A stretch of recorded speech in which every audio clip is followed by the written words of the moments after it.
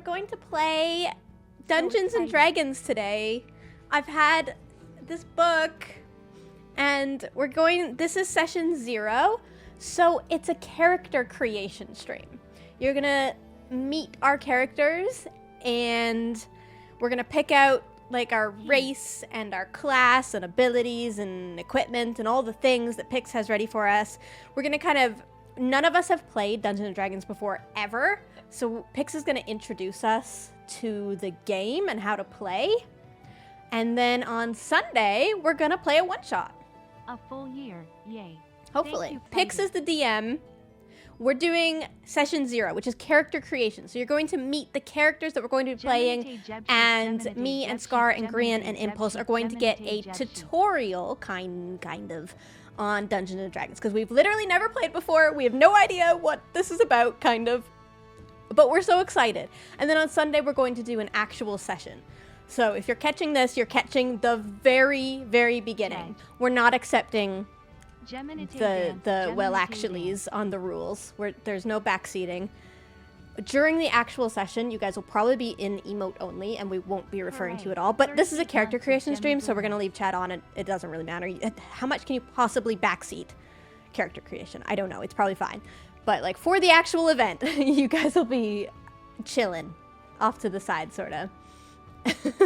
Don't worry about the min-maxing. Pix is a very experienced dungeon master, and he will make this fun. Don't worry about like what's good and what's bad and what we should be choosing and shouldn't be choosing. Pix is a good DM. He will make it good, whatever we do. I'm here for the tutorial. Pix, I do a backflip. Oh no. No, we don't have the game up yet. You can't possibly. Oh. You can't possibly do a backflip. And we need to figure out your acrobatics score first. Stop rolling dice behind the scenes. Nobody can see it. This is already off to a fantastic start. Grant's not going to listen to a thing Pix says. I will. Well, it's a good thing. I want to talk to the audience a little bit first. Hello, adventurers. Welcome to Gigs Dungeons and Dragons. Is Scar here? Oh, Nope. bring Scar in. Where's Chat, everybody go to Scar. Tell him to get his butt in here. There's 18,000 people watching us create characters for Dungeons and Dragons. I'm so excited. I got my book, chat. I will say. Yeah, do you have your books? Show if off this the books. goes well, if people enjoy it, if we enjoy it, most importantly, if that's the main thing, then this may turn into a proper campaign with Cross a your more fingers. Proper campaign, you say? But Oh, there he is. now it's just He'll turn up for a character proper creation, campaign. one shot. There's In our like- Can we show the screen? Can we show the screen? Scar is very blurry for me. Scar is the blurriest man I've ever seen in my Okay, life. but we're flipping over. He's to already us. cast displacement on himself. How's that happened? Scar, where'd you go? Scar, why are you so blurry? He's cast gaseous form. Oh no. Scar has become a series of pixels. I also cannot hear him. Have you tried turning it on and off again? On my screen, I'm perfectly in focus. What is It's the stupid stream together. Can you turn off your stream together and turn it back on, maybe? Yeah, might need to Leave the rejoin call? the stream together. Yeah, rejoin the. I'm just gonna Hey, adjust maybe my this is audio a great balance a time to little play bit. an ad. Who knows? Oh wait, ad starting. Never mind. Yep. Let's. How did that fix? No. No. Nope. Still blurry. I'm genuinely scared to leave this It call was and mess up fine everyone's before we went cameras. live. You won't. Surely not. I mean, you might, but like, what's the worst that would happen? Okay. How do I join this again? I'll see if You're I still need, here. I might need to invite. I'm you. nervous to leave, Impulse. He's Well, still don't here. leave. Just turn off your camera in it, maybe for a second. Oh man. Yeah, All you right. need to just restart it all. Titans, what the Unplug it. heck? Thank you. Is Blurry Etho times with watching? Scar? That's so Nope. many. Thank you. Terrible. I can't hear them now. Great. Yeah, No, I was I gonna- was It's not muted. I was working. muted. I was muted. I'm Why I would was you? muted You can't. too. You Somebody can't play gifted that game. 100. I You had- just no. I had You to can't play mute. that game. Not when Scar looks like he looks when I take my glasses literally off. had to mute. Otherwise, you guys have to hear me thank the gifteds, and that's annoying. Yeah. He looks better with my glasses off. Yeah, Scar looks like a picture. Oh, there Hey, he he's is. back! We He's see him in full HD. We can I see did you. a thing. Do I a did backflip. thing. Oh, okay. No. No. Careful. Okay, I did a thing. I did a tech thing. Yeah, I you went did. in and disabled Twitch from making suggestions to my video quality. Thanks, Dan. Yeah. Fixed That's what yours doing, Jem. That's what yours doing. Wait, that's do what I yours need to is doing. also? Am I bad for you Yes. right It's suggesting your video. How do Yeah, you get rid do of that, that. Scar? Smart found the fix. Do that. Go Yeah. to settings, go to performance, and then at the Yeah. very bottom, automatic optimization settings. No, Disable yeah, that. yeah, exactly. I'm going highest. Done. Going high too. Yeah, go Yeah. highest. Oh, why would they have that on? You never look have at that what would they have on. are. that? Wait, Do you highest. have to then Oh. turn it off and on again? I don't think so. No, I don't think you did. I think you're all Did set. everyone's quality just go up? Yes. Okay, chat. Talk to Hopefully me about mine's still who's good. loud and who's not I think loud, Impulse because I can did. adjust their Gem volumes. still is blurry for me, Good. but that's fine. I didn't change mine. I did change mine, and it's on high. Do I look okay for you guys?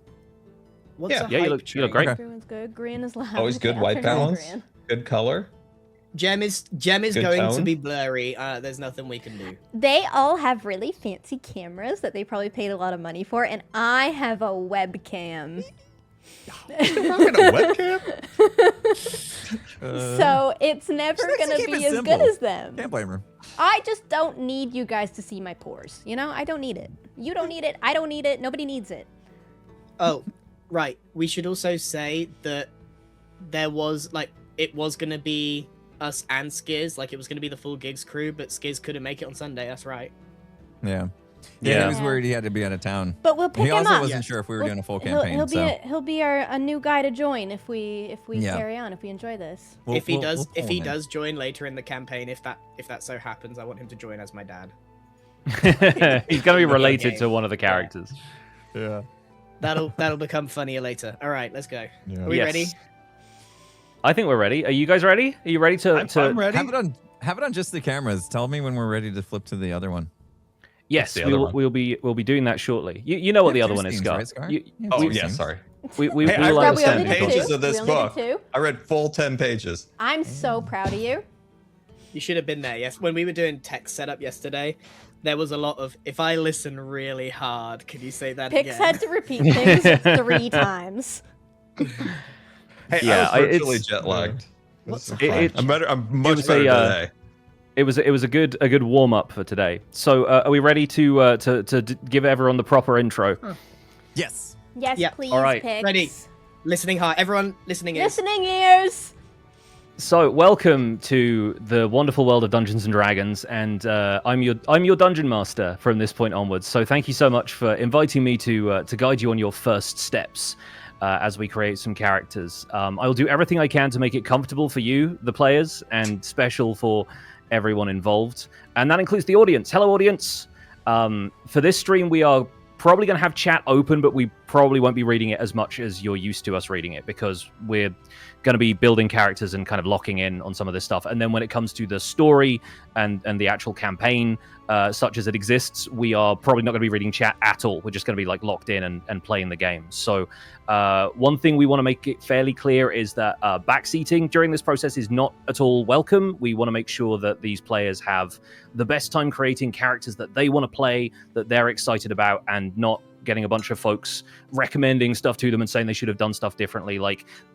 It's going to be a campaign that is largely for fun, and so we're not interested in min-maxing or any of the stuff that people are used to if they're long-term D&D players. It is, I believe, everybody's first time, more or less, playing Dungeons and Dragons, at least recently, right? Yeah. Yeah, I read 10 pages. First time ever. Yeah, Scar has a 10-page count already, yeah. So we're going to play ads occasionally so that we can take breaks and kind of portion all of this out. And if anybody wants to take a break just to check in with their chat and stuff, obviously that will be fine. Thank you to the mods for keeping everybody safe and happy in the chat, and remind you folks as they come in, if you can, that we're going to be focused on the game for the majority of it. So what we're here to do today is what players like to call Session Zero. We're getting together before the actual thank story you. begins to create our characters, explain their skills and abilities, establish a bit of background information about them and maybe about the world, and then we'll do a little tutorial if we have time for the mechanics of the game itself. So this session is also going to be a great chance for the players to ask any questions you have about all of this before we dive in and start telling a story together. But that's really what this is. Dungeons & Dragons is a collaborative storytelling game with dice to help us make crucial decisions, introduce risk, and create moments of triumph and peril for the characters. So if you have any questions at any point, now or later, please do interrupt me, players, and I will do my best to answer. I'm so excited. Yeah, I no, thought you meant no chat to interruptions yet. interrupt you, and I'm like, no. Yeah, no. don't let chat interrupt me at this point. Do a I have all of. backflip. So to Stop see Grian do a rolling! backflip. To see Grian do a backflip, we are going to have to switch over to using Foundry Virtual Tabletop, which is the environment that we're going to be using. So everyone, switch your scene over to that, and you will see what we have set up in here. So Grian has already done well. A 17 and a 13 is not bad as far as It's 'cause it acrobatics wasn't on checks. Yeah, camera. but they weren't watching. Yes, they weren't Because they watching, weren't so watching. so they Yeah. didn't count. And we also don't know what your dexterity modifier is. So we need to get started with this. This is Foundry is going to provide a bunch of the information we need in case we need to refer to the players' handbooks. Does everyone have theirs nearby? Yes, sir. Yeah, hold up those books. Show that you gave Hasbro money. Okay, let's let's get into it. So the players, I believe, already have an idea of their character classes and ancestries. Used to be called races, now called like species or like origin. So let's go around the group here and briefly talk about those. Who wants to start? Should we roll for it? It's Should we roll really for who stressful. starts? Starting. Roll for it. Okay, everybody roll me a d20 using the macro I gave you. Grian has a 7, yeah. so he's probably going to... Right. Oh, no, Scar rolled lower. Did I do it? Impulse, you're up Impulse first. Yay! What do Fantastic. I start with? My ancestry or my class? Which one? Talk about your class and your ancestry, because I think you're pretty clear Okay. about what it is you want to be, right? Yeah, this is my first time. Like, I've literally haven't even watched anybody play D&D. The most I've watched was from watching Stranger Things. So I tried to pick a class that I felt would be simple enough for me to get the hang of quickly. And from what I'm reading in my 10 pages that I read, fighter seemed like a good place to start for a very big noob like myself. So I'm going to go with fighter. And for my ancestry, I want to channel some of my Hermitcraft Season 9 vibes, and I think most people saw this coming. I'm going to be a dwarf. Yeah, we love a dwarf Yay. fighter. I think this is going to be such a good combination for you. And yeah, fighters, the classic D&D power fantasy. You get to swing a heavy sword at stuff and hit real hard. And I think you're going to have a lot of fun doing that. So that's fantastic. Next up, in what we've now, I guess, rolled an initiative order for the first time. Jem, you got a 12, so you're going next. Okay.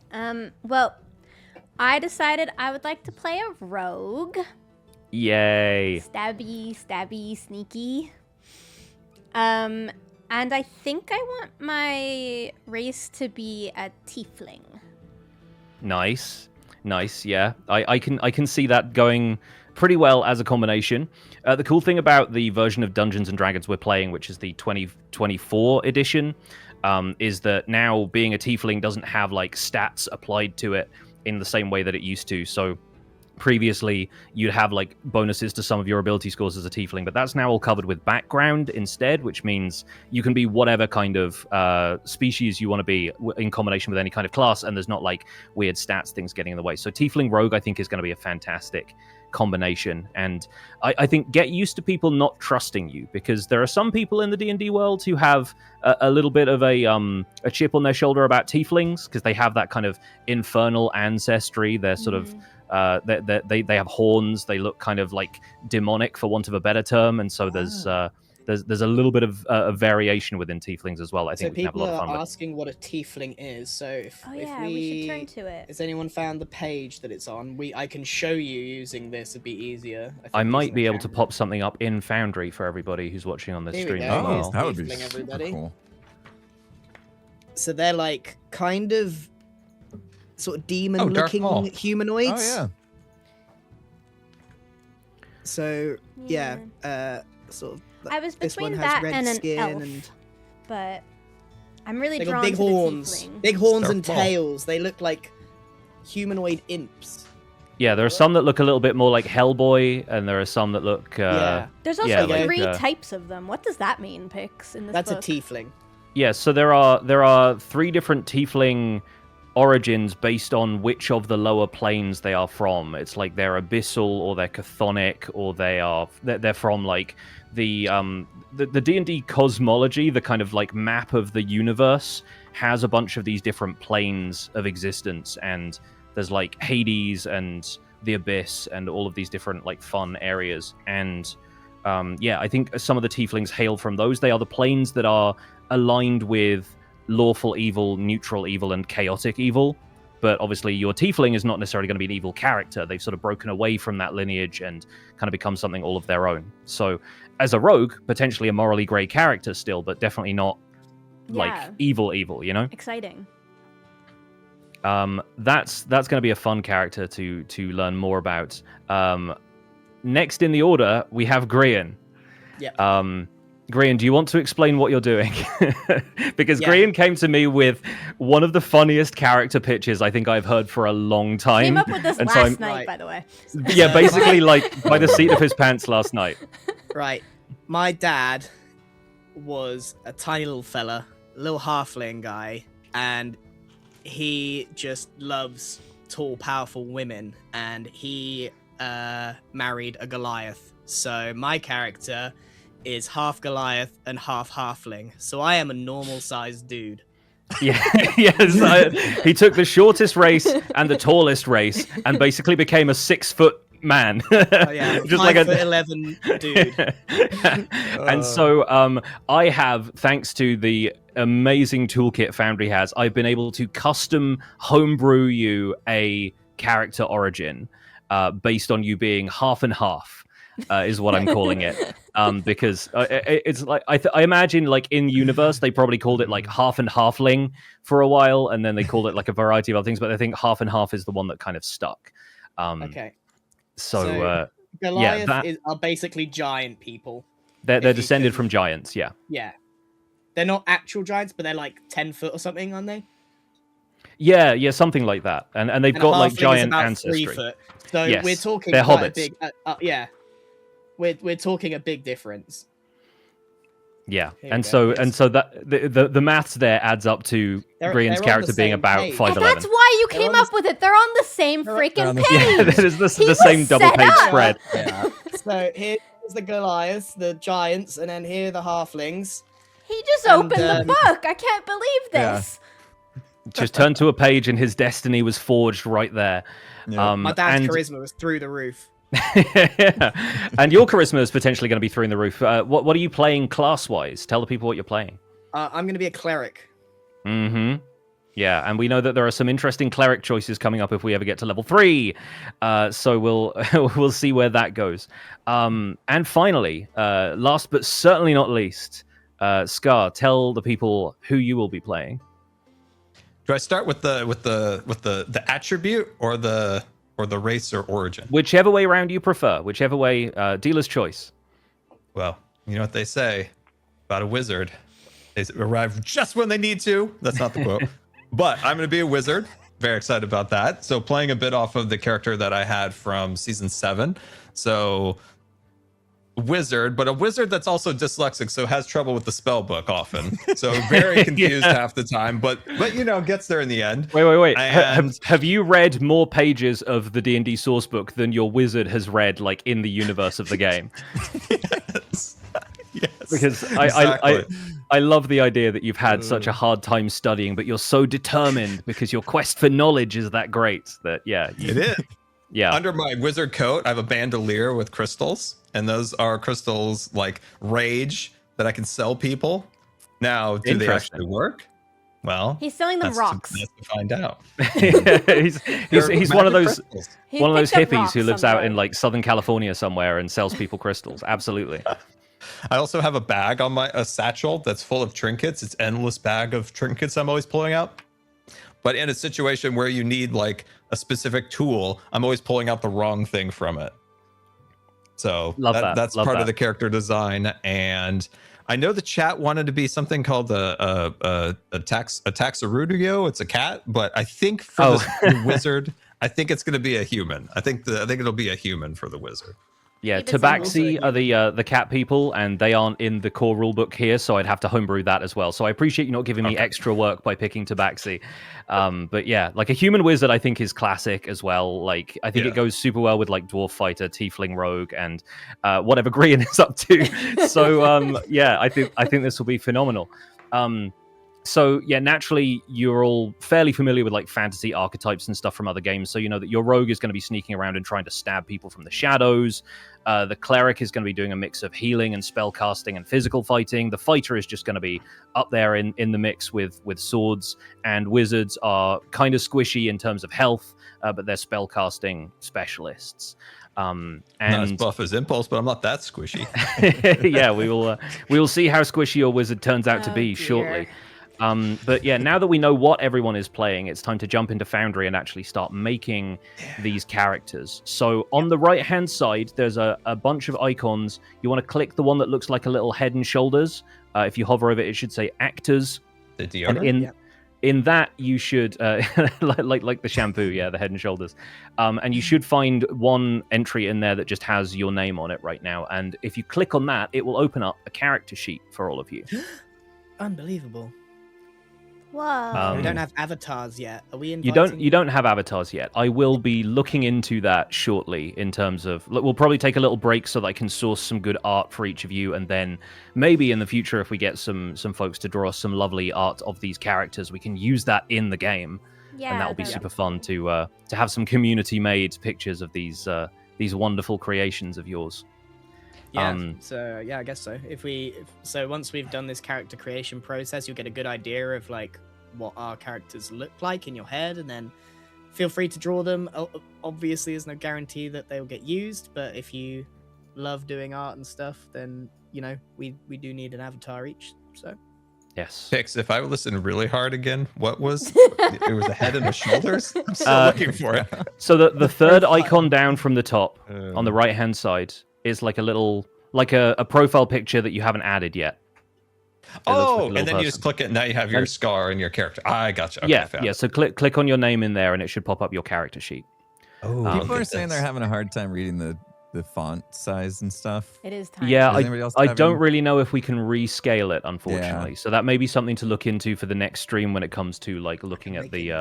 Well, we're going to get the like size of our everything. our actual stats and stuff put on screen under our Yeah. cameras. So Yeah. This won't be a problem next stream. Session 1, the overlay is going to have all of your strength and Yeah. dexterity and everything All the added into info will that. be there. Look at that. Yeah. And so since there are some choices that come along with choosing each class, we are going to handle this process one player at a time. And I encourage everyone to listen in just because it will be helpful to know what the other players are capable of. Do we want to roll again to see who goes first, or do we want to stick to our current order and have Impulse start? I do a backflip. Green is just rolling sevens now. Yes. Oh, Well, it looks like we're doing Green first. I think Impulse and Scar will have to roll again to like roll off. But Green is definitely going first. With a 7, somehow you are in the lead. you guys did not roll 6s and 7s. So, Green, on the right-hand side of your character sheet, you should see a bunch of tabs. Yes, I see tabs. You want to click on the third one down, the little dots and dashes, says features, and at the top of that, you should see a box that says add class. Gotcha. Cleric. Yep, to simplify the way this looks, click on Player's Handbook 2024 on the left-hand side, and that should just boil it down to all of the individual classes. Done. Great. And then you want to check the box next to Cleric, or you can click on the text for Cleric, and it will come up with like a big description of what a Cleric is. But this is all the stuff that you've probably read about already in the Player's Handbook, and it will also take you through it as we go. Of course. People did ask what a cleric is. They're basically like priests. They heal. They're magic. Yeah. They're priests, but they're like battle priests. They've got like a little bit more heavy armor, maybe like a mace that they can do some damage with. They're kind of a combination of like fighter and healer. Yeah. Okay, so I've done that. So it says hit points max at first level 8. Yep, correct. So hit next. Your saving throw So can you see what I see right now? Not really. I'm going through it with an example character sheet on my Ah, stream. okay. So yeah, if you just let me know what step you're on, I can follow along. So Gotcha. saving throw proficiencies means, like, if I ask you to make a wisdom saving throw, you'd be rolling a d20 and adding your wisdom bonus to check that you could resist mind control or something like that, right? Okay. You also get proficiency with that because you're a cleric, and that means you'd get an extra bonus to the number that you roll on the dice. So for wisdom and charisma, those are your saving throws. We'll learn a lot more about those later. So move on to the next step, and you'll be asked to choose proficiency in a couple of skills. This is really a character choice more than it is like a super mechanical one. What do you think your character would be good at from the list that it's given you? Well, none of these are backflips. Yeah, no, we'll get to the possibility of you being proficient in acrobatics a little bit later on, I think. I think persuasion. Persuasion sounds good, yeah. And then you get one more skill proficiency after that. Okay. What does insight mean? Insight is sort of like seeing into the truth of somebody's intentions. It's trying to figure out if somebody is lying to you, basically. I think that's a good one to have. Fantastic. All right, so we'll choose Persuasion and Insight. Click on Next. That will tell you what armor you can use. So there are light, medium, and heavy armor, and you also get to use shields. In your case, you just have light and medium armor. You have proficiency in simple weapons, so you're not going to be wielding any like katanas or anything, but you can probably swing a club or a mace or something. Yep. Okay. Next up, your class features. You are a spellcaster, and you also have a divine order. That's something we'll go into a little bit more later on, because you'll be picking spells, which the rulebook has a couple of examples of, and your divine order is like the kind of training that you've had as a cleric, whether you are like more trained for battle or whether you're more trained for spellcasting. Okay. So it's going to ask you to choose between those two. Do you feel like your character is more of a kind of up close fighter, a protector of the people, or is he more of a backline spellcaster kind of guy? We got two backline with Rogue is sort of a sneaky, not really frontline. And Scar's definitely not frontline. It's only Impulse at the front, so I could definitely go Protector, I think. I think Protector makes sense. I think they're both decent choices. There aren't really any bad choices here, but we'll go with Protector for now. And since obviously we are learning the game as you go here, I will give you the opportunity to change this in future if you feel like it's not working out for you and you want to try the other path. But okay. Next, it's going to tell you that you know 3 cantrips, which are like the really basic spells that you will always have memorized. Yep. And finally, your prepared spells are going to be additional spell casting that you can do, which are like spells that have levels, basically. Anything that's above, like level 1 and above spells. So once you hit complete, you are now set up to be a cleric. Nice. Okay. And we can move on to either Impulse or Scar. Both of you guys give me another D20 roll. Yeah, and see who wins out. Oh, it's looking good for Impulse. That's me. It's looking good for Impulse. Fantastic. Okay, step me through the first couple steps again that you did. Yes, G. I'm going to delete my example characters class so that people can follow along here as well. So on your character sheet on the right-hand side, there are tabs. The third one down, the dots and dashes, is called Features. Yep. Click on that. And at the top, you should see a button that says Add Class. Got it. Okay. On the left-hand side, click Player's Handbook, just to make sure it doesn't give you all of the old information. Yep. And then you just want to select the checkbox next to Fighter. Got it.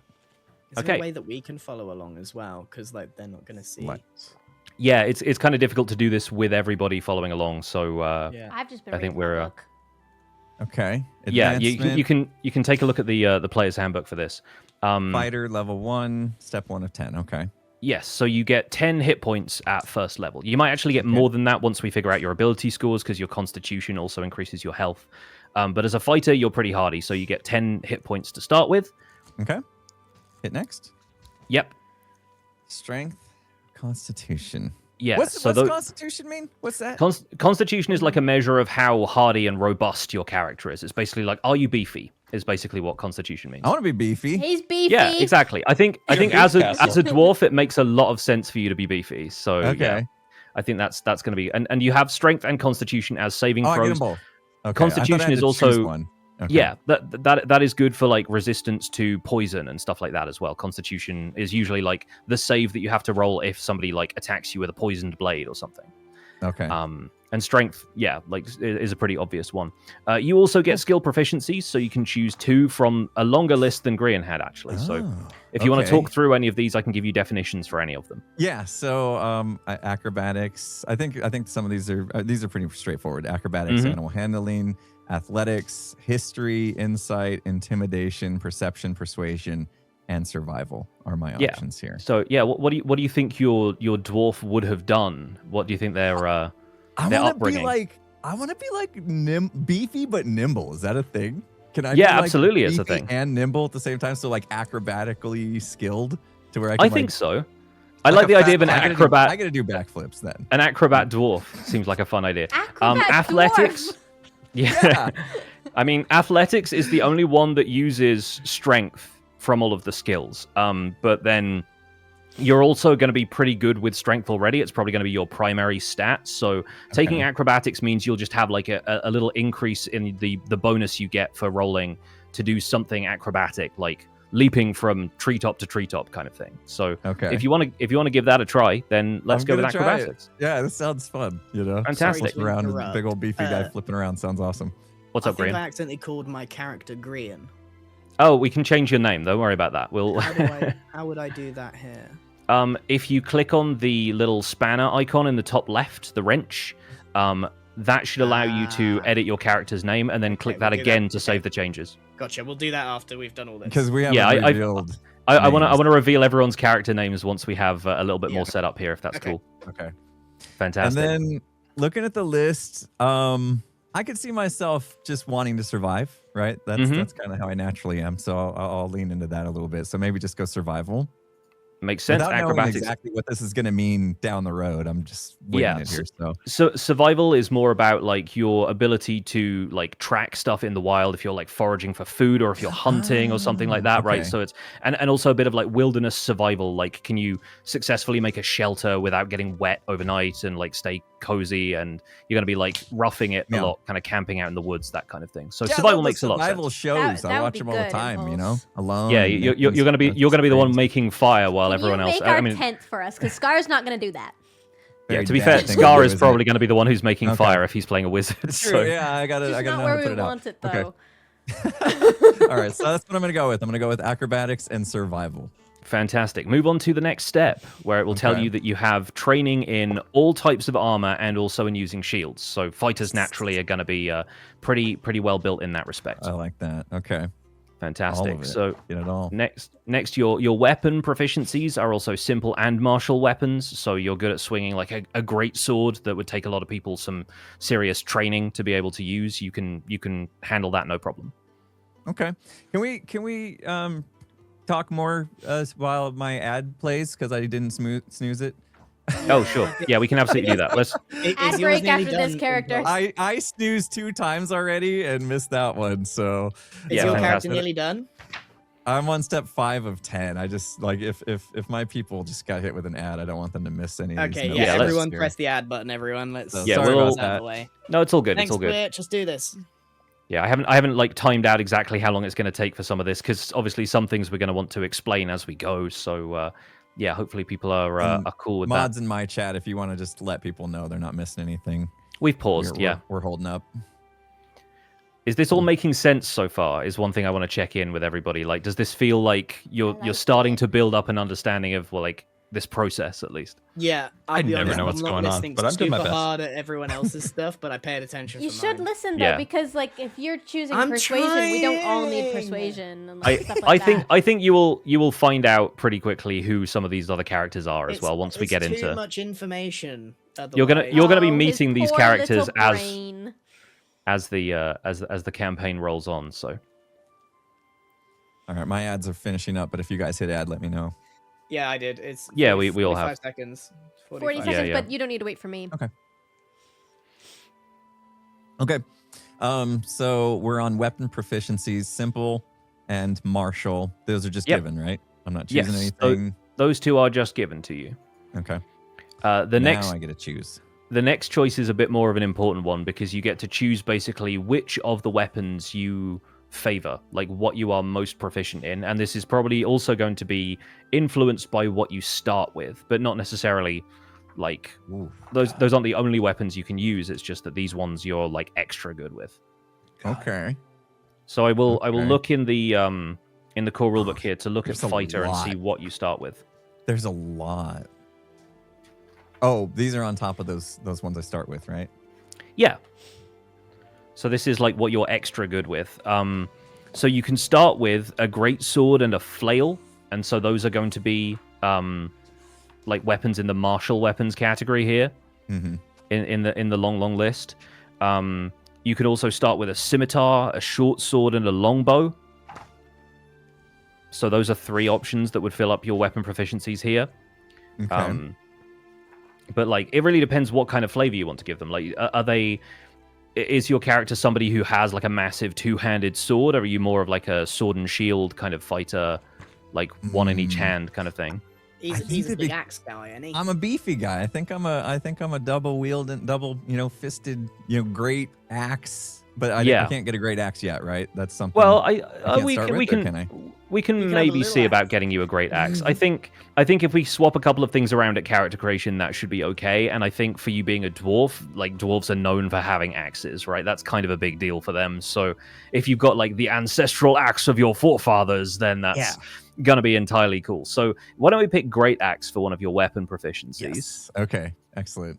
And then hand axes are also an option. They're in simple weapons. You can throw those as well as just wielding them as a melee weapon. Okay. So that sounds like a good option. That sounds awesome.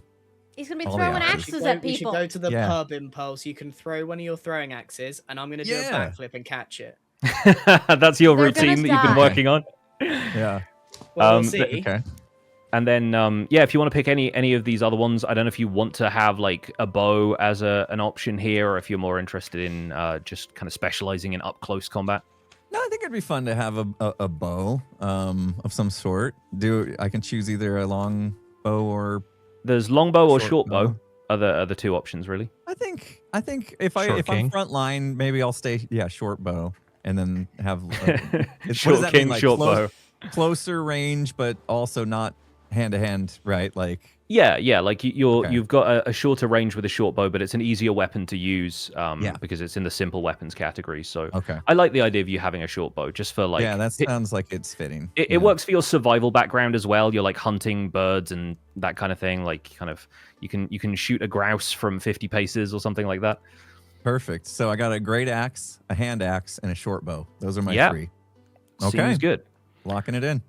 Next up, your class features include a fighting style. So you get a fighting style feat when we continue with character creation here.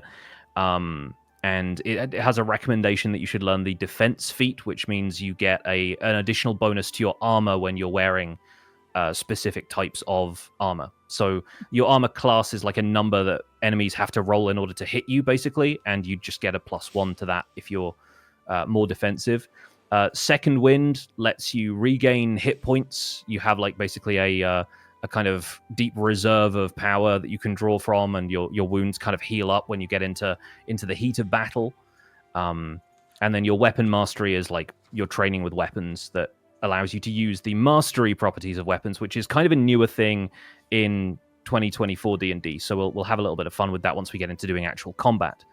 But for now, hopefully some of those make sense.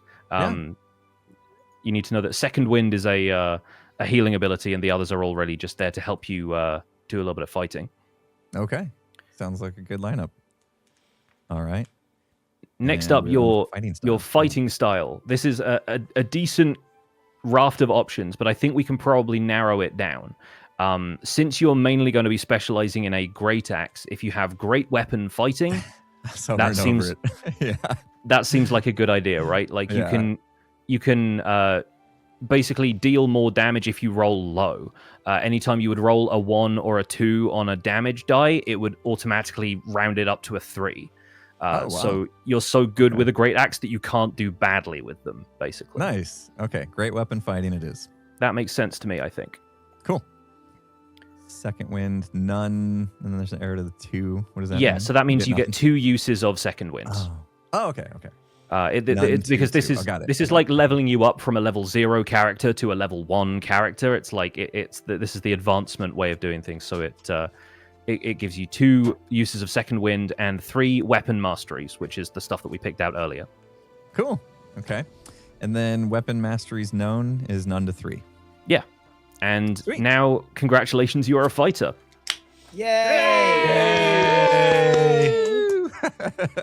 His was way more complicated than mine.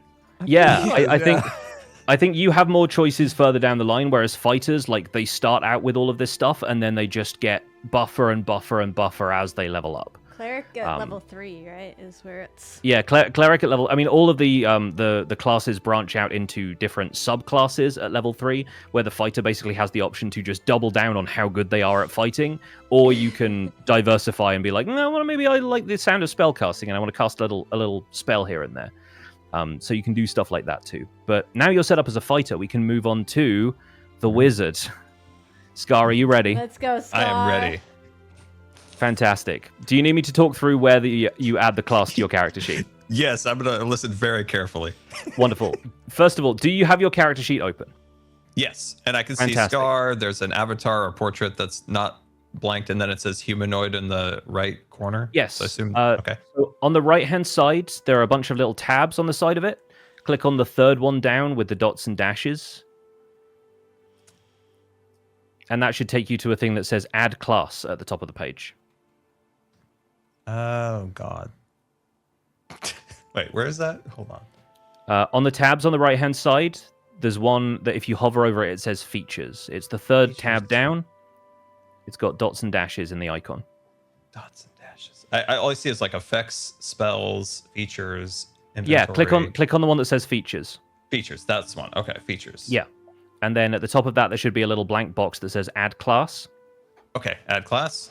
Yeah, click on that. Oh, wow, look at all these things. Yes. On the left-hand side, where there's a checkbox that says Player's Handbook, click on that. Oh, sorry, let me find that. Let's see, has spellcasting, psychic, player's handbook. Okay, check that. Yeah, click on that, and that will simplify the list of options. You want the one at the bottom that says Wizard. Okay, click that and then select. Got it. Yeah, right. if you click on the box there and hit select. Nice. Okay, and then it just says next, so I'll click that. Yep, you have 6 hit points at level 1. Your saving throws are in Intelligence and Wisdom. Intelligence is the spellcasting stat for wizards, so yours is going to be pretty high anyway. And you are wise because you are venerable. And I think honestly, your wizard's wisdom has come from a lot of like street smarts and being a bit of a wheeler dealer more than potentially being wise in the learned in the lore of the land. But street smarts, learned it on absolutely. the streets. It was a tough life. Yeah, the hard knock life of being a wizard. The back alleys of the pub. So after saving throw proficiencies, you can click next, and then we get to decide your skill proficiencies. So out of these, Arcana is a very good one for wizards to know because that allows you to identify what types of magic things are using. So if you find a magical artifact, Arcana will really help with that. But you also have things like history, where you could maybe recall facts that you learned at some point about the land around you or whatever ruins that you're investigating or something. You have things like medicine and religion as part of this list as well. But there's a bunch of options here. What do you think appeals to you? Oh, I'd love to just get some random facts about the castle we're in. Yeah, you want a bit of history? I don't know. That's one. And okay, so we talked about that. There's medicine, nature, religion. Which would you recommend? I would recommend having Arcana for sure, because that's going to come up a lot with magical stuff being around in this world. And then out of the other ones, I think either somebody already had Insight, I think, right? Maybe Grian's character had that. Okay. So I think you probably want to skip over Insight and look into maybe history or religion or maybe nature. Maybe you spend a lot of time in the world outdoors and you're a keen study of animals and plants. Any of these that have a preference towards crystals? Interesting. I think maybe crystals are part of nature, or maybe they're used in religious ritual or something. It could be, yeah. I'm very bad at making decisions. I don't know why I keep going. What does history do again? History is like lore of the land. It's all about like, you know, understanding that the castle you're standing in was built by the dwarves centuries ago, and you know a little bit more about that. You want that one? Cool. Yeah. All right. Arcana and history. Okay. It's becoming more and more bizarre that your character isn't good at reading because you picked all of the stuff that you probably have to read about. But maybe you had really good like he teachers. Listened at the pub. Absolutely. It's all listening. Stories. Yeah, we know that Scar is good at reading and listening, is what we've learned. So let's move on from weapon proficiencies. It's a fantasy world. It's a fantasy world. So in this fantasy world, you are only proficient with simple weapons because naturally wizards aren't really going to be using like swords and close-up fighting very much. I did see a Don't worry, Scar, gun. Don't You give did him see a a gun. gun. I think Get a gun. I think we physically can't give you a gun. I think your character would probably like topple over at this point. Although, if the opportunity arises for you to be given a gun in future, I will consider it. What about a blow dart? I saw a blow No. dart. Is that what about Blow a dart? Scar, you have magic Unfortunately, in your a blow dart- hands. You're a wizard. Yeah, it's like a blowgun is also a martial weapon, so sadly we can't You give could you a have been blowgun. a Okay, all right, ranger. But trust me, you'll be getting stuff soon that you will be very happy about having as a wizard. Once we get into your spells, you'll be like, blowgun, why did I ever want one of those? Because suddenly you can create lightning from your hands. Is there a spell for a gun? Oh my god. Scar! Can we get through the character creation, please? To be fair, I cast gun is kind of a meme, but let's move on from Simple, your okay. your weapon proficiencies. Your class features are spell casting naturally, ritual adept, which means that you can cast spells as a ritual, meaning that you don't have to like memorize the spell. If you've got enough time to cast it, it takes like 10 minutes to cast a spell as a ritual, but it basically just allows you to cast spells that you don't like have memorized all of the time. So you can cast something out of your spell book that way. And arcane recovery, which basically allows you to recover some of your uses of spells every time you rest for a short time, which is pretty useful. Okay. We'll get And into I can the only exact choose one of these. No, you get all three of them. That's just. Oh, I get all three. Okay. Sweet. Yeah. All right, nice. No, that's not an optional thing. You are getting all of them, whether you want them or not. Oh, sweet. Okay. But yeah, you definitely want all of these. Next up, it will tell you 3 cantrips, which are again the basic kind of spells, the ones that you just like. You probably learned that when you were a child. And then next after that, your prepared spells. You get 4 of those. So in total, you'll be able to cast 7 different spells. And we'll find out what those are a little bit later on. But I think we need to complete this. And congratulations, you're now a wizard. Yeah, I'm a wizard. Yay! With no guns. Fantastic. With no guns yet. I will append yet to basically everything that we have as that kind of choice. Right, Jem. Hello. Finally, we get to our rogue. Are you ready to become a rogue? I'm a rogue, yes, and I've already clicked on the dots and selected rogue. Yay! You're so prepared. I love it. Fantastic. So I will catch up to you so folks in my stream can see. So you start with 8 hit points. You're not as squishy as Scar, but you're definitely not as buff as Impulse. Wait, how many did Scar have? I missed it. 6. Oh, Wizards have Jesus, 6. Scar. I mean, Is like, that good? let's be real. Anybody who's been playing D&D for a while knows that six hit points is luxury for wizards. Like, you used to start with a D4 I roll, feel like which I could means you could flick you and you'd fall over. you could literally. Same as real life. Yeah, back in the day, you could potentially have 1 hit point as a wizard. So, yeah, best of luck. That's why you stay on the back line. Anyway, you start with 8 hit points. If you move on, you get your saving throw proficiencies in dexterity and intelligence. You have a little bit of cunning thrown in there, as well as naturally being a master of dexterous moves. You get a lot more skill proficiencies than anybody else. You guys are so unskilled. Skill issue, and naturally a lot of these are going to be linked to your dexterity, so things like stealth, sleight of hand, that's all dexterity stuff. Acrobatics, I'll be wanting sleight of hand. Yeah, I'll be wanting, what will I be wanting? Do I want athletics or acrobatics? I think acrobatics is going to play better into you being a dexterous character. Like, I feel like potentially strength could be a lower stat for you because you're going to be fighting with weapons that also use dexterity to attack instead of strength. So you'll have And then I'm kind of thinking maybe deception. Is that silly? Deception, a very good one for rogues. Yeah. And yeah, I like that a lot. Okay, so I have stealth, sleight of hand, acrobatics, and deception. Fantastic. We're locked in. Okay, thieves cannot. No, this is thieves can't is like a language that you know. It's sort of like a Cool. secret language known specifically to thieves, and so there'll be like symbols written on a wall somewhere, and you're like, that means that there's a safe house somewhere nearby, and you'll be able to pick up on some of that stuff. Realistically, thieves can't is a bit of a joke in D&D because it rarely, if ever, comes up, but there might be opportunities you can find to use it. If you do, I will award you inspiration because. Like it's going to be worth it. But you also get an additional language that you can speak. So we'll decide everybody else's languages later when we get to Origin, but your rogue background gives you an extra language as a result. Get a language. You get a free language. So do I already know Common? Like what language are we already all speaking? Everyone will already be speaking Common, so I don't know why Common is even on here. Yeah. Maybe you'll probably be learning it later. I don't know. What's a good one to know for this? So I Maybe guess like there's a Goblin? Something like that? Goblin could be a really interesting one, yeah. Like I like the sound of that. If you've been skulking around with goblin gangs that roam the streets of a city or something like that, that could make sense. Yeah, or I mean, I'm a tiefling. I think as a So, tiefling, you will probably I'll know Infernal Abyssal or one of or them. Infernal, depending One on of what them. your tiefling origin is. Yeah. Okay. What do you think is best then? Should I go like Elvish or Goblin or? I don't think either of them is necessarily better than the other. Like I can contrive a reason for either of them to come up in a campaign. So pick whatever calls to you. I want to be kind of not the greatest alignment, so I want to know what the goblins are saying. Heck yeah, we'll give you Goblin as a language. I love that. I want to know That's about great. the goblins. Fantastic. So that's your languages taken care of.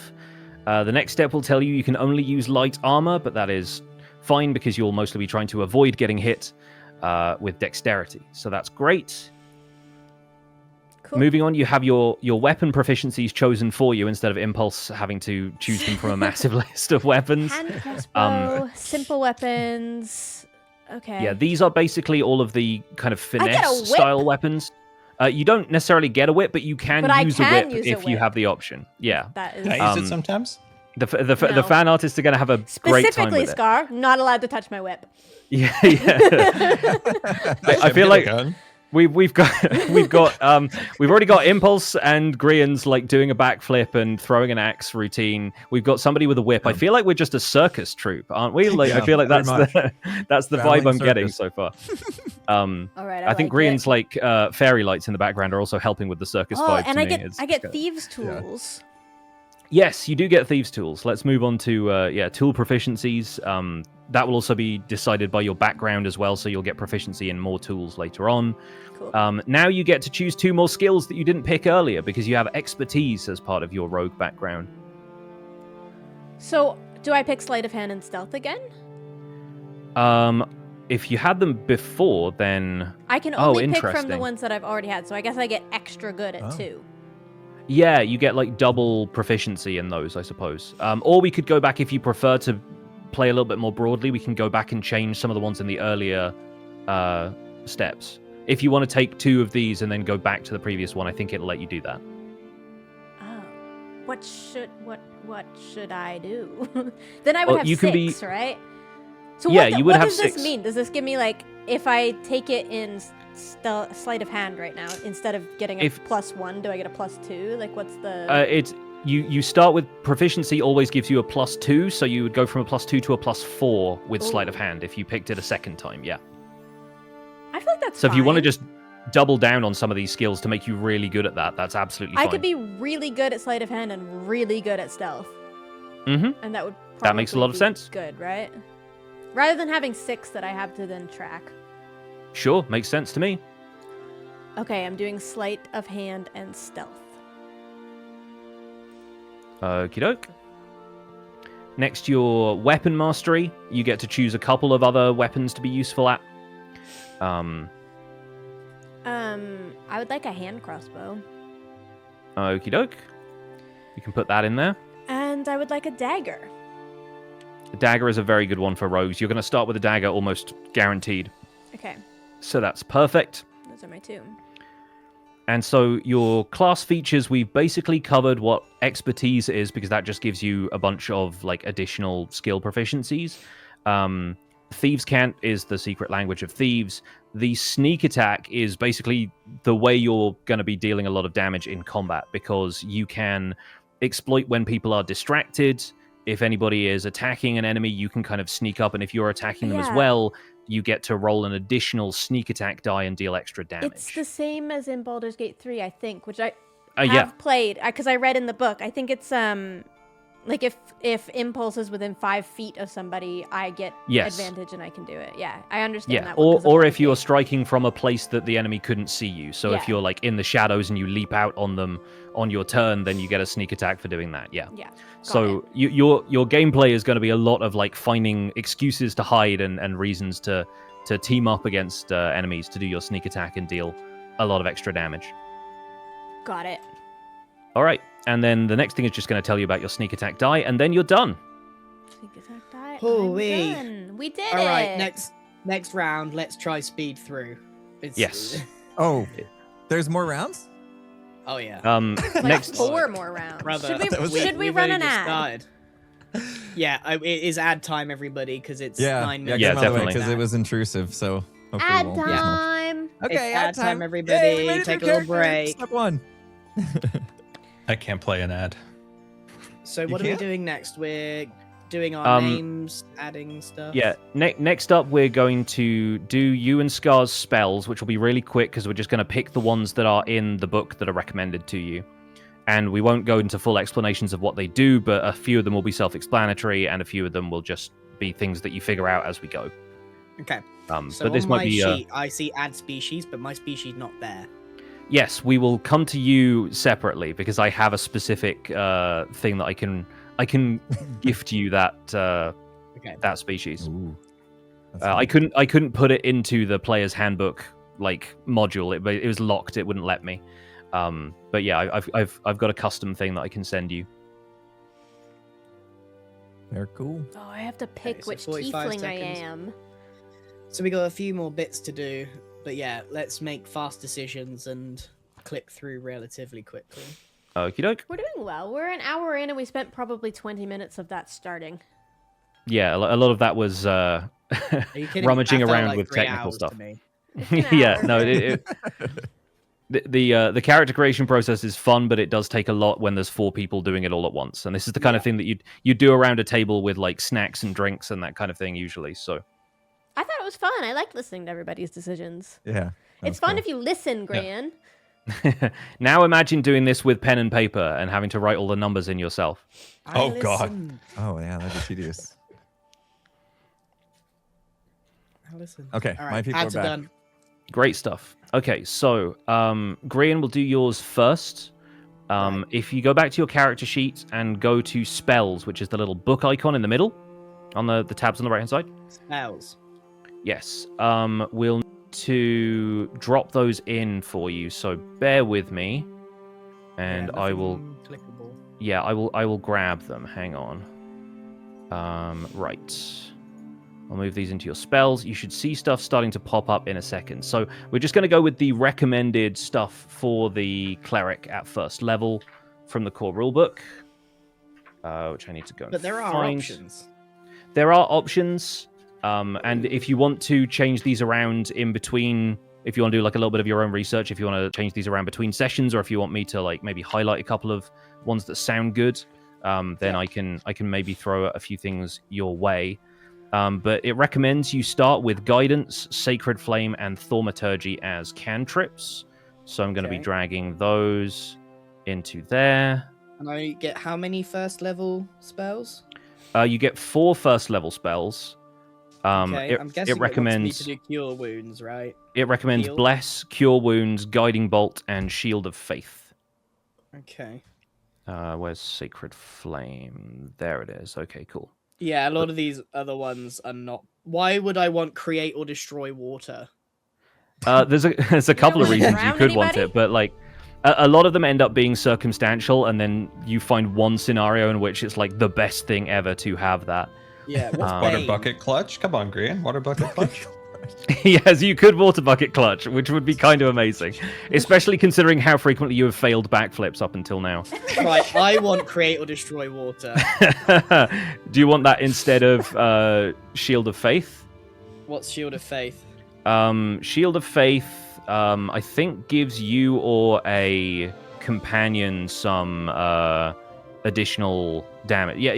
A shimmering field surrounds a creature of your choice within range. Don't need it. Basically Create or grants it a destroy +2 to water. defense. Don't Okay, need great. it. Create or destroy water.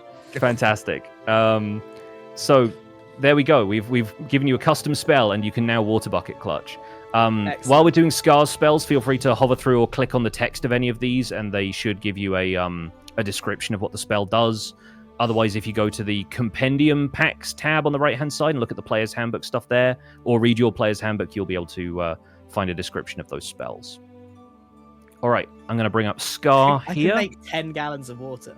You can. It's a lot of I water. can create Wow. 10 gallons. If I had to visualize that, is that like a barrel full? Yeah, yeah. about that. It's like a About 10 barrel full gallon of water. jug is going to be a Yeah, pretty big decent barrel. size. Yeah. Yeah. Right. We're going to find a way to make this useful, guys. All right. Scar, you're a wizard. How about that?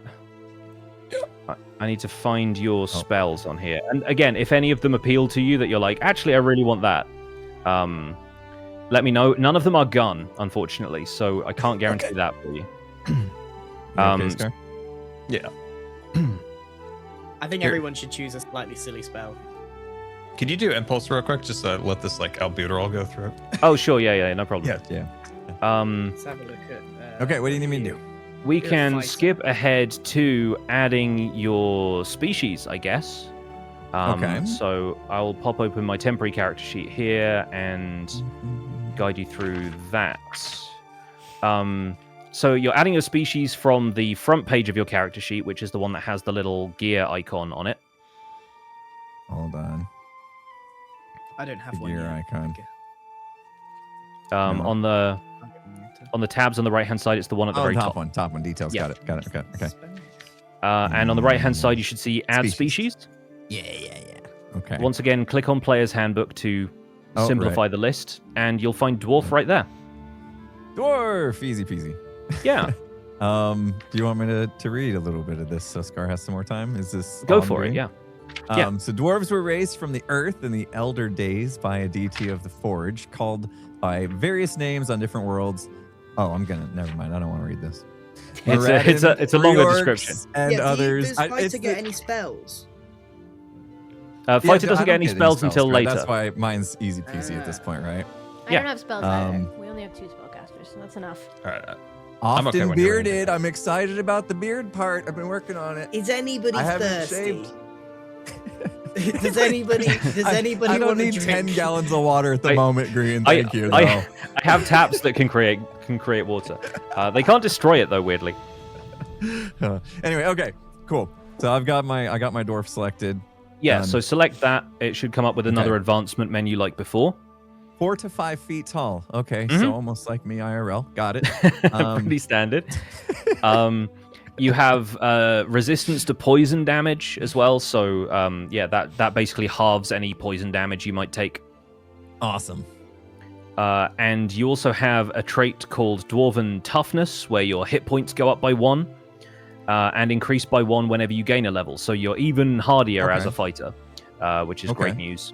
You also have Stone Cunning, which allows you to use Tremor Sense, so you can choose to basically detect vibrations in the earth around you. Probably pretty good if your character was raised in a mine and is used to feeling like underground tremors, detecting earthquakes, that kind of thing. Oh, I'm an expert, dude. Like that's where I live. All right. I'm using right. that all the time. Okay. You're now Easy. set up as a dwarf. All right. Pretty good. Scar, how you doing? I'm ready for wizards spells. Fantastic. Okie doke. Let's have a look. Bring up I will this go list. back to the spell list here. And yeah, Green is going to do some research for you while I'm we gonna- take yeah, a I'm look gonna at have a your... for you, Scott. Don't worry. We're gonna He's find gonna be something making useful. suggestions. Scar, whatever he says, just don't listen. Unless it's gun.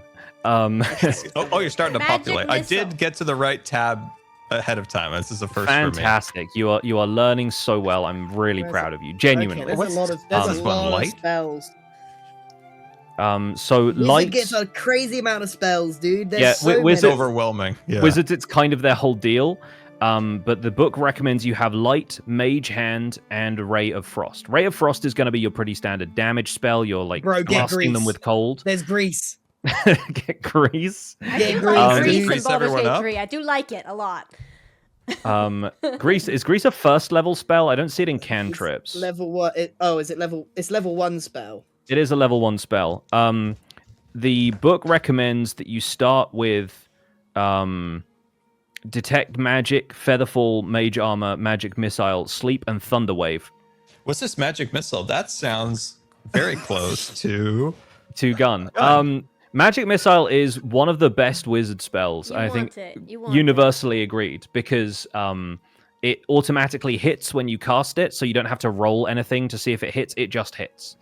Okay. And It's the main finger thing about guns. that is you can do this, Scar. it is finger guns. You can just kind of fire them off.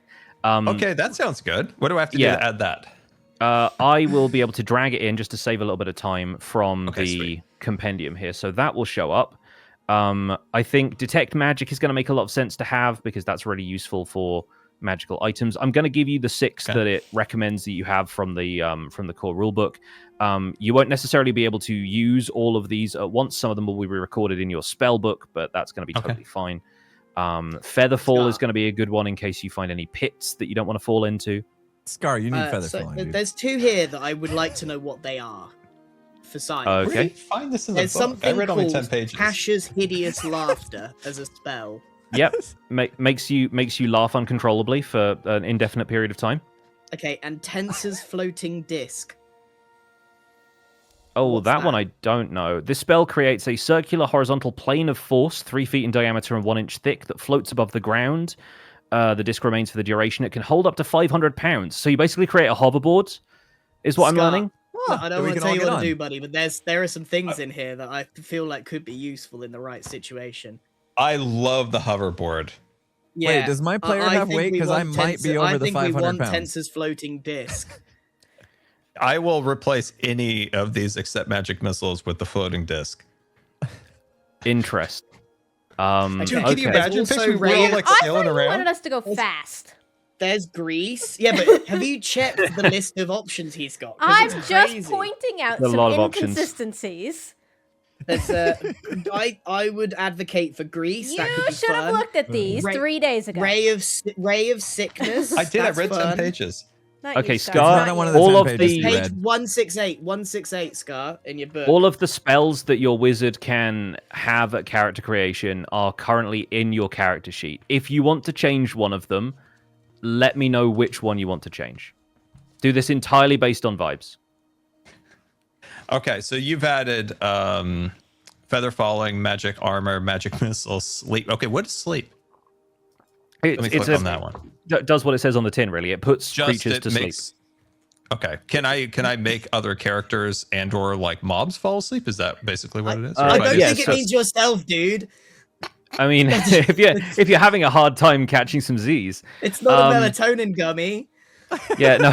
If basically you force creatures within a certain radius to make a wisdom saving throw. Basically, they have to roll their wisdom stat. Okay.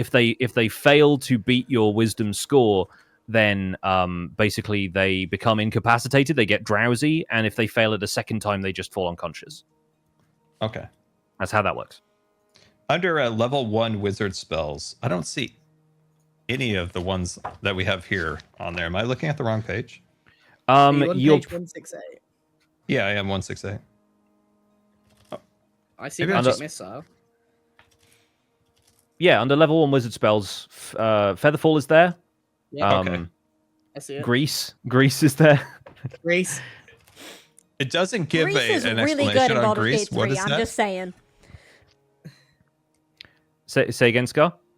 Yeah, what it doesn't give an explanation on Grease. What is Grease? Everyone keeps talking about that one. Just throw lard on the floor. Yeah, you basically create a 10-foot square centered on a point within range. It becomes difficult terrain, so enemies have a hard time like getting around it or over it. If you end up in the area of the grease, you have to succeed on a dexterity saving throw, or you fall over. Is basically what it does. So it's basically like a spell of tripping everything up in a certain, like a 10-foot range. Okay. But you could put that in like a doorway, and anyone who's trying to I like don't know, rush man. in to I kill think the you has to like. hoverboard- If you're gonna choose just one silly one, the hoverboard seems like fun. Yeah, I for will the allow- silliness, I'll choose hoverboard for silliness. I will allow Wait, a you said it hoverboard had a for weight silliness. limit. I'm really worried I'm gonna put you over the weight limit. Does the 500 hoverboard pounds, what's actually that? move? Yeah, it moves Yeah, within like a 10-foot range of you. It kind of hovers like a podium kind of nearby, is what I'm understanding. If It's- we need it's to the, like, uh, carry someone or something, It's I the could shopping push it channel. along and go bum bum bum bum bum bum bum bum bum bum bum bum. It's You know? Scar's hoverboard. Yeah. All right. We can use I'll- it too, right? What Can I spe- put impulse on it? Surely we can all can I use get the on We- this hoverboard? Or am I we too- might too- be able to too put you beefy? on the hoverboard. We will Okay. look into this more thoroughly afterwards. What if I but- break my Alright. leg doing a backflip, dude? I need this Now we're hoverboard. gonna need to hover He him slipped on along. my grease. So he fell onto the hoverboard, and now you got to take him with you. So what first level spell are we removing to get rid of and put Sleep. Tensor's floating disc on that? You don't want to have sleep. You want to have You don't want sleep? you want hoverboard. To be fair, Come on, I'm trying to. I made a decision. You can't make me second guess. Grant, you're making this take very long. Yeah, sorry. Continue. All right, I'm happy with all this. This is great. This looks fantastic. You now have Tensor's floating disc. We will see how that works. Good. Oh, it'd be great. But There's gonna be so many times that we're gonna be like, oh god, I wish we could put that guy to sleep. yeah. But I instead, wish there Scar has wasn't to have a the giant hoverboard. floating disc here. Okay, we've set up everyone with spells, everyone who needs them at least. Yay. So we've already done Impulse's Dwarven Ancestry. Let's go to Gem, because I feel like, Gem, you haven't been able to do a whole lot for a while, because you need to make your Tiefling choice. I do, yeah. So on the front page of your character sheet, open up the Yeah, I'm there. I'm looking Add at 'em. Species, and Abyssal, Chthonic, or Infernal. Let's talk about that. Yeah. So what's the main difference between them? So, Abyssal, they know the cantrip Poison Spray. So each of these gets you a spell. Abyssal is Poison Spray. Chthonic is Chill Touch, because they're like the kind of the cold, the darkness, the underworld. And Infernal, Firebolt. So potentially all of those are damaging spells. You also get a resistance to a similar type of damage. So resistance to poison if you are Abyssal, resistance to necrotic damage if you're Chthonic, and resistance to fire damage if you're Infernal. Okay. Now, importantly, did Scar take a fire spell? No. I don't believe so. Great. So I'll go Synthonic. I like the sound of that one. Chthonic? Chthonic. Cool. In Yeah. the book, it says they have the gloom of Hades, and they Yes. can possess an unearthly beauty, and I would like that as a Yeah. rogue. They're kind of like the tiefling equivalent of drow, who are like the goth elves. Yeah. So it feels like they're pretty goth, and yeah, I like that idea. Your skin could be more of like a kind of bluish purple sort I'm of color, where the gloomy, infernal and I'm ones are a bit more purple, red. and I'm Yeah, very pretty, but in like an offsetting way. Like sure. nobody's going to like Yeah. me. We will. I strongly disagree, and I'm sure there's some artists in the community who will absolutely love your character. But They in the don't world of count. the game, yeah. Now you've chosen that, we need to go through a couple of advancement steps. It's not nearly as much as the class stuff. Okay. So you need to choose a size. You can be either small or medium. Are you like an impish kind of creature, or are you more of like a human-sized? I didn't even know I could be small. Yeah. And Does considering that that give me any Grian stealth has... advantage, or is it just? I don't think so. It's more about like getting into and out of like tight places, really. Which for a rogue could be an option, could be a possibility. But even as a medium creature, you can still be quite small if you want to be more like a 4 foot tall, medium-sized creature. Yeah, because I was just gonna be like normal human size, but then I'm not a human. I'm a tiefling. Yeah. I could. So small is 3 to 4 feet, and medium is 4 to 7 feet. Yeah, it's like the Impulse, standard how tall sort are of. you? I'm 4 to 5 foot tall, somewhere in there. 4 to 5 foot tall. If I may make a recommendation, I could hold up to 500 pounds on my hoverboard. So maybe a little smaller would be a good idea. I need to look up how much 500 pounds is in real money. In kilograms. Real money. It's a lot, 500 Grant. It's stones. quite a lot. It's like 250. Okay, it's kilograms? 226 kilos. God, I was close. Which is 3 of me. So that It's that like, yeah, hoverboard about 3 can hold people. 3 humans. Three humans. Okay. But I'm big beefy guy, so maybe Yeah, just one of me. Impulse's character is very like dense, not like in an intellectual way, but in like a in terms of muscle mass kind of way. Probably both, to be honest. But yeah. I mean, he is a fighter. We'll see how much he needs intelligence. Yeah, all right.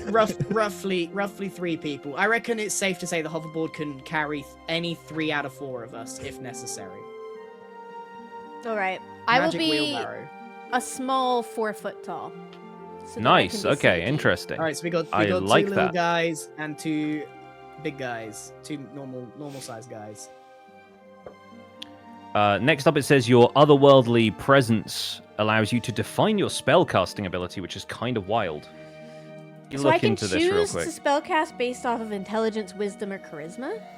Yeah. But what do I have mostly? You don't have any of those yet. You don't. do have a saving throw in intelligence, though, which is interesting. Right, so maybe it's intelligence that I go with. Spellcasting. Let me take a look at this. Yeah, otherworldly presence. You know the thaumaturgy cantrip. And it's... What does thaumaturgy do? Thaumaturgy, if you can click on the text there and it will actually tell you. It's already basically have that. like a... I already have that one, by the way. I Yeah, don't get to it's choose, like- just given Yeah, to me. it's an innate ability that this tiefling has. It's like you can create like a shower of sparks, or like you can alter the appearance of your eyes for 1 minute. It's like a very Manifest small a kind of minor magical effect. wonder within range. Yeah. Sound like a I laundry can detergent. alter the appearance of my eyes.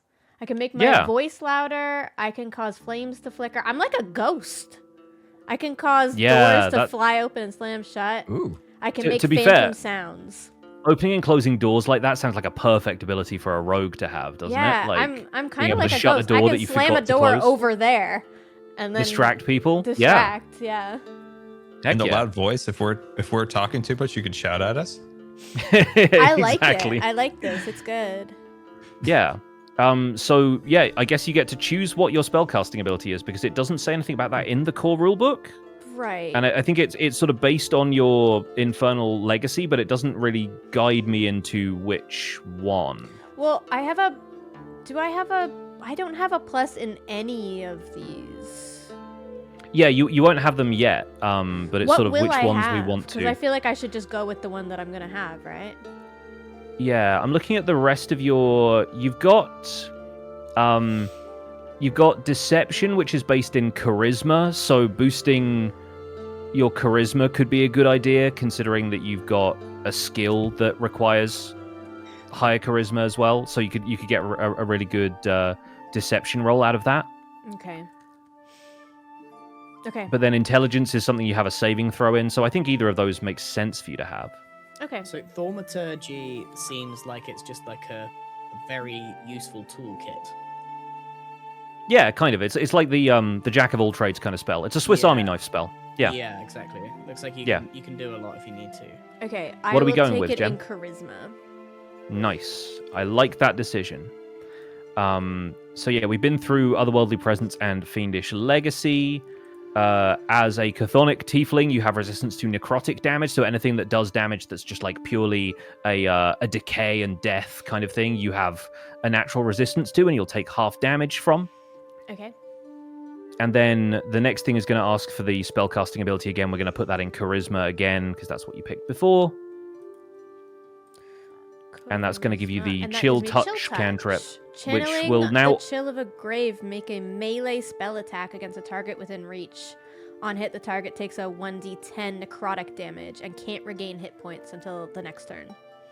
Yeah. So those will now automatically be loaded into the spells tab on your character sheet. So you'll find those in exactly the same place Scar and Grian find their spells. And you're now a tiefling rogue. I'm a, Yay. a little creepy, Right. pretty tiefling. Yeah, we now need to set Scar up as a human quickly so that we can get to Grian, because Grian has a special case that we need to attend to. Uh-oh. So we talk about like my appearance. Yeah, your human nature. So I want to be a, you know, the wacky inflatable guys. That's kind of like what I look you're like. kind of gangly. Yeah. Yeah. I love that. So Are you gonna be Tall tall? and skinny. Tall Yes. and skinny. Scar, on your character sheet, on the tabs on the right hand side, click on the top one, the details one, little cog icon. Details. Okay. Yep. And then on the right hand side, you should find an add species Okay. Click that. box underneath humanoid. Yep. Click on player's handbook again to simplify the list, and then go down there and pick human. Oh, human. Let's see, human. Okay. Yep. Did I click? And then hit select. I think I messed that up. I'm sorry. Let me try that one more time. Ow. Human. Oh, I'm sorry. I clicked the wrong button. made it. Sorry, You there we click go. the checkbox, and clicking on the text of it does different things. Okay. I can do size. Okay. Medium, tall. Okay. I want to. Yeah. I If can you're a only wacky do- inflatable tube man, you're clearly going to be medium. Okay, I'm gonna be medium. Okay. I nice. imagine you Please being like be sort as of tall as six you foot can 4 be. or something. Yeah, like you're like nearly 7 feet tall. Fantastic. As I can just picture us all walking. You got little impulse. You got Jem kind of like strutting. Green's just rolling for whatever reason in my head. Yeah, I mean, and then that's I'm how I just walk. walking like. I think the thing is you're walking along like that, but everyone else is riding the hoverboard next to you. So so Impulse can be like roughly at your height because you just kind of brought him up with the hoverboard. Anyway, Next. so click through from that. You get one additional skill proficiency because humans are like a bit more multi-talented. So you can choose from this list, and there's a lot of options this time. So if you need any of these explaining to you, please let me know. Sometimes I have trouble making decisions. So, what would you recommend? Out of all of these, I think perception is probably going to be a really helpful one because nobody has a skill proficiency in that yet, and that's going to be good to have. Yeah. Perception is basically just like identifying stuff that's in your surroundings, You and that's might going to be notice a trap when we don't. exactly that kind of thing. Okay. So that's perception. And then medicine, I can just heal players, so I would have the ability to heal somebody if they take a wound, I suppose. Yeah, medicine as a skill is more about like stabilizing people to prevent them from like bleeding out if they go down in combat. But when it comes to actually healing them, medicine is not really going to be able to do much compared to you've got spells like cure wounds that do like a lot So more I don't need healing. that. Okay. Yeah. The last one, just for a question, is animal handling. Can I just summon a buddy? I mean, it's not so much about summoning them as it is about like if you encounter like a wild horse, are you likely to kind of become its friend, and does it find you like a calming presence? You get like a bonus to the roll to see if like you spook it and it runs away or whatever, right? Okay.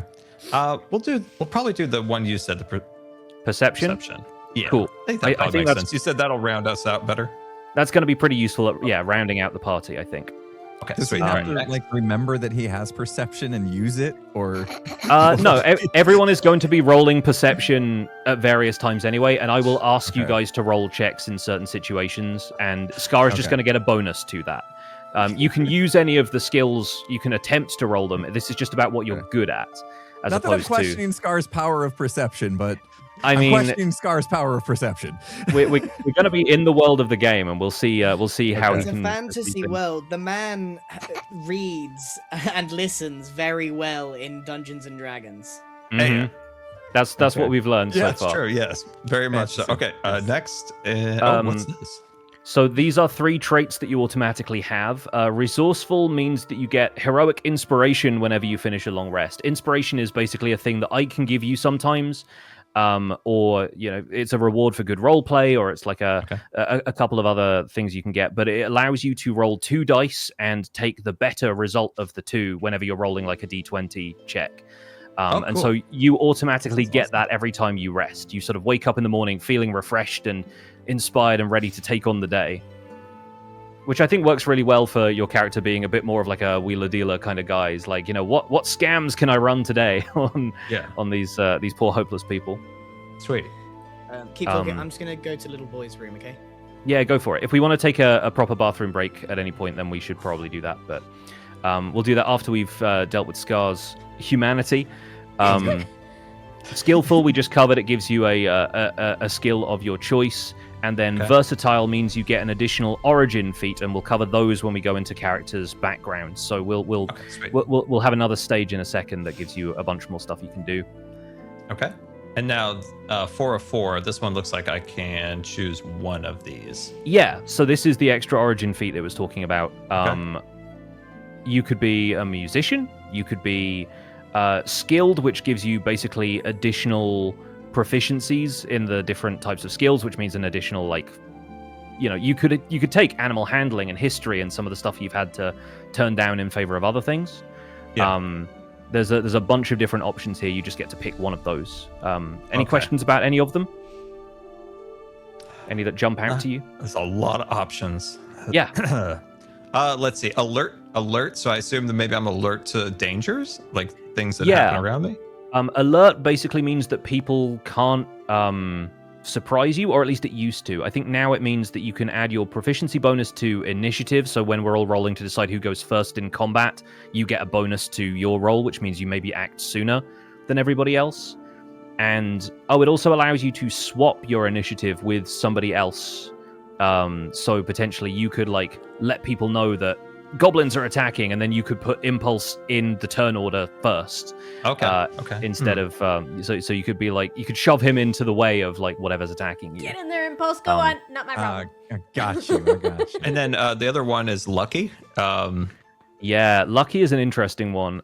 This basically gives you a resource that's like luck points, and you can use them to give yourself advantage, where you get to roll 2 dice and take the better result, or give your opponent disadvantage, where they have to roll 2 dice and take the worse result. Okay. Oh man, I kind of like that for my character a little bit. Somehow he just wacky inflatable man somehow makes it through life. The lucky feat, I think, Gambler. really suits your character. I think I think it's a really cool one. It does sound kind of funny. Okay, sweet. I'll do that one. All right, lucky. Yay, we did it. Scar is a lucky human. We love it. All right, Grian. Are we ready for you? Are we ready for Grian? Yeah. Okay, fantastic. You're going to go to the details section on the front of the character sheet. Yep. And then you're going to go to the icons on the right-hand side next to where the chat panel is, and you're going to click on the little suitcase that says items. Hey, okay. And in there, you should find a very special character class, or species that we've put together, that is called Half and Half. Yep. And I'm going to show my audience that as well. You'll be able to see it on Grian's character sheet, folks, a little bit later. But yeah, I want to at least show this off. So you can now drag that from items onto your add species section of your character sheet. Did you write this? I did write this, yeah. I've adapted it from the Goliath description and changed up a couple of things, yeah. So just to kind of let's not let this text go to waste a little bit, because sure. actually spent the time to write this. Towering over most folk, Goliaths are distant descendants of giants. Each Goliath bears the favors of the first giants, favors that manifest in various supernatural boons, including the ability to quickly grow and temporarily approach the height of Goliath's gigantic kin. However, you are the offspring of a most improbable pairing between a Goliath mother and a halfling father. This unique combination of ancestries was dubbed Half and Half, and as you come of age, traits of both your parents began to emerge in unexpected ways. So the way we're going to handle the fact that Grian has 2 ancestries is he's going to flip a coin, and I have decided which of the ancestral abilities from either race is roughly the equivalent of each other. So you can either have the Goliath's giant ancestry trait, or you can have halfling luck, which is kind of like the feat that Scar just took, where you can re-roll dice. You can have either large form from the Goliaths, which means that at level 5 you can grow to big size, or you can have the halfling nimbleness and stealth traits. And then there's a large form trait that gives you abilities that a Goliath can get advantage on grappling, where a halfling can get advantage on saving throws to not be frightened with their brave trait. So we're going to have you flip a coin 3 times. So you know where the macros panel is? I showed you guys this the other day. Yep. I've given you the ability to flip a coin from that. You can drag that onto your macro bar. Got it. The hot bar at the bottom. More buttons for Green to press. Yeah. Okay. So you're gonna flip that once to decide between giant ancestry and luck. Right. So 2 luck. Okay, you're getting luck. You're getting halfling luck. So if you start the process of upgrading your character, like put it in your character sheet and then start clicking through the advancement stuff, I will read through the next set of choices for you. Okay. Yeah, roll again for large form or halfling nimbleness. I really want large form. I'm not gonna lie, because the nimbleness is useless because I'm like 6 foot. Yeah, that's the thing. Yes. Okay, Alright, good. we You got have there. large form. I was really hoping that you would get halfling nimbleness because I've rewritten it slightly where it says normally it's like you can only move through the space of a creature who's like a stage larger than you. So if you were small, you could move through like medium creatures. But I like the idea that if a party member was taller than you, you could successfully like hide behind them. And so that's just Scar. But so you Just as a I can cleric, hide behind Scar, you would be that's able to hide behind the wizard, who's like the most squishy The character. 6 health wizard. Yeah. Okay, fantastic. So you get large form, you get luck, and give me one more coin flip, and you Large now form get again. you get abilities. You get advantage on ability check to end grapples. So yeah, you can. Okay. You also count as one size larger, determine your carrying capacity. So you're like pretty strong. Yeah. But then yeah, basically you have advantage on being able to escape being grappled by an opponent. Okay. So yeah, go ahead and add all of that stuff in the species traits. So I've said the size is medium, about 6 feet tall. There's not even a range because we've decided that you're about 5'11", 6 foot. Yeah. So you'll want so to. Do I need to? You want Oh, to do I need disable. untick some of these. You need to untick giant ancestry. You'll need to untick brave, halfling nimbleness, and naturally stealthy. Okay, so I'm just powerful build and luck. Your powerful build and luck, and then skip the giant ancestry stage because you didn't get giant Does that make sense? ancestry. Didn't I get 3 things? Yeah, the other one doesn't come into effect until you're level 5. Okay, right. So okay, you can't next. like grow your form until you're level 5. So what do I do with giant ancestry here? Just There's skip it. Don't select anything and hit complete because you didn't roll for giant ancestry. You rolled luck instead. Okay. So there you go. I also, by the way, edited together the icon for the half and half species from the images of the Goliath and the halfling, and I just kind of did a really crappy Photoshop job of that to make it look like they were both on the same picture. Oh, how are we doing? How's everyone feeling about these characters I'm now? excited. Good. Is it ad break Very time? good. I think It is ad break time, and after we come back from the ad break, I think we need to introduce these characters' names. Yeah. So Yeah. I don't have we'll see you one guys. yet. Oh, Yeah, God. that's why Think we about need it to on the think break. of it. We'll think about it on the break. All right. See you guys All after the ads. Okay. Chat, if you're not in an ad, name my character. So is it backgrounds next we need to do? Gonna need an emergency name. It will be backgrounds next, yeah. Okay. Actually, no, I think we're going to do ability scores next, because then that kind of leads into background in terms of what you want to boost with your background. So we're going to roll for ability scores. The good news is I have a couple of easy like macros, like the coin flip thing I've been giving you, that is going to make rolling ability scores way easier than it normally is. So I think my guy needs although he's 6 foot, how do we show that he's half Goliath and half halfling? Does he have a ridiculously long torso and Can you little just legs? have a really big nose? So the way Goliaths work in terms of appearance, I don't know if you've read much about their origin in the player's handbook. They have these natural colorations of their skin that aren't like tattoos, even though they kind of look like more kind of tribal style tattoos. They have these like really kind of precise stripes that are often like symmetrical on their left and right sides. And so maybe you have like faint versions of that to show that you have some kind of Goliath ancestry. I imagine being a halfling, you also have a very cherubic face. You just got like big rosy cheeks and a very kind of cheerful disposition. And Goliaths seem like a fairly serious people, although obviously you can play a Goliath however you like. But I sort of like the odd combination of this incredibly stoic giant race and halflings just being cheeky little chappies. Yeah, somebody in chat is saying sounds a little bit like Darth Maul, or like the kind of the Star Wars kind of. I forget what they're saying. Zabrak, is that what the race is in Star Wars? Species. Right. Yeah. So I'm like, the Goliaths look awesome. Like they've got some sort of like tattoo markings, like you say, like indents in them. Yeah. It's like they're carved from stone. Yeah, and they've got like little ridges on them and stuff. Like really cool, faint like version of that. But then just a really cute hobbity face. Yeah, yeah. You're sort of like tattooed, very cheerful man. Yeah. I need to not look human. I need to kind of look like properly the two species. The two combined. Yeah. Like I think it's going to be really interesting to see fan artist interpretations of what a combination of Goliath and Halfling looks like. That's a real challenge for artists, and you know they're going to step up.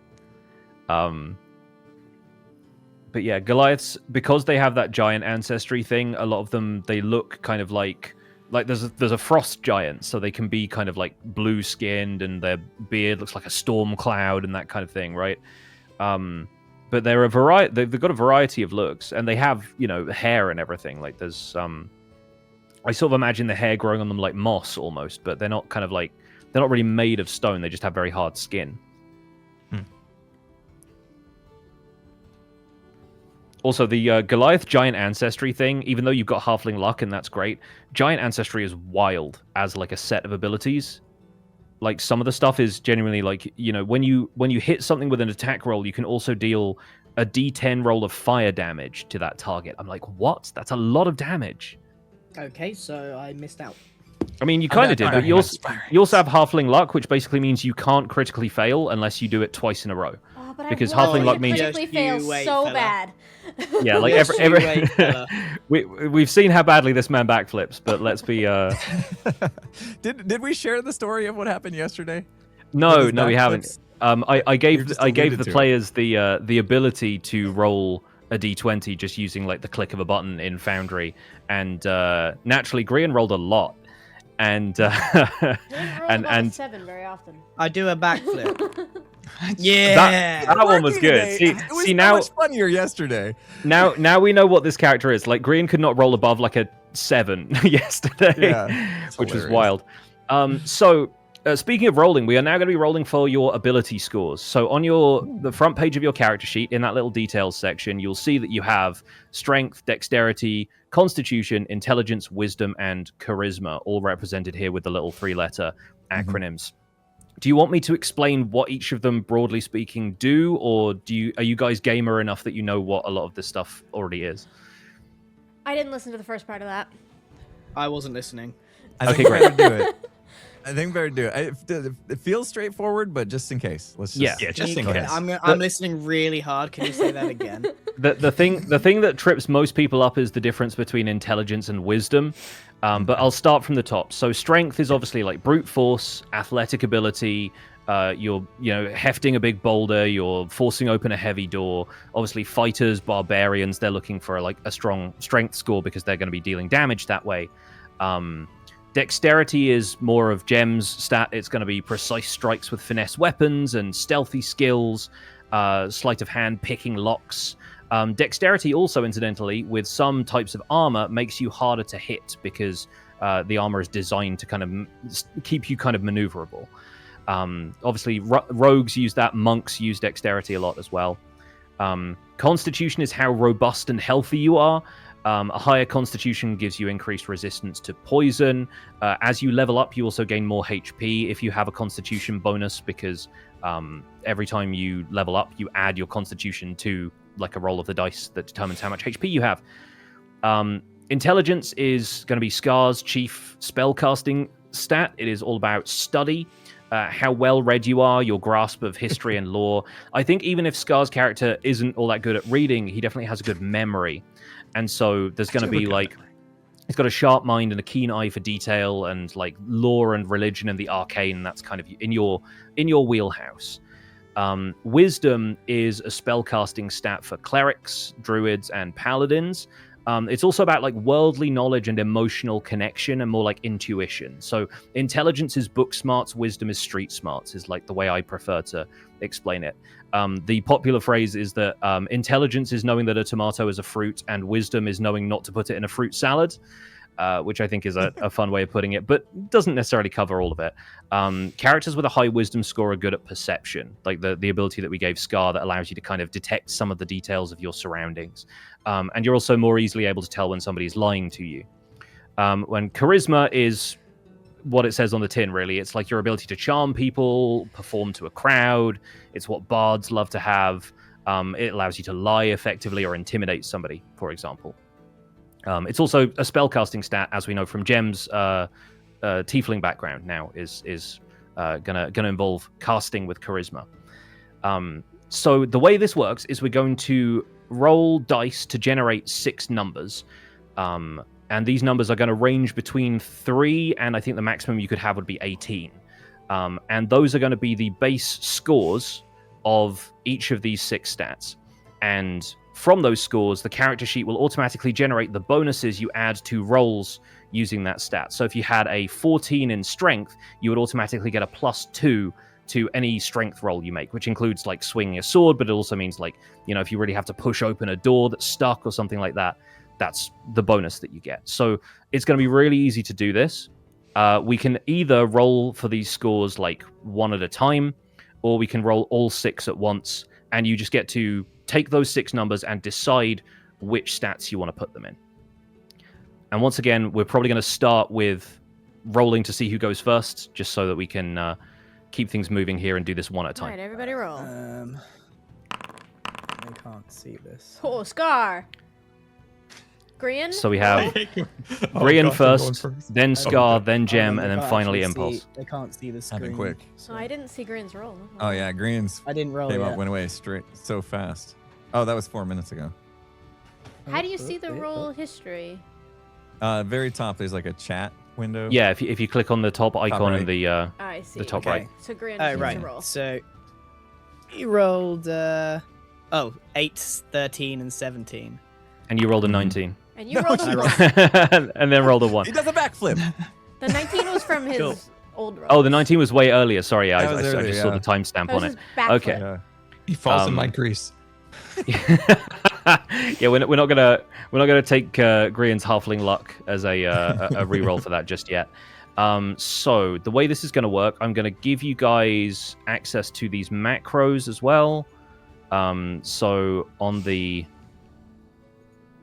right hand side, if you click on the little icon that's got the triangular brackets and the slash in it, there should now be macros there that let you roll 1 ability score or all 6 ability scores. I see. I Not can yet. only Join and see roll d20. Yeah. Oh, interesting. can't see Do I it. not? Let me quickly change that. Hang on. There it goes. There it is. I see it. That should be roll 1 one and ability.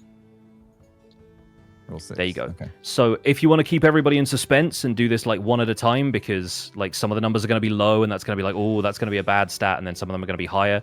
If you want to do it that way, then fine. If you want to just rip the band-aid off and roll all 6 scores at once, I will leave that up to you guys. I have But Scar is going first, so So is he rolling for strength right now? And he was listening for Oh. sure. He was not listening to at all. Like not one little bit. I'm rolling for strength right now. I have the dice in my hand. Correct. So we're doing one at a time. Okay. Is Alright, he roll? Which one is he rolling? we're not Oh, rolling. no, he did hang a on. D20. Hang That on, is hang not on, the hang D20. on. Scar, you're gonna have Okay, to he turn was on your listening 100% ears not and listening. try He is again. not. He has not added the new macros. I'm panicking about my character name.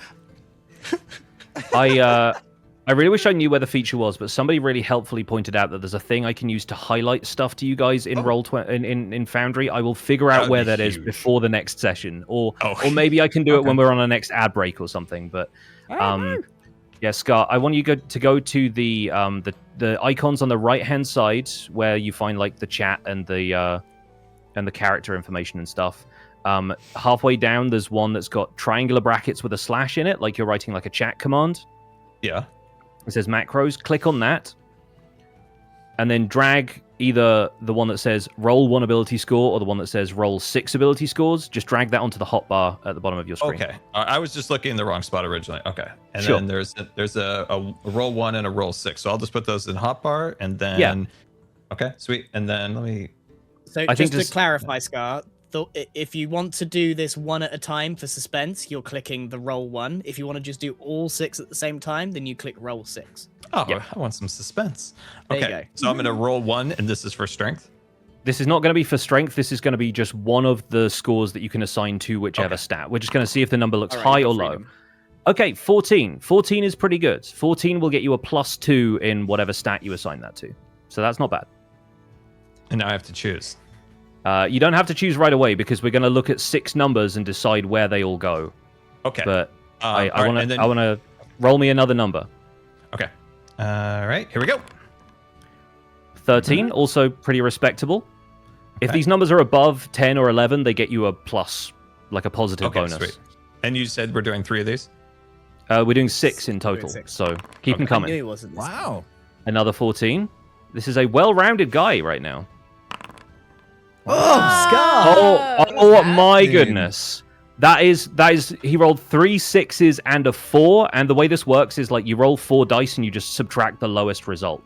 So you have a stat that is starting at an 18. Wow. That should be your Oh, intelligence I'm for so sure. excited. My goodness. Okay, any more rolls, or am I good? You need 2 more. Give us 2 more. Oh my That's gosh. That's a 12. Nothing below a 10 yet. I have And a good finally, feeling about this next one. Oh my, that's 50. insane. okay, Fuck. What okay, is Scar happening? is officially overpowered. What the heck? I want That's you to be a wild. bad wizard. For You're us, gonna be a like, really this- good wizard. This is good I- for us. He's on our I team. can't wait for everyone else's ability scores now because I don't think you guys are going to match this. But okay, so let's turn to your character sheet. So you have a 14, a 13, a 14, an 18, a 12, and a 15.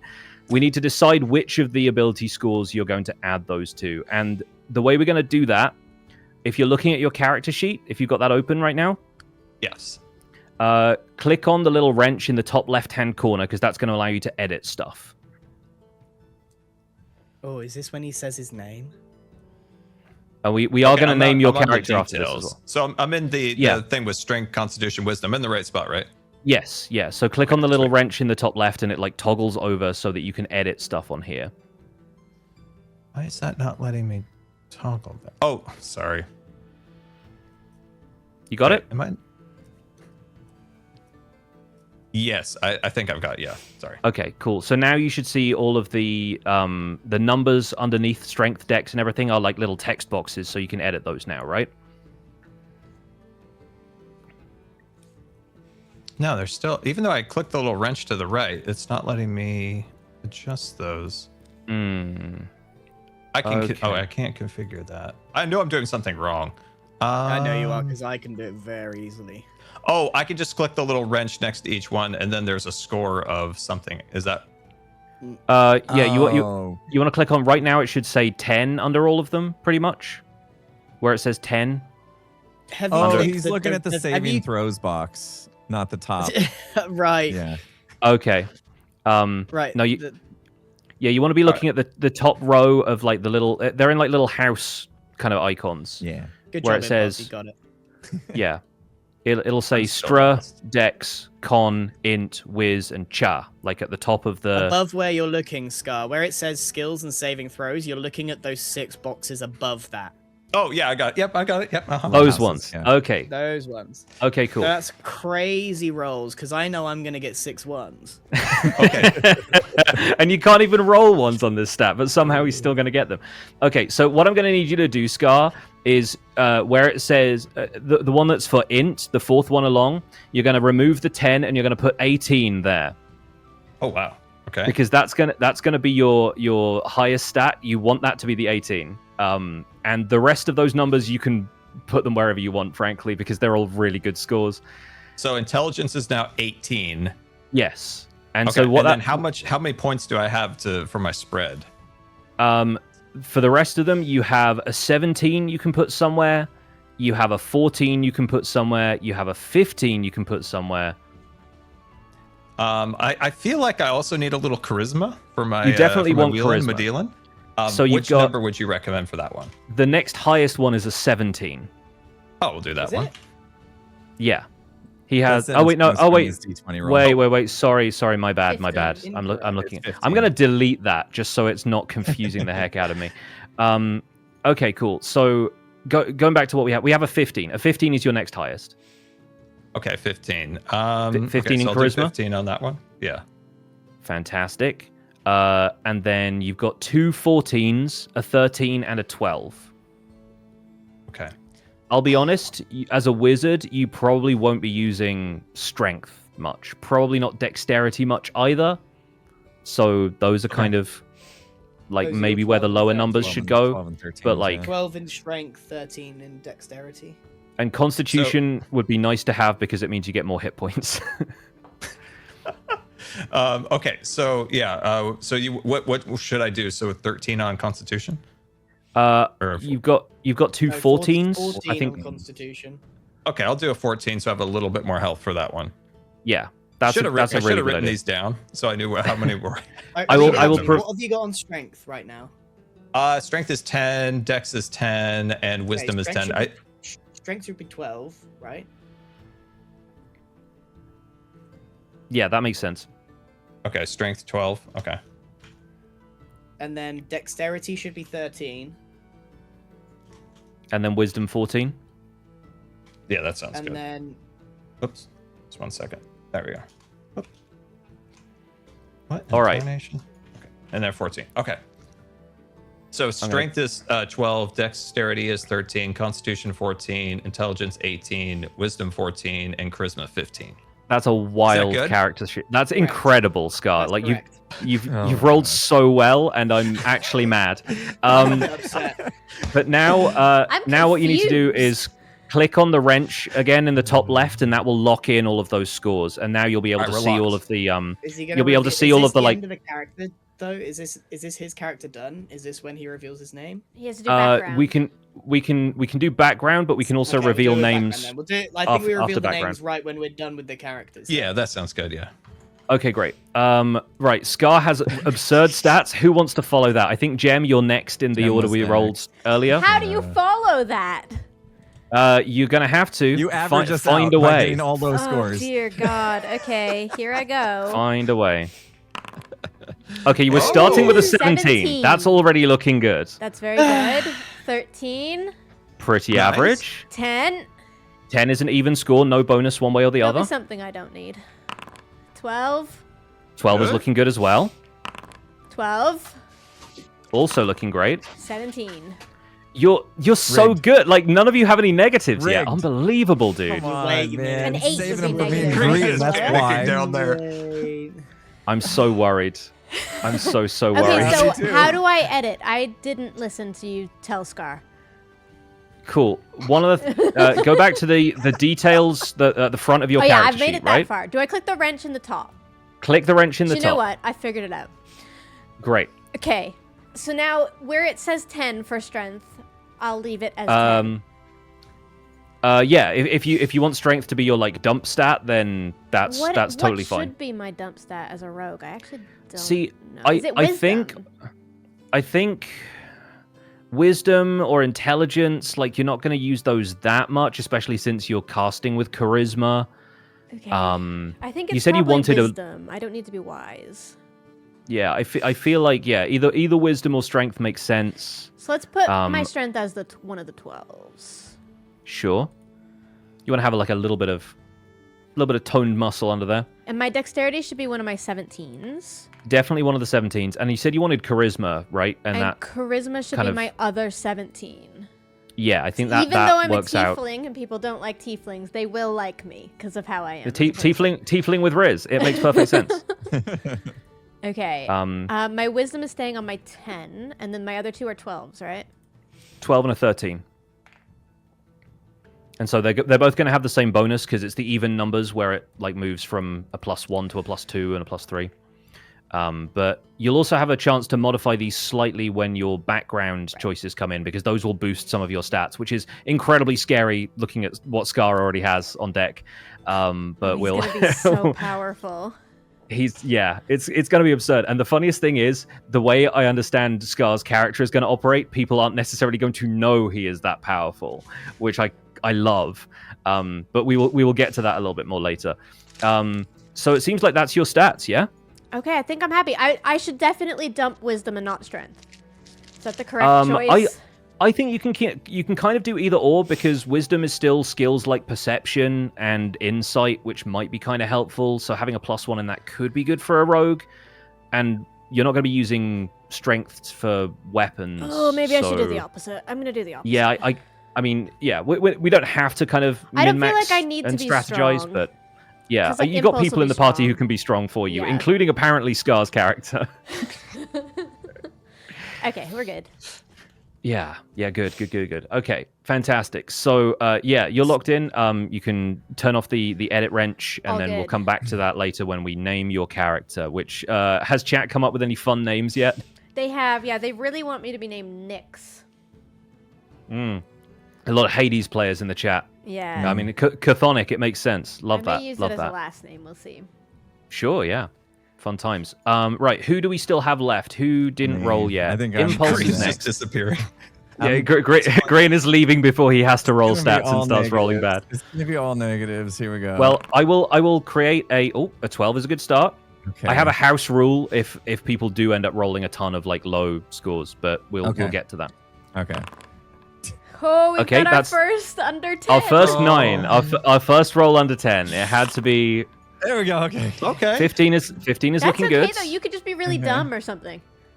Yeah, so Yeah. that was my plan. That was actually my plan. All right. Not bad. 13 not is- bad. 13 is Then I looking got great. one more. Okay. Another 13. Okay, a well-rounded fighter. Yeah. So, okay. You want me to I- talk through editing the character sheet, or are you there already? I'm there. Right. I think I want to just go up my strength even more. Is that crazy? No, strength is absolutely going to be your Yeah, your primary stat. That's my bag. Okay. That's where the That's- 15 He's is our going. meathead, right? He's, Yeah, that's- he's I'm the just meathead. going in guns blazing. Meathead. And then I know that my wisdom's gonna be my negative, right? So Wisdom or intelligence is typically the thing for intelligence fighters. probably. Yeah, let's go. And- Let's bring down the intelligence. So do I and to actually be like fair- bring that down to 9 then? Yeah, you bring that Or- down to a 9, and when you Okay. look at the when you've locked these scores in, your modifier will be a -1. So you'll have a -1 on rolls that okay, require okay. intelligence as a stat, which just means just like won't make you are think. It's okay. you're just slightly Yeah. less likely to have. To be fair, like a -1 is not bad for a fighter. I've definitely heard of people who roll a 3 when they roll their stats, and their fighter gets like a minus. What would that be, like a -4 for intelligence rolls? So I think you're above average on the fighter spectrum. Okay. And then I had 2 13s and 2 12s. So I'll go 13 on dexterity and Mhm. maybe 13 on charisma. And then I'll go my 12s for the other two. Everyone got such. We've only had one Um, roll under 10. One roll. we You watch what's gonna we happen go. here. I can't we wait, go. Graham. I can't wait. All right. Roll so the- that ended up being, yeah, so I see it now. It's switched to a Yeah, +2 for strength, +1 dexterity. And right Plus now it looks 1. like you don't have a massive bonus in strength, but also when we go into background, you have the chance to put an additional +1 or +2 into some of these stats. So you can Okay. even out some of the stuff and become more of a jack of Yeah. all trades, or you can further specialize in the stuff that you know is going to get you. Yeah, that good that rolls. didn't do me a ton of favors, but it's good. Yeah. now. Okay. All right, Grian, bring us home. What do you got? All right. You ready? I'm ready. Ready. A 14 is Okay. pretty good. Better than Okay. Impulse is average. Ah! And now you're Hey! talking. Now you're talking, baby. Ah. There's another one. Okay, we Negative. got, Negative. And there it comes to even things 15. out. And Looking la- good.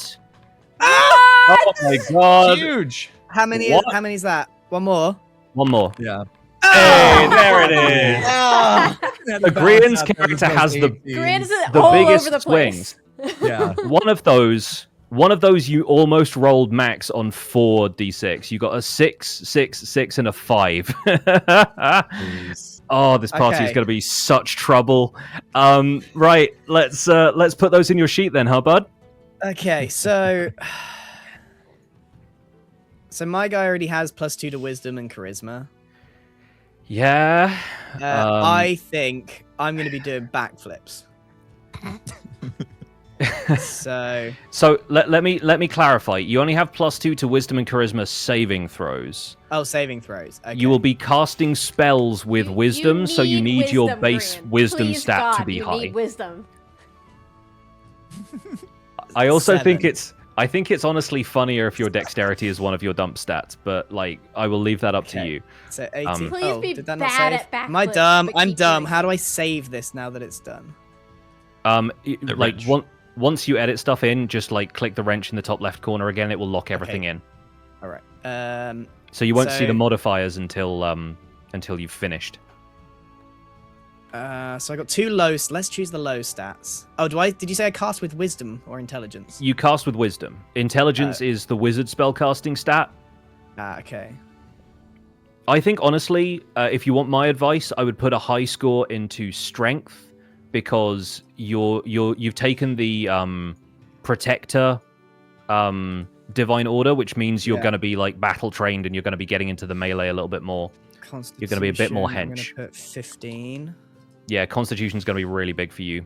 I think especially I if don't you're really need charisma. Dexterity, I've put my 7. Yeah, I think that's you've got a -2 in dexterity. You kind of predicted this when we were chatting about it behind the scenes too. So I Yeah. love that. I feel like you that- so much. yeah. So I need to change I need to change intelligence to 14. Yeah. Okay, so I think that's correct. So I've got Okay. 18 in strength, 7 in dexterity. Wait, Constitution is health though, right? Yeah, Constitution gets you additional HP, yeah. I don't know whether I want to be like tanky, so I can tank the failed backflips. What's your base hit points right now? What's your character's base hit points at? He started It was with 8. 8, and he 8. gets +2 from Constitution right now, so that brings him to 10. Yeah, Which is but I pretty could have good for a +4. But I for a could have first level. +4. But then you lose out on strength. Like honestly, I don't think hit points are going to be as You should big a be deal as being strong. able to Okay, deal right, damage. all right. Right So I got now. 18 strength, 7 dexterity, 15 constitution, 14 intelligence, 18 wisdom, and 9 charisma. I think that Done. makes sense. Not very dexterous, and everybody hates you. But I do a backflip. Nice. Okay. So that would be a 14 with the -2. We'll talk about how to actually roll on some of these stats a little bit later. But we've got all of our stats, and this is this party is going to be such a problem. Like I'm so excited. Okay. Do we want to do another ad break here, and then we can talk about background Yeah, because let's go background is another going to one. make some of these stats even more ridiculous. let's add Yeah. break. All right, Yeah, ads. here we go. Ads. Ad time. Let's do it. Seriously, I can't believe somebody rolled 18. Like Green rolled 2 18s. That's that the highest you unheard can of. get? And that is the highest you can get because you only get 3 d6s that actually And make. 7's the lowest you can get? 3 is the lowest you can get. Like you could roll all ones, 1, 1, 1. Oh and my you could gosh. get because you're rolling 4 dice and just taking off the lowest. I see. Which I ran like a little code in Foundry that just lets you do that at the click of a button, and like I'm absolutely blown away that you have 2 18s and Scar has an 18 in intelligence already. Oh, it's gonna be hoping to up my strength even more. Didn't have a high enough one. You will have a chance, trust me. My house rule was going to be that if people didn't roll higher than a 14 across all of these, then you could re-roll, which is something they do in a couple of other systems that are like D&D that I think is a really good a way to make sure your characters are at least somewhat powerful, especially when there can be such big swings in. Like you can have a character that's got like a 5 in something, but if you've got a 16, then at least it balances out, you know? Yeah. But yeah, Scar that is so OP. Scar is. I I don't even love fully that understand Scar's my OP. OP-ness. He's Oh, not dude, gonna just know any wrecking of his people. spells, but they're gonna hit every Scar's- time. Scar's like rolling down doing this. and then he goes, magic missile. and it shoots off and it goes a massive explosion and he just walks past the I explosion. like to believe that even he is Hoverboard, amazed when away. his spells hit. And I think that the best thing about like Grian having a high strength makes a lot of sense as well because of the Goliath stuff. Like you can grow really large like when you level up a little bit. I think your strength is just going to be absurd. Are we ready to get into background? This is like the last major set of thank God. choices. Yeah. Yeah. So this is really I want to like, play. yeah, Yeah, right. I do. I can't believe the amount of homework you have to do to just play this game. This is fun. I like building it. It's cool. Yeah. So yeah, let's get into background. This is basically what you've been doing before you felt the call to adventure. So there are a lot of different backgrounds to choose from, and they grant a bonus to some of your ability scores and a feat, which is basically like an extra skill that your character knows. And some of them give you like proficiencies in specific skills and tools. That means, again, you get a bonus to any dice rolls that involve those skills or tools. At this point, some of these backgrounds might fit your class better than others. So it makes sense for a fighter to choose like the soldier background, because then that means that your strength goes up. But I'm really happy for you guys to choose a background that suits the character you have in mind. I was a little bit hesitant because Scar was talking about picking Charlatan, and Charlatan doesn't have a bonus to intelligence. I'm not worried about that anymore. If you can believe it, I think his intelligence stat is going to be fine. Guys. Can you remind me where So- this is in the book picks?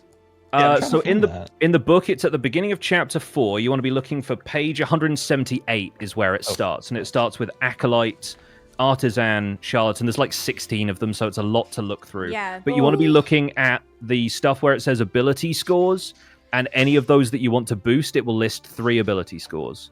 The way it works is you either get a bonus of 2 to one of them and a bonus of 1 to one of them, or you get to add 1 to all 3.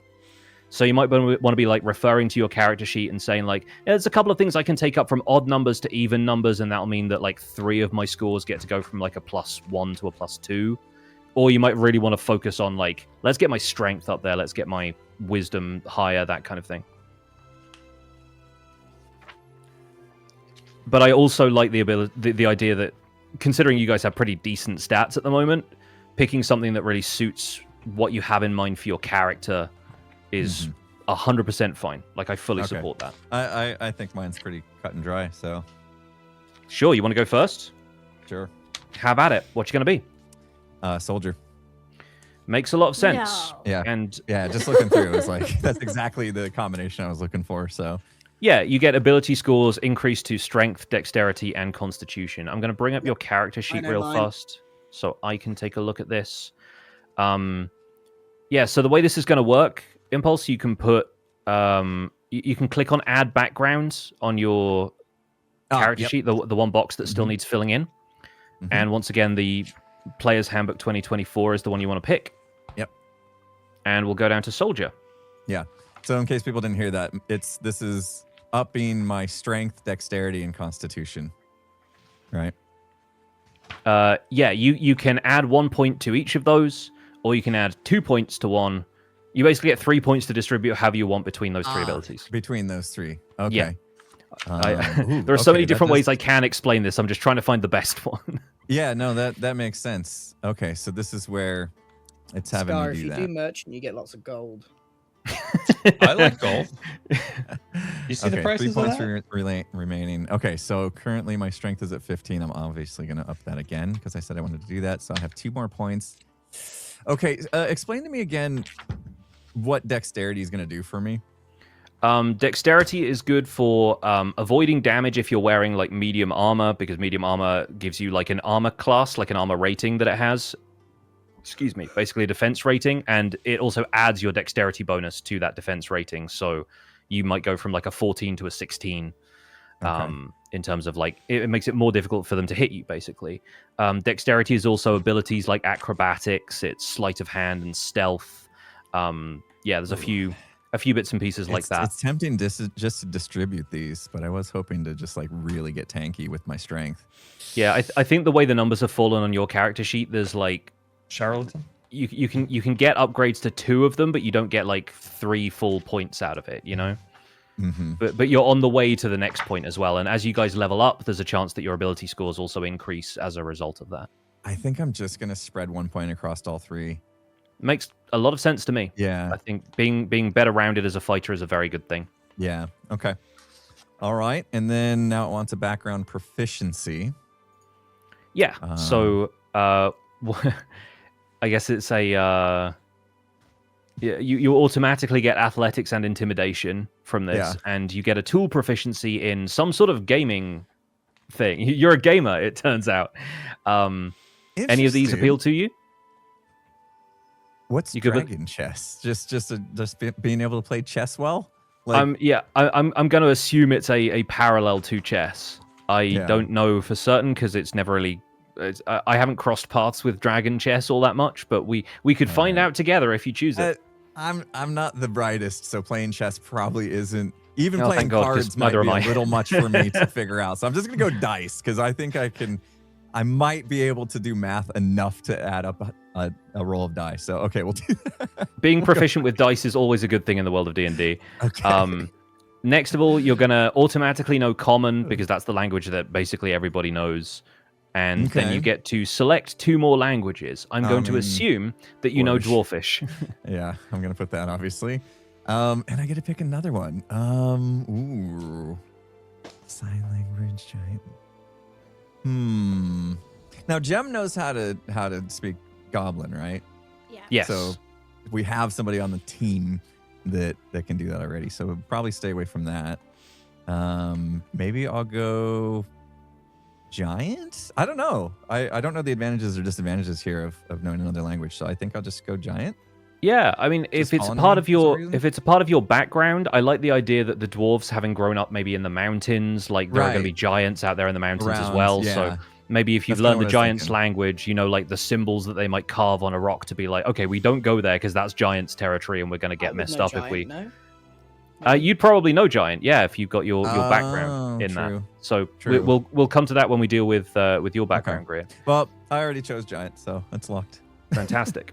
And that also gives you the Savage Attacker feat, which once per turn, when you hit a target with a weapon, you can roll the weapon's damage dice twice and use either roll. So you basically get advantage on damage rolls, where you can take the better result of 2 rolls of the same dice.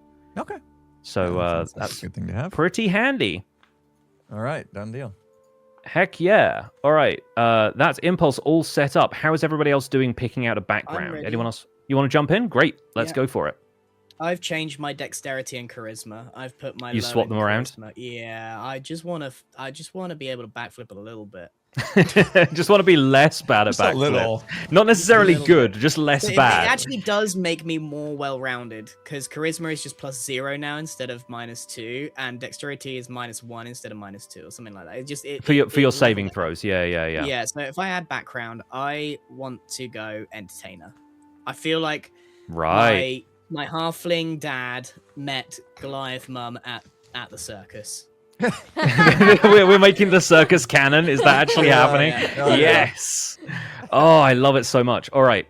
So yeah, go into add background, click the player's handbook bit, and we're picking entertainer. I can choose 3, so I can level out. Can I put all of them in dexterity? I can put 2. Okay. I can level 2 up my points per score. dexterity, Yeah. But I could go strength 19. That would be crazy strong. It doesn't get you an extra bonus, though. Your strength would have to go all the way up to 20 to be a +5.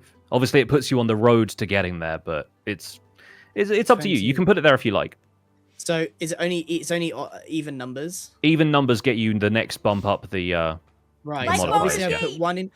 Yes. I put 1 in dexterity and 1 in charisma. Mm-hmm. And then it doesn't really matter where I put it. Yeah, now. it basically just puts you on the next the next rung of the ladder towards getting. So, okay, it doesn't really matter, I guess, too much. I'm probably not going to level up charisma, but I think having 20 strength or leveling up dexterity would help. Mm-hmm.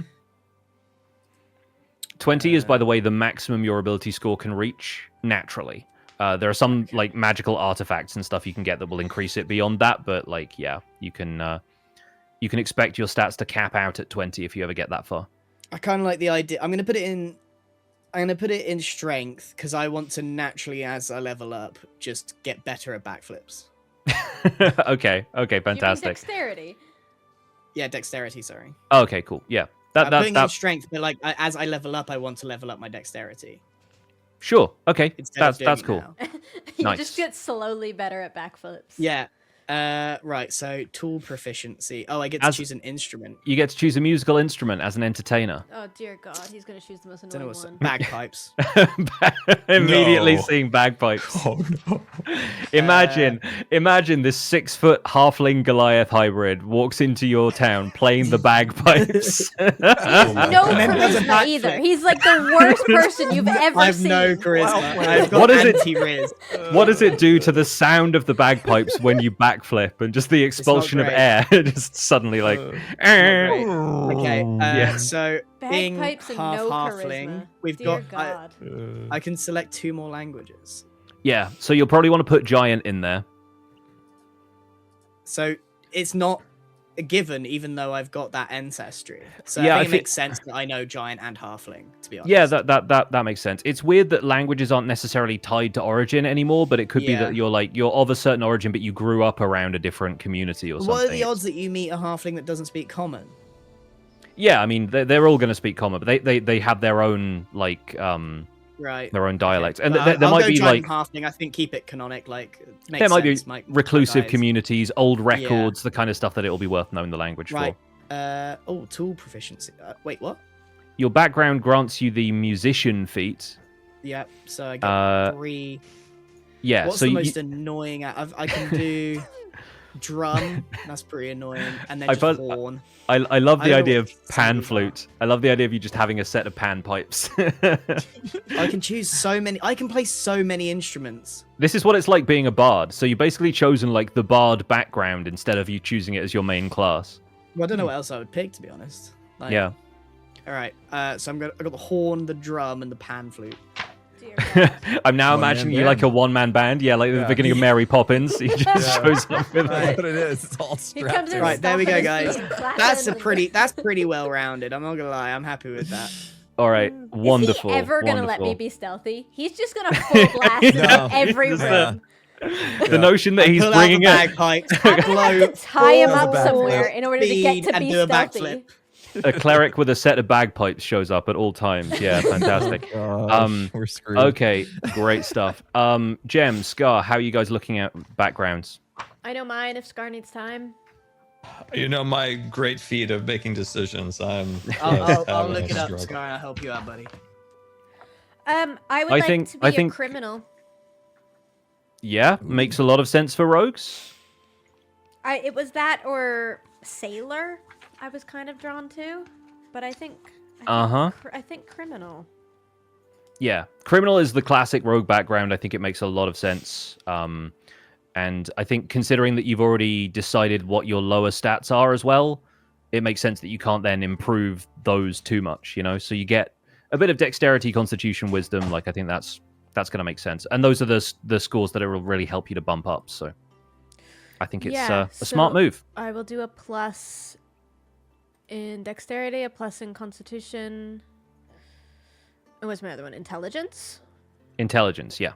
Should I bump that or should I just try to work towards dexterity being max?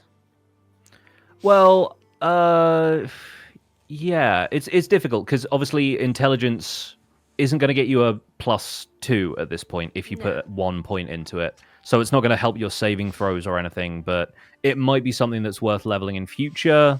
It's kind of an investment either way, right? I'll just You do could work it. on I'll just do one of dexterity, each. but- It'll be nice. Yeah. That makes perfect sense. 2 more languages, and I already know common, thieves, and goblin. Yeah.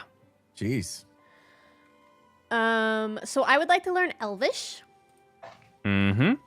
and I would like to learn. Ooh. Do you know what? If I'm being sneaky, there is probably a benefit to learning sign language and being That's what I was able thinking. to silently You're doing like one of these. Yeah. convey Yeah, but none something. of us. Yeah, Yeah, none of us yeah. understand what you're saying. Not so to you're you going, guys, to the NPCs that Pix is going to create. Yeah. My den of NPCs who all know secret codes. Or I could learn Orc. I don't think any of us have that, right? Technically, yeah, I don't Infernal, think- but that's not here.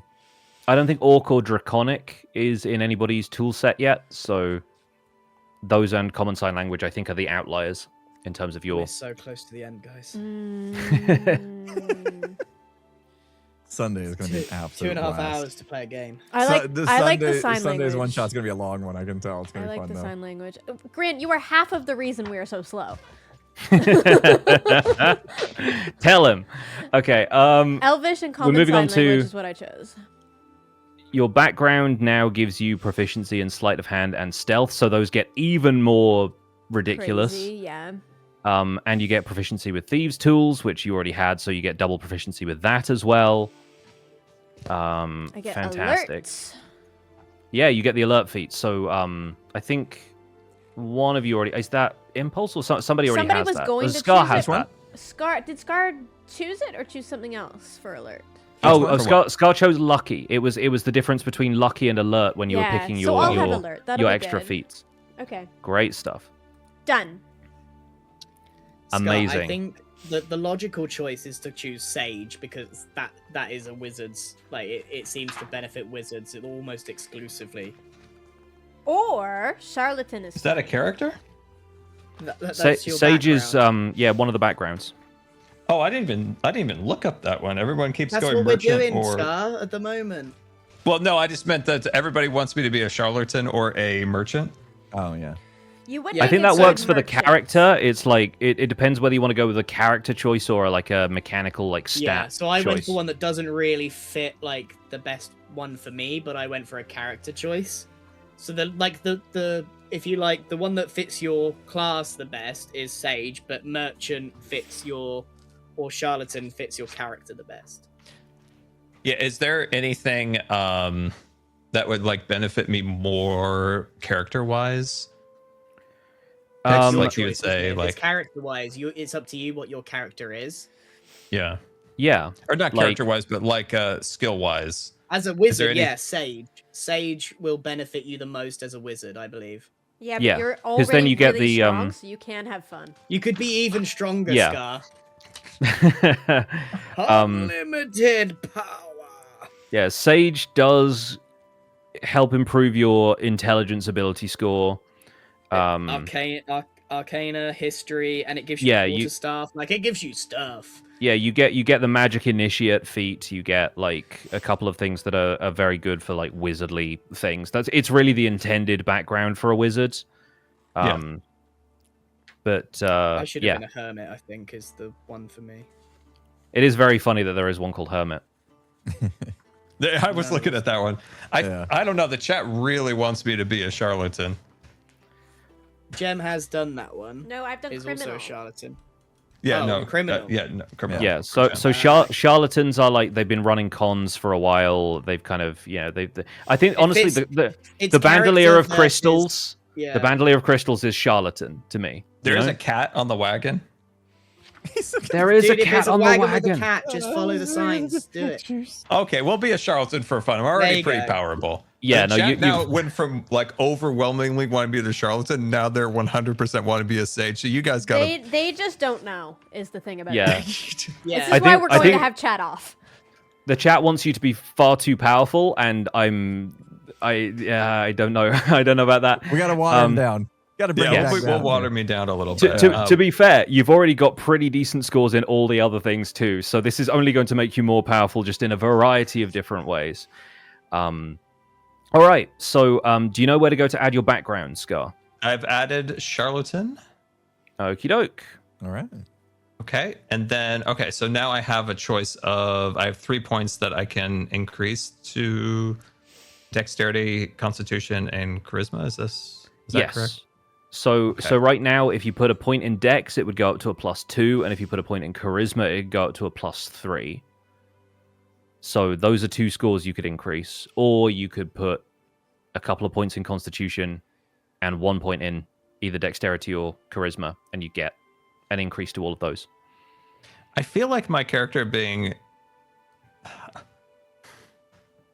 A wacky Whatever. inflatable tube man. I feel like maybe avoid dexterity, let him be a little weak in that one. That makes sense. And then constitution, that's like be taking a hit, right? That's like Yeah. Constitution is like it adds extra hit points for you, which again is good if you're a wizard, because you don't start with many, and it means resistance to poison and a few other things that are kind of helpful. Okay, I'll do 2 on charisma and 1 on constitution. Okay, I like that for you.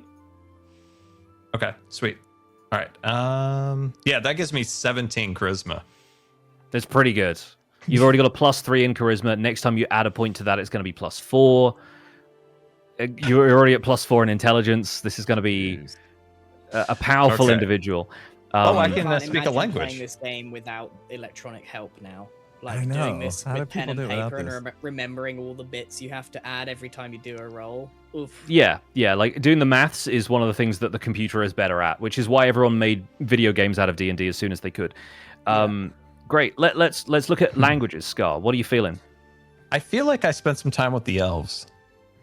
That makes a lot of sense. Maybe that's don't where know you got why. the crystals from. Maybe that's who you sold the crystals to. Oh. Yeah, I don't know why. I'm gonna go. Oh, I can do another one. How many of these can I do? You get 2 languages.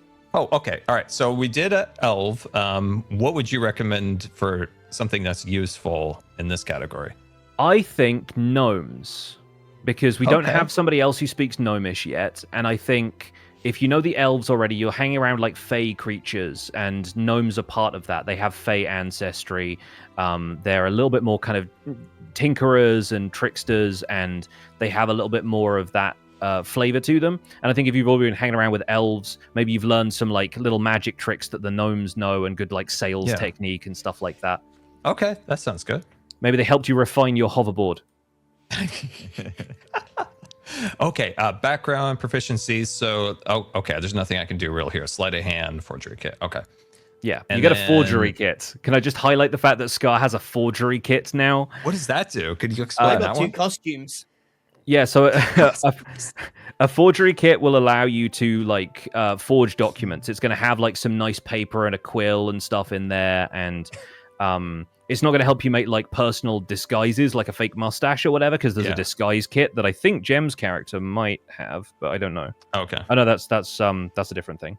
But no, you have the ability to like forge documents. You could have like an official seal that's kind of like a replica. Oh, I love a seal. Um, I've always wanted yeah. a seal. There you go. Yeah. And then My the favorite next animal. one is skilled. There doesn't look like there's anything I can choose. That's just came with the class. Yes, so skilled is going to give you additional skill proficiencies. So another long list of skills that you can choose from. If you That's want me hilarious. to make recommendations here, because there are a couple of skills that you were considering earlier and then we ended up overlooking. So your character doesn't have what was it we were looking at earlier? Medicine. If you wanted to Okay. take medicine here, that would potentially be kind of nice to have, because you've already got +2 in it because of your wisdom. Having a +4 in medicine means if anybody goes down in a fight and you don't have like healing spells ready, you can at least like stabilize them. And there's like herb lore and stuff in there potentially as well. Okay. You could also play into like nature and knowing a little bit more about, you know, herbs and animals and that kind of thing. You could take animal handling just because there's a cat on the cart in the picture if you want to. You know? Yeah. That's an option. Okay, this is a long list of stuff that I could choose. Yeah, this one also includes like musical instruments. It includes vehicles. One of the options is space vehicle. What?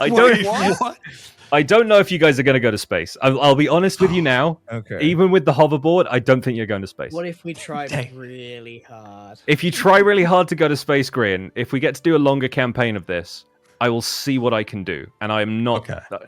I do not say that lightly. Oh my god. All right, I'm really trying because I'm bad at making decisions. I'm really trying. The space vehicle, you know, I'm gonna try to. Okay, we won't do that. So medicine, nature. Yeah, this isn't Spelljammer. There is a D&D setting that does involve you like flying spaceships in D&D's equivalent of space, which is the astral plane. That's where the Nautiloid at the start of Baldur's Gate comes from, the Mind Flayer ship. It's like, God, Baldur's from the Gate has astral put me plane. so far ahead in D&D knowledge. It's actually crazy. yeah, you've been like, I'm there already, and I'm like, already here. I know the thing. I'm so grateful. I'm so All right, grateful for what that. out of all of these, what would make my character even more OP? What would make you more OP? Okay, so you want to focus on stuff that already has intelligence. So you want to pick investigation, because that takes you from a +4 in investigation to a +6. You're basically Sherlock Holmes at that stage. Okay. You want to pick religion because that's also an intelligence-based skill, and religion can potentially be useful in a lot of different ways. Like if you're trying to get in good with a religious order, maybe you happen to remember that they've got like special passwords that get you into places or whatever. I And like then- that. I love like that. I know something about getting into something. That would be kind of because it goes with that history thing. Maybe. So okay, we could do religion. Absolutely. Yeah. Why don't we do that? Yeah. Yeah. You Oh my can go god, there's religion. another choice. You get 3 more. Like you get three total. You can also take another proficiency in something like Arcana, so you could have like a +8 to that skill if you wanted I to. barely knew her. Okay. Where do you even find Arcana? Where is that? Oh my god, there's so much on this list. Should be near the top of the list. Oh. Because the list is alphabetical and it starts with an A. I wasn't gonna say it, but I was down. Okay, I'll be honest. I was down here with the space vehicle again. you're just drawn to the space vehicle. You should Which not have told him about the space vehicle. I'm sorry. I know. I'm going away from space vehicle. I'm mildly Decision obsessed with time, Scar. That. Yeah, because we need to run ads again. Oh god, not It's coming. ads. I have a snooze available, but it's coming. Okay, all right. Okay, not animal. No, let's not do animal. Not stealth survival. Okay, yeah. What is that? What was that one again? Arcana. Am I just reading this wrong? It's like It's the second option from the top, or at least it is on my side. I have animal healing as my second choice. Okay. Arcana should be underneath that. Athletics. Oh, okay. Oh. Maybe you already took it then. Oh, okay. Because I was like, am I that dumb? Because I'm pretty sure. Oh, no. I don't see it. I'm like, Yeah, I can't see what you've already clicked. But then, yeah, you maybe want at this point investigation or nature or I think that's it for the investigation. Maybe probably. I like the Sherlock idea that Holmes. you are again. You've got a very keen eye. Yeah. Okay. Another one. You know, maybe it's the third one. What if just for fun? Did you pick religion just yet? Take it. Just take it. Just do it. Just do it, Scott. Just We're not going to take space, space but just vehicle. take it if you want it. No, You're already because I too don't want OP to mess anyway, things up. I don't want to dude. mess Just things take up. it. No, Throw you're away not. one, You're it's not fine. messing me up in the slightest by picking space vehicle. There's no wrong answer here, Scar. Yeah. Okay. You know Just you take want it, dude. Oh God, I'm so Scar, bad making click on one. decisions. Just take it. It What about a doesn't land matter. vehicle? Just click Like on a one. wagon. I could. It could be part of the charlatan. He has a wagon, maybe. Yeah. He has a wagon. That makes perfect sense. Okay. Got a little Yeah. That traveling cart. it doesn't Just work for very well. It has a context. bad wheel, but okay. In real life, Scar genuinely takes about 2 to 3 weeks to make a decision. This is honestly a speed run of Scar making decisions. I think. This is a speed Right. run. I'm doing pretty He's good. improved. He's He improved. did have a month lead up to get Yeah. started on these, but Yeah. I Right, did. let's- Jim, I got 10 pages. I of this know read. I have 10 really big pages. Right, let's run some ads, and I'm going to try and start speed running, adding equipment to your characters, because I want to get to the tutorial part, and we'll get to actually move characters around and do some stuff. But when we come back from ads, Characters we move. need names. We need names. Oh man. So- Okay, this is worth sticking around for. Yeah, stick around. Let's go for it. So you're saying the characters move around here? Yeah, we will get to that shortly. Oh, that's cool. Because yeah, there are like environments that I've created that Are you guys can poke handling around in. our inventory right now? I am, yes. I'm trying my best. Okay. I will do my I'll best let to you do log that. in. Yeah. I do like the idea that we do have like a cart that's not very good, so it's not like OP, but we can all pile into my wooden cart. And I'm Yeah, hanging you- off the back on the Oh, like- hoverboard, like a Marty McFly in Back to the Future Yeah. 2. Yeah. Yes.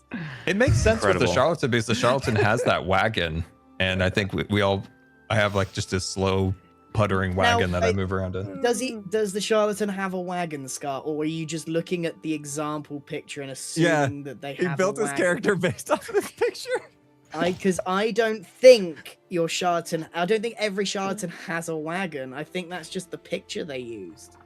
I think mine has one, and it has a cat. I don't think that's true until we find or buy one in the campaign. How about I come rolling in on a wagon? I'm I can late. steal you a wagon. Okay, now we're talking. I have really good sleight of hand. And if somebody's got good animal handling, could probably I don't convince think the we horses. what's gonna happen from here? Nobody did animal everybody? handling. We've now created our characters. Pix is currently filling our inventory with our stuff. Yeah. So that's going to take him a few minutes. We're going is. to reveal the names of our characters, and then we are going to do a short tutorial with Pix. He's got some sort of what I asked for was we all spawn in a room full of buttons, and we press a button and it makes a random event happen just so we could practice an interaction with something. Pix hasn't done the button room, but he says he's got something relatively similar. I've got So- something I Okay. think you will like. Yeah, so we're going to do like a tutorial room so that we can understand what an interaction looks like. We're then going to finish the stream with Pix giving us the introduction to the campaign, or the one shot. Ooh, So he's gonna set the scene with his words, and then we're gonna cut the stream. Then we're done until Sunday. Then we start the real thing. And Sunday, we're starting an hour earlier than we did today, right? Because we are expecting that one. It might be. It's To gonna be a go long one. It's gonna be like 3 or long. 4 hours. I have to set Well, my we alarm. thought maybe today would go 3 hours max. It And has- we're looking I at mean, it hasn't coming hit up on that 3 already. hours yet. It's getting there. It's getting there. It's getting there. So I don't know. I feel like it's It gonna will go take us a 5, long but- time, especially if Scar can't decide what spell he's going to use. this was challenging because like we had to take it in turns, but when we're in the campaign, we're all there together and we all get to discuss Yeah. Can what help we each other, do okay. and role play, and we're all like I found this interacting fun. constantly. This was good. It is Yeah, I like this part. fun. I don't mind sitting and listening to what you guys do. I can imagine our characters in my head and like the situations we're gonna get in. I think it's good. Yeah. If I have Skiz just given joins, Grian- I want him to be my halfling father out from the It would circus. be a real treat for him to get to be short. Okay, Grian, Yeah. all of your inventory is in place. If you want to look at the second tab on your character sheet, you now have all of that stuff. Okay, so I got a mace. I've got some armor, amulet, a few bits and bobs, a couple of costumes, my bagpipes. So You- one Cool. quick thing, on the right hand side of each of these pieces of equipment, you'll notice like a little grayed out shield icon. That's whether or not you have the thing equipped. So right now I'm going to equip your chain shirt for you, and that's going to increase your armor class, and you can also equip the mace Where the does same it way. say that? He said if it's grayed out, it's equipped. If it's grayed out, it's not equipped. So if you hover over that, it will say whether it's equipped or not equipped. I don't see And- this icon you are describing. I'll point it out to you in between streams then, because I don't think it's Okay. going to matter that much right now. Yeah, I can But see just it's because equipped this is when I hover over it. going to set up stuff like your armor class and everything, because I've just clicked a couple of those to make sure that they are equipped for you. Okay. Like you'll be See the wearing your point. traveler's clothes and that kind of thing. Yeah, I don't think I see what you're saying. Okay, cool. Okay. I will deal with that once I've dealt with Yeah. everyone else's equipment then. Oh, sorry, I was in edit mode. Ah, right, that'd probably Yeah, be I why. see it now. Cool. Good. Glad that I'm not just seeing things on this side. No, you're right. I see the problem. Thanks, chat. Awesome.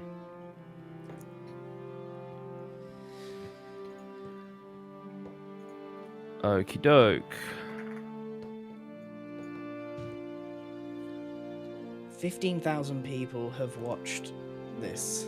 That's amazing. We Yeah. haven't even played the Character game building. yet. You guys. So I mean, But I this bet is they're so awesome. excited for Sunday when these characters finally Sunday is play. gonna be wild.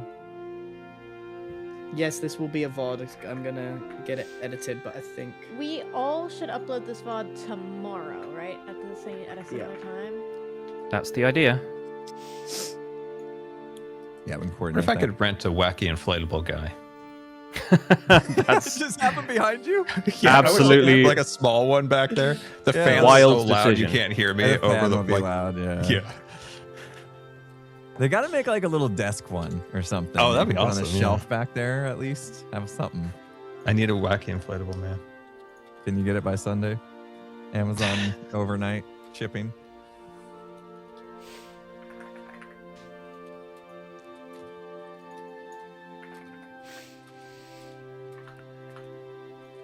God, I really wish I could spell. Wouldn't that be great? I feel like you're under and this now- pressure now. I Everyone's am. waiting on me. Oh no. Yeah, Sorry, no, man. I'm giving Gem all of the rogue stuff. And like thieves' tools and things. I'm gonna rob so many places for Scar. Oh, I bet you are. I have one And particular shop. I'm gonna march in with my bagpipes when you're trying to do it. Ugh. Every time I'm trying to then do a sneak, backflip. Graham's gonna be behind me. And then dab out. You guys are What gonna if you make so many people robbed- mad, and I'm gonna have to fight them off for you. What time is the stream on Sunday? It will be 7 p.m. GMT? Yeah. GMT. Which makes it like what? So that was an 11 hour a.m. earlier than we started today. Right, 11 yeah. a.m. for you, Scar. I think Scar, is that 11 too a.m. early for Pacific. you? No. you gotta get your sleep schedule under. You know, No, under I'll just control, have buddy. to do. I'll probably get there right at 11 because that's I can't do my nebulizer any earlier than that. But I'll be right there at 11. I think that's okay. We got past like the tech. part Wizards today, are I meant to think, be a so. little bit late. Yeah, Yeah. yeah. I butchered that quote earlier in the stream. They arrive precisely when they mean to. Never late is. nor early. Okay, so Impulse, we're giving you a great axe. Yeah? Yes. Do I get to see it yet, or should I wait? I'm dropping it have into your inventory right now. Daggers! And leather So, Jim, armor. if you- Let's go.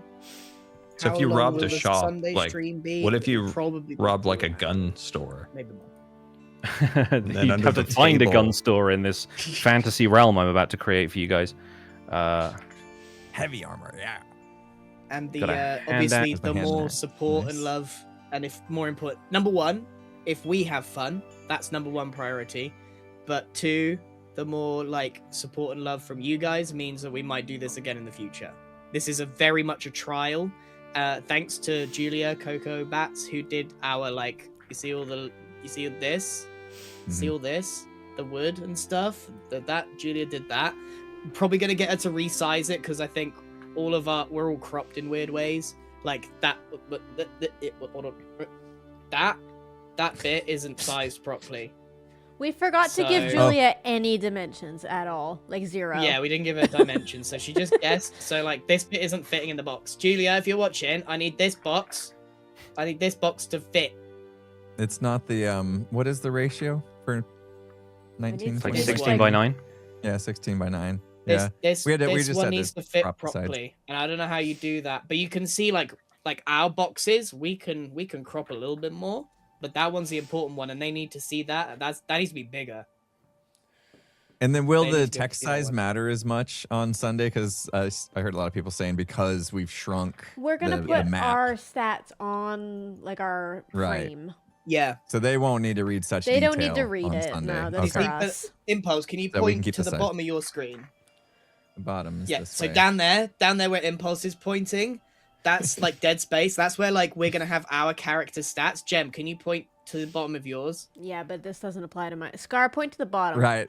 Maybe we right choose there, what under order there, there's dead we put each space. We're other gonna in. put like some avatars and some like information Yeah, there. we'll have all so of our information up. now Yeah. that we've got all this, we're gonna create some more assets to put over the top of the stream to help people. And obviously, like, and here, this will have like our name, our character name, and it will say, name to be revealed, Cleric, awesome. Do you know what I mean? And it'll give you more information now that we've created our characters. And it's been thought through. There's You actually will been some also- thought. You'll also be able to zoom in on the environments that I'm showing in Foundry. So like the background we have here is just like a temporary image, but you can like zoom in to stuff on Foundry by scrolling the scroll wheel, and you can move around with right click. It's just not possible to zoom in on the character sheets. So some of the stuff that's looked a little bit small, we'll be able to like enlarge for people who are having a hard time reading the central panel. But So we'll that also should be read it okay. out. Yeah, we can absolutely like call out dice rolls and all that stuff. Okay, I'm almost done. Impulse's gear is all in place. I'm just moving on to Scar now, and then we can get into it. Yeah, so after this, we're going to reveal our character names, and then Yes. we're going to do the tutorial room. I'm so excited. I really hate the fact that someone has joined us thinking we're playing Dungeons and Dragons today, and it's just the Aw. character If they creation. think that, they did not read the title. Yeah, we all put session 0 in the title, right? I was elected to read, lead, not to read. Dude, I got like a sweet wizard robe. Oh, you're already spoiling. Scar. Man, he's too excited. Yeah, he is too Can't excited. contain himself. Oh, wait. Could I sell some of this stuff for cash? Theoretically, yes, but I'm going to give you some cash in a second, so hold that Scar's thought. gonna be in his skivvies going around like this Oh, because he man. sold everything that he owns. Yeah. Yeah. Well, the quarter stuff is what you use to cast spells, so don't sell that. And also, the book is Yeah. your spell book, and we're going to decide what your spell book looks like and What stuff if our as well, because wizard that's just sells Oh, his neat. spell book? It was by accident. That'll level him out. I'll was just told there was a steal it gun- back a for gun. you. Turned out it was a rubber gun.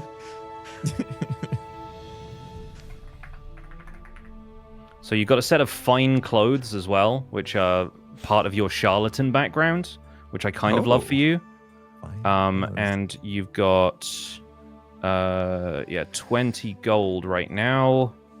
You also have a separate costume, which we'll figure out what that means later.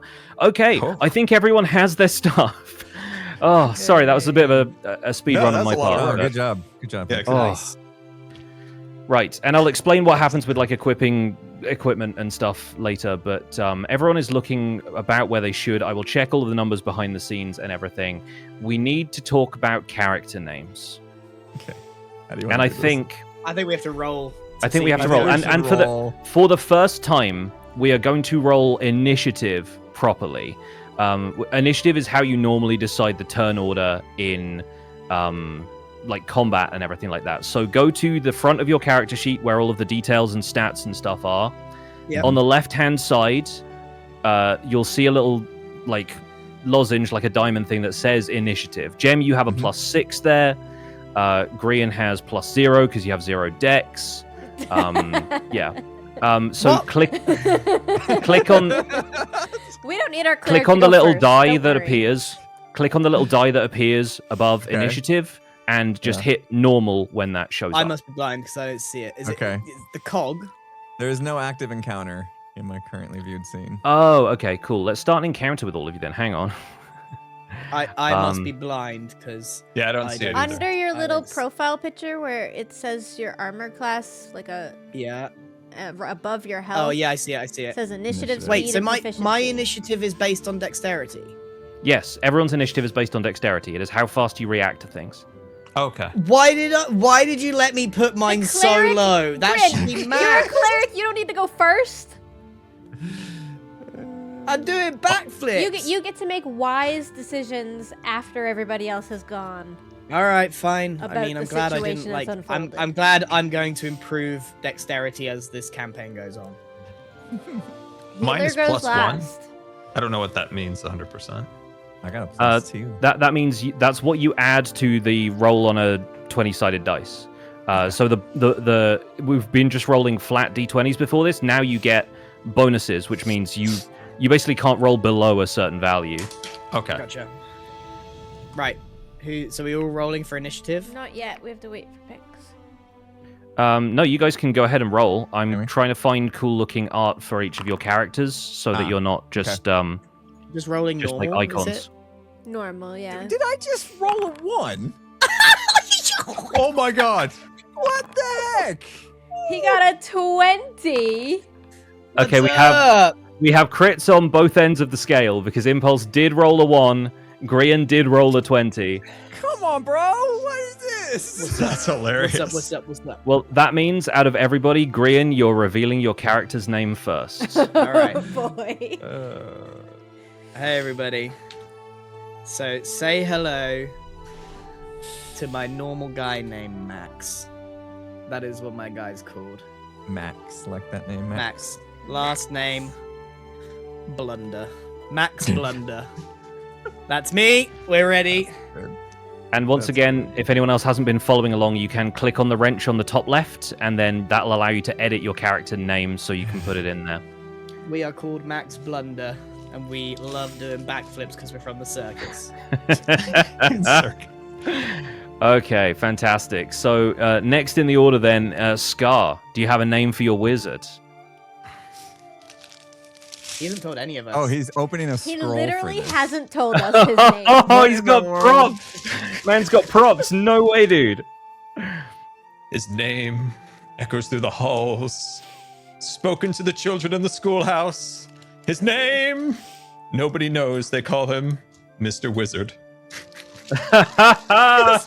You are literally Mr. Wizard.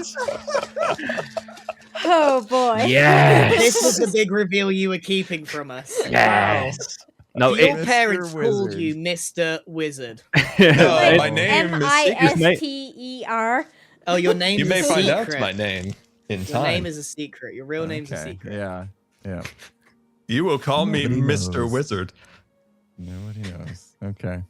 Okay, lovely. I didn't have a name before this stream, so Me I neither. kind of allowed chat to name me. I knew I wanted a gemstone always a name. risky proposition. I wanted a name related to gemstones because I think I'll probably do every character ever named after gemstones. I think I'm just gonna call her Ruby. Ruby is Ruby's great. good. Especially for That's like a tiefling as well. I feel like they've got kind of interesting name opportunities. Like tieflings are often named after like attributes or whatever. There's like they're called like Mercy or something because it's meant to be kind of ironic.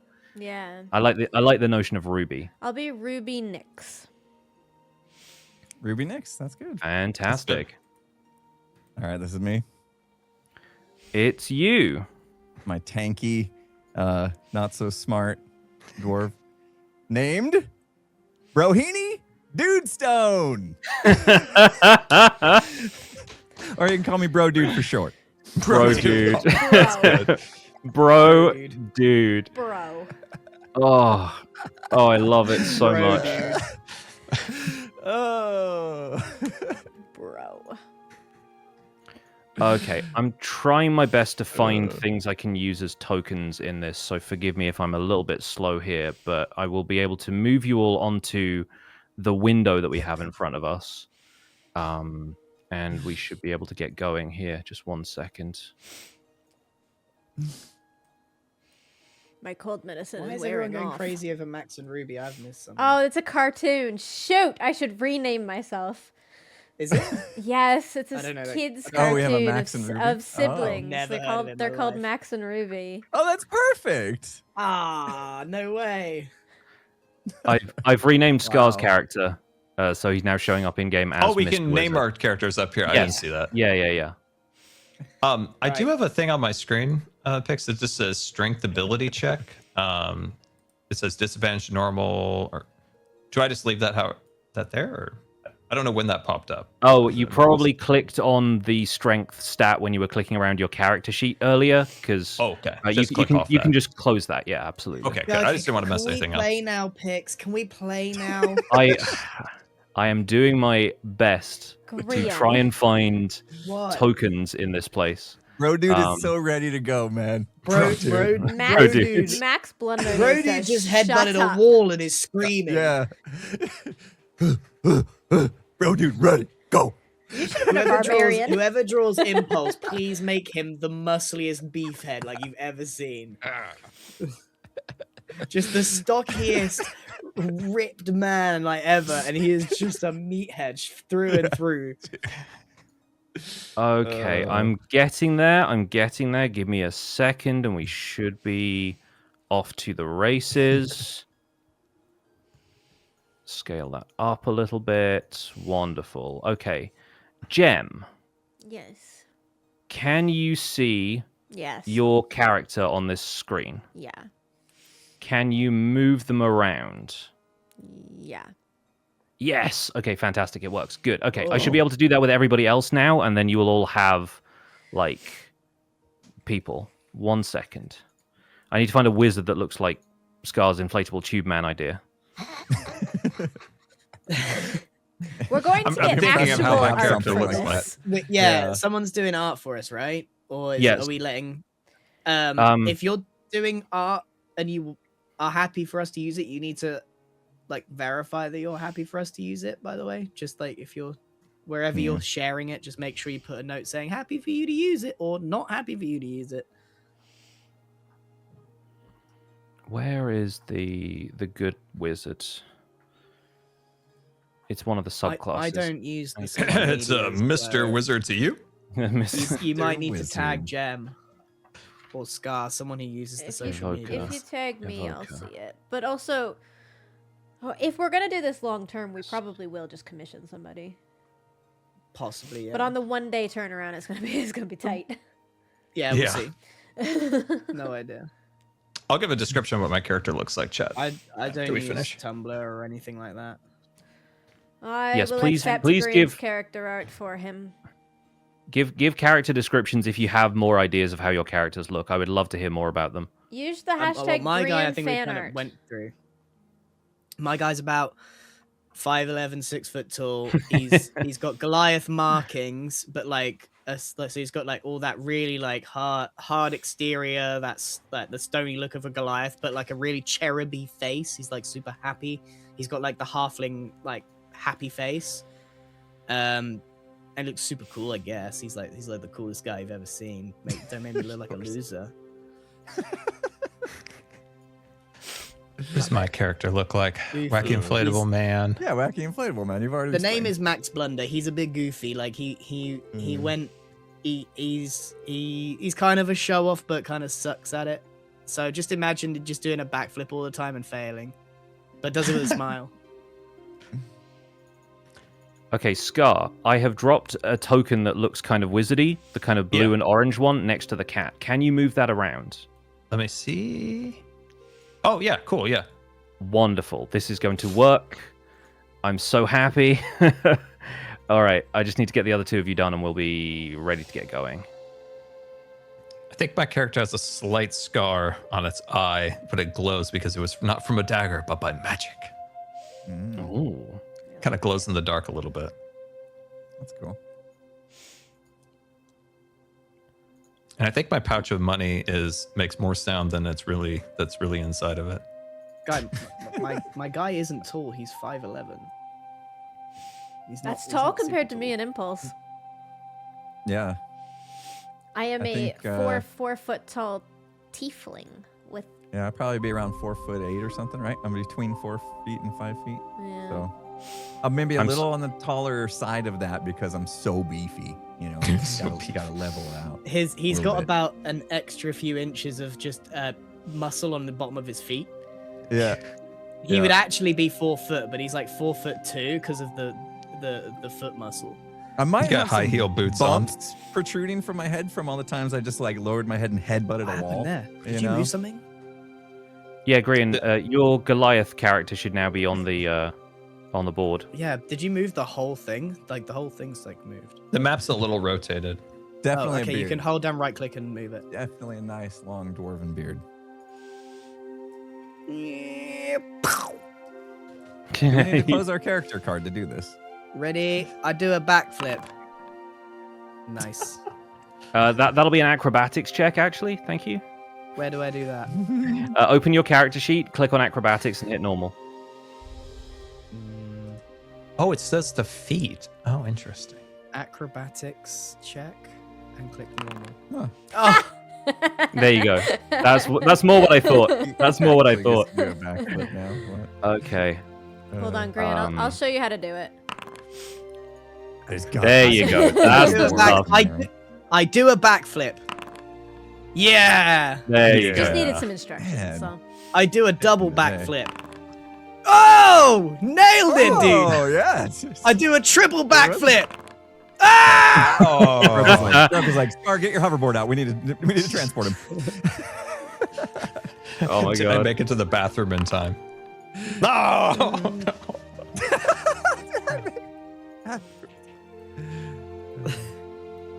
Okay, I'm one click away from getting all of Oh, this you can't do finished. the rolls. See, this is the problem with the thing, right? This is the problem with the thing. You probably You're don't gonna do it in see a that, but- backflip? Here you go, guys. Now you can see. I will fix this for the real stream because this is a problem right now. You need to be able to Impulse. see the information. You The should whole now be thing able is to move your character. Where's mine? Oh. Wait. You're on the left-hand shoulder of this this robot. Oh yeah. Okay, see. In fact, we I go. can do names on here. Oh, that just says player character. Sorry, let me change that. Player character. I do a backflip. Yeah, not that great. Oh, is that zoom everybody in and out when I do that? Just you. No. Okay. Just you. Not on my screen. Okay, I got it. Ruby Nix. Oh, Freaking man. Mr. Wizard. Mr. Is my icon turned sideways? Oh yeah, I need to lock the rotation of that. Give me a moment and I will do that. Rohini Dudestone. You've spelled me Stone. wrong. Rohini Dudestone. Yeah, a lot of the Foundry tokens, they like to have like almost like you're looking at minifigures top down, and I don't really like that style. I really like the circular tokens like this. So There we go. Yeah. are you right way up now? Yeah, thanks. Green, stop moving so I can rename your token. Grant, You've aren't escaped you me for the the one last who time, wants to Max be done? Blunder. Yeah, dude, this is a result the of game. me wanting to play. We would play faster if you let Pix do his job. Okay. I think we are now at a point where you can at least look around. So, gonna everyone drive cluster by together very on the quickly. top of the. Everyone cluster together above the helmet of this guy, right? All right. Yay, look at us go. All right, fantastic. Now I delete you all. I've I've cut all of your tokens for a second because we need to change scenes, Because Grant and is behaving. I'm hoping that this works the way I want it to work because I've been testing this, but I need to know for certain if this works. So we're going to switch to this scene real quick. Okay, Do a and drum roll. then do we need to run ads before we get started in this? Yes. 5 minutes. Yeah, all right. Yeah. We'll run ads. Running ads. I'll get some stuff appreciate set you up. guys. Watching the ads means we can do this again sometime. Thanks. Yeah, thank you. Oh yes. Okay. While the ads are running, let's do a little bit of quick technical setup. Can anyone see anything now? No, it says there is no token in Loading. the scene, which gives you visibility of this area. Good. Oh, mine says What loading Grant said. creation. Mine does not say what your guys' says. Mine says loading creation. Okay, it's getting. It'll load to that. Mine was There a it goes. little Yeah. slow. I think Max Blunder has long blonde hair. I think Ruby How has many dark people hair. are erasing? Prince They're Charming literally- style long hair. That's what I think he's got. They just added your hair. They're like, come on, Grant. They're erasing. I mean, right you now. don't. It's up to you. That's just how I picture the guy. Man. I'm gonna I'm make my fading out the character in music. Baldur's Gate to help you guys after stream. All I right. could actually Here we do go. that for everybody, and then we would have an icon that all looks the same. They have a wacky inflatable man. No, I'm just kidding. Are we back from ads yet? Are we good to go? 30 seconds. 30 seconds. Okay, cool. I am just getting a bit more stuff set up then. This has been a long time coming for me. I've done a little bit of planning for some of this stuff, and I hope you like what we've got in store. Oh, I'm excited, man. Well, thank you so much, dude. Like, you Yeah, put in thanks, so much Pix. work. Pix has done all the hard work, amazing, really. Pix. Yeah. Yeah. My pleasure, as always. Well, hang on. Let's see what he's got first. So we're gonna get into this with a kind of tutorial for the game and the virtual tabletop of everything. So we're going to use this time to experiment, ask questions, and maybe start thinking about how your character would react to the world around them. So this is going to be a little bit of like very light, very meta D&D play, basically. So everyone take a moment to breathe. Like anyone taking their first steps, there may be moments where you feel awkward or stumble. Remember that you are new to this, and you are learning. Trust the other players to lift you up, and remember that this story is yours. To the audience, you are a part of this story, but remember it is not our intent to observe every rule to play the perfect game. This story will be alive, and life is not like that. This story will be messy and chaotic and directly from the imagination.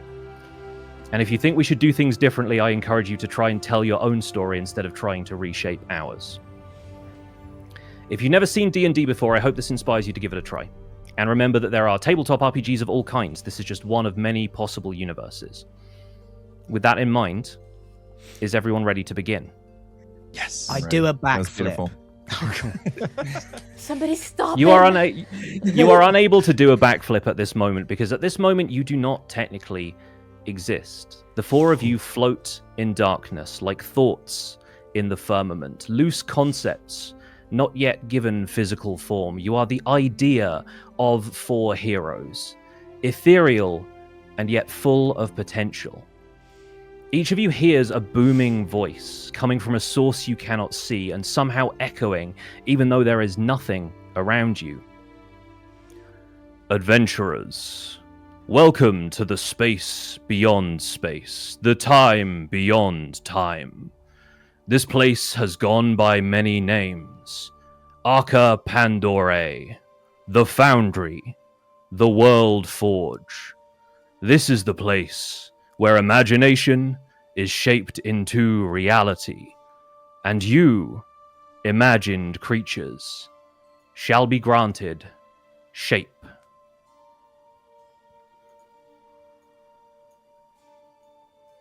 One by one you appear. Can you see the room around you? I can see my token.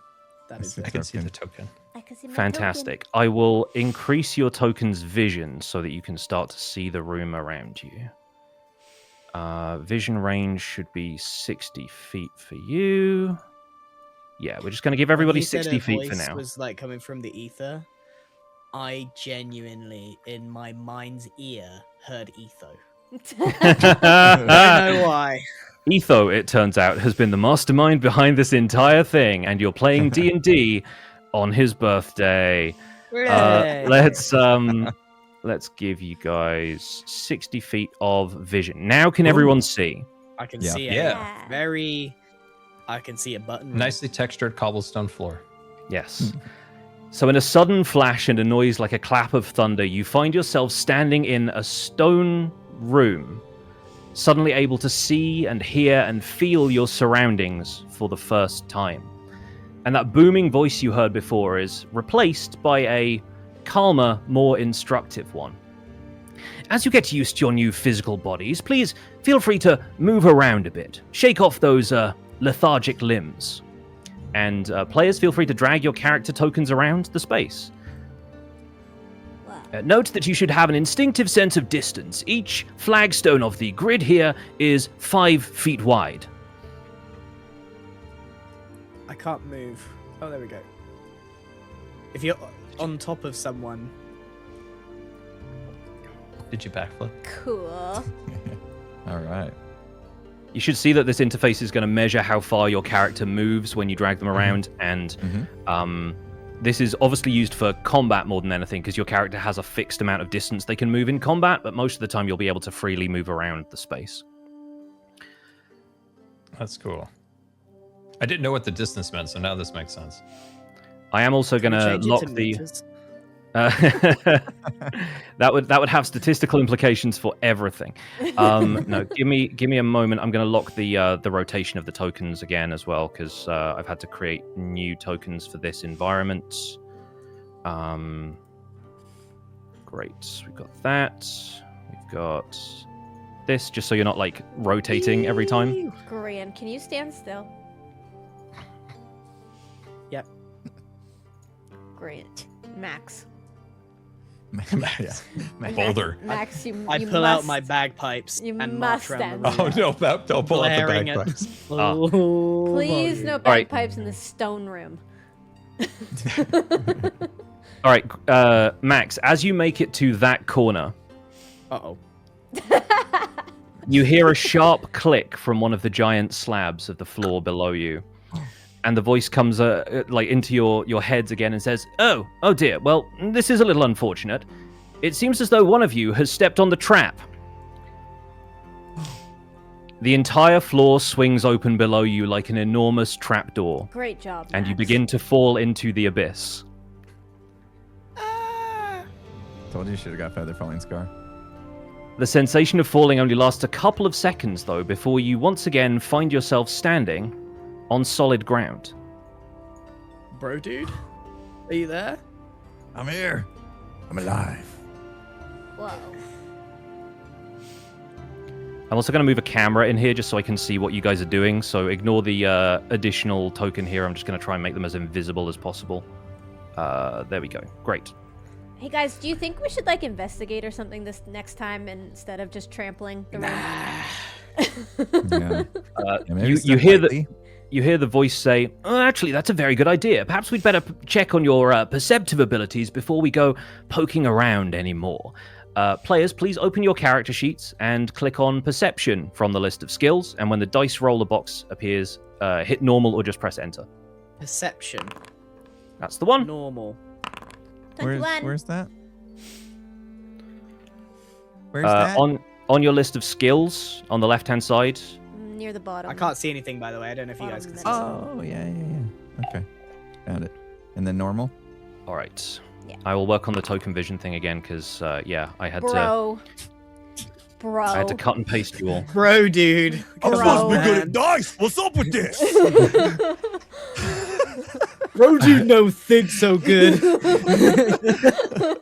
My dice is broken, man. What did our what's Scar's name? What did Mr. Wizard? Do you perceive anything? Where does I find this dice you speak of? Character Oh my sheet on your God. character sheet? The big Yeah, list Mr. of all Wizard, your, I've got that. the big list of all your skills, the one that says perception near bottom middle. Right below nature. I can see. Also, you can double click the top of it to like minimize it. If you didn't know. What is there's Yeah, you guys are door- going to find all of the cool keyboard shortcuts that Foundry has. You could just double click your character at the top. Like if you just click what would be the bar at the top, it will then minimize it. Yeah, so if you just double click on the top of your character sheet, it kind of turns it Scar, into have a little. have you found your perception? He hasn't figured it out. I can tell he hasn't figured it out. I can see it. Do you have your character sheet up with like your name and your list of things? Yeah. I have that up. So in your list So- of So that- skills, do you see perception? It's kind of towards the bottom in the the middle. P's, there's perception, performance, and persuasion. It's the top one. I know I'm not in the right spot. That must be the problem. Yeah, Are you okay. under, Make sure you're on the details? first tab on the tabs on the right hand side. The little cog one that says details. I'm on the details of Mr. Wizard right now. Yeah. And then on the left hand side, you've got a list of skills, which is all acrobatics, nature, medicine, all of that. Yes. Click on perception, which is right under nature.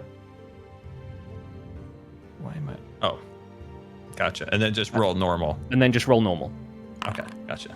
There we go. Hey. So, bro, dude can't see 2 feet in front of him. Well, he just doesn't perceive anything.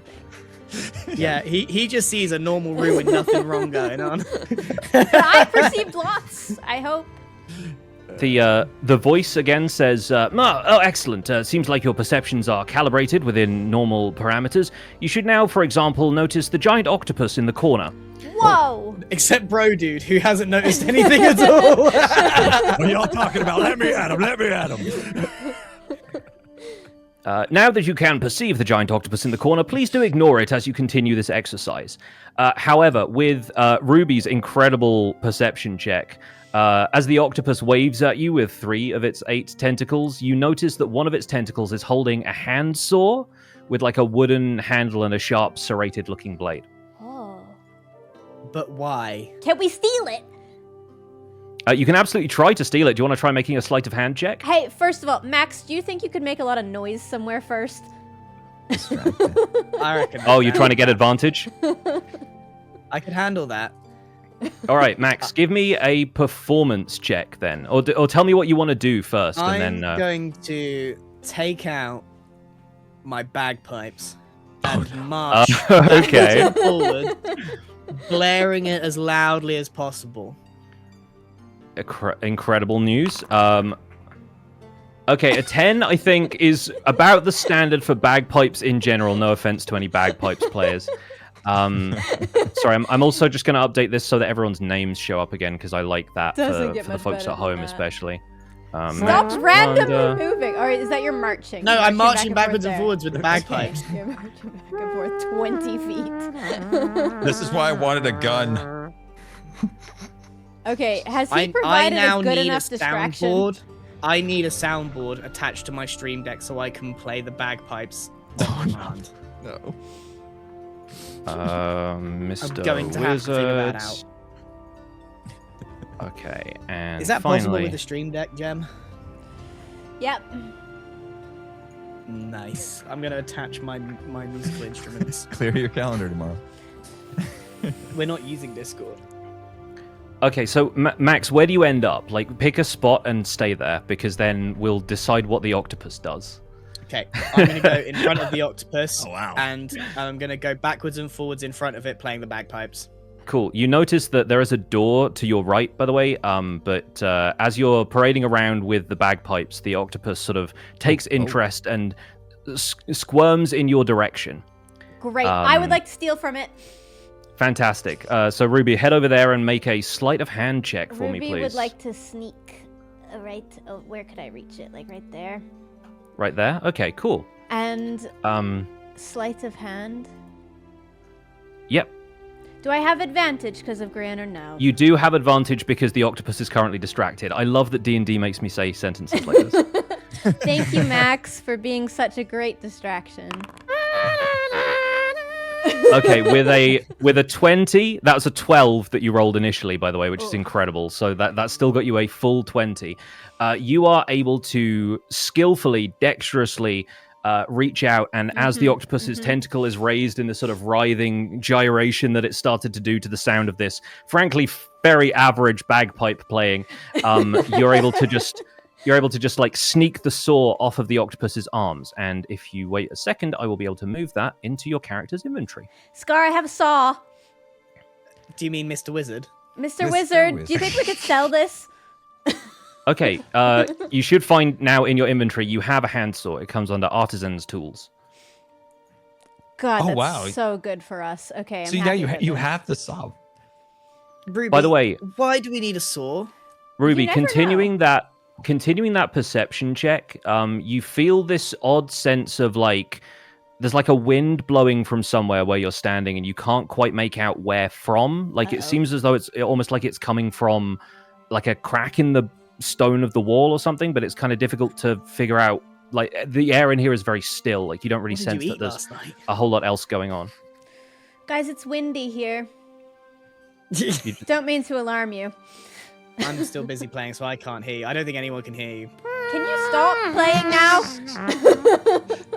Do I need to headbutt the wall? See if I can break through? Oh. You could try, but maybe I move out of the way now first.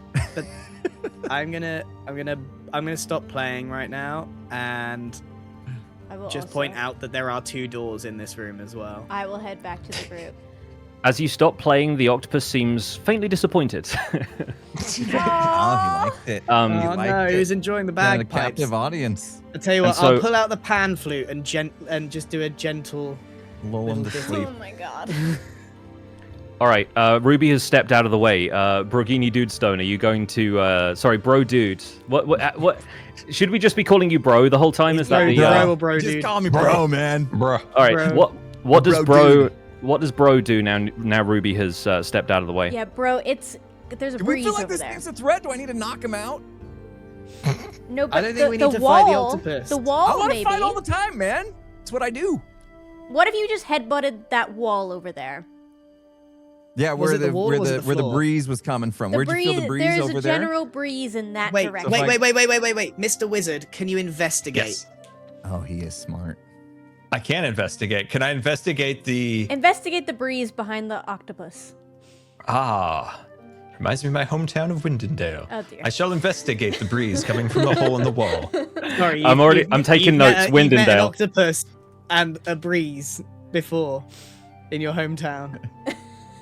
I did know Hang one on, there's octopus. so many things we could do here. Does someone There's have the also ability to talk doors. to animals? Can we Nobody talk? We took could talk to the animal octopus if handling. we had. No one Talk can does talk to anyone? Does animals. any one of us have talk to animals? No, you all have an animal handling skill, but I think you've already handled I this don't think we octopus use pretty that well. one, guys. Talk We to have. him. Yeah. I took the I- saw. What do you want? Yeah, he's I just wanted to harmless, ask though. what the dude. If we had talked to animals, we could have asked it why it wants and Scar, why it can had a you saw. investigate? Dude has We no could weapon ask in it so many Baghdad. questions. Mr. Wizard wants you to take the saw, cut up Right, cut up Mr. the- Wizard, go and investigate. Okay, I'm going investigating. Okay. All right, I'm going over. Thank you, Mr. Okay. Wizard. Mr. Wizard seems to have forgotten how to move. You should just be able to click and drag your character, right? Oh, I have to go out of... Wait. Mr. Wizard is stuck. Mr. Wizard can't figure out how to move. Oh my god. It's a good thing we're doing this. Yeah. Mr. Yeah, this is- Wizard needs a moment. I really don't want to tune into your stream to see what's going on because I know it's going to annoy me. No, I kind of have to. Mr. Wizard I have to know requires how badly hoverboard. he's messed this up. Would you like me to hoverboard you over there, Mr. Wizard, for the moment, until we get the hang I of have this? I have my character highlighted, and I was Yeah. moving earlier, You've but done it. now You've done it. You're over there now. Pix moved. Yeah, you. I've moved him over there for Give the, us for an the moment. investigation, huh?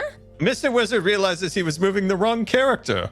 Yep, that's why we need custom art for all of these. So fan artists Mr. come Wizard through. was trying to move Max Blunder around the room, realizing Right. shortly that he was wrong. I gave you a pointy hat and everything, Scar. I'm gonna make this token a now little know bit who I bigger am. so that we. Make Scar's token ludicrously large if you can't. fix it. To be fair, you are like 7 feet tall, so I feel like canonically this makes sense. Yeah. All right, should I investigate the squid to see if it's dangerous or not? Yes, windy. there is also the chance. There is Octopus. also the possibility that I summon water for the octopus. Oh, he that's a would fun love I that. idea. could create water for him. You could create or destroy water. We could also potentially use a door. And There's just so leave. many options here, but I think Yeah. we investigate the wind. Okay. So you're investigating the wind, right? Okay. So yeah, Mr. Wizard, as you walk over there, make an investigation check for me. Open up your character sheet, and it should be in the same column Okay. as perception. And then normal roll. Normal roll, yeah. Okay, yeah. On a 19, I think your knowledge of the arcane also kicks in from somewhere. You realize that the wall you're standing in front of might actually be like an illusion. Like it seems like the air that's coming through here is coming from like a sort of outside space, and it's not just a single wisp that would come through the cracks between stone. It's like the wind that might come through an open door. I smell the fresh air.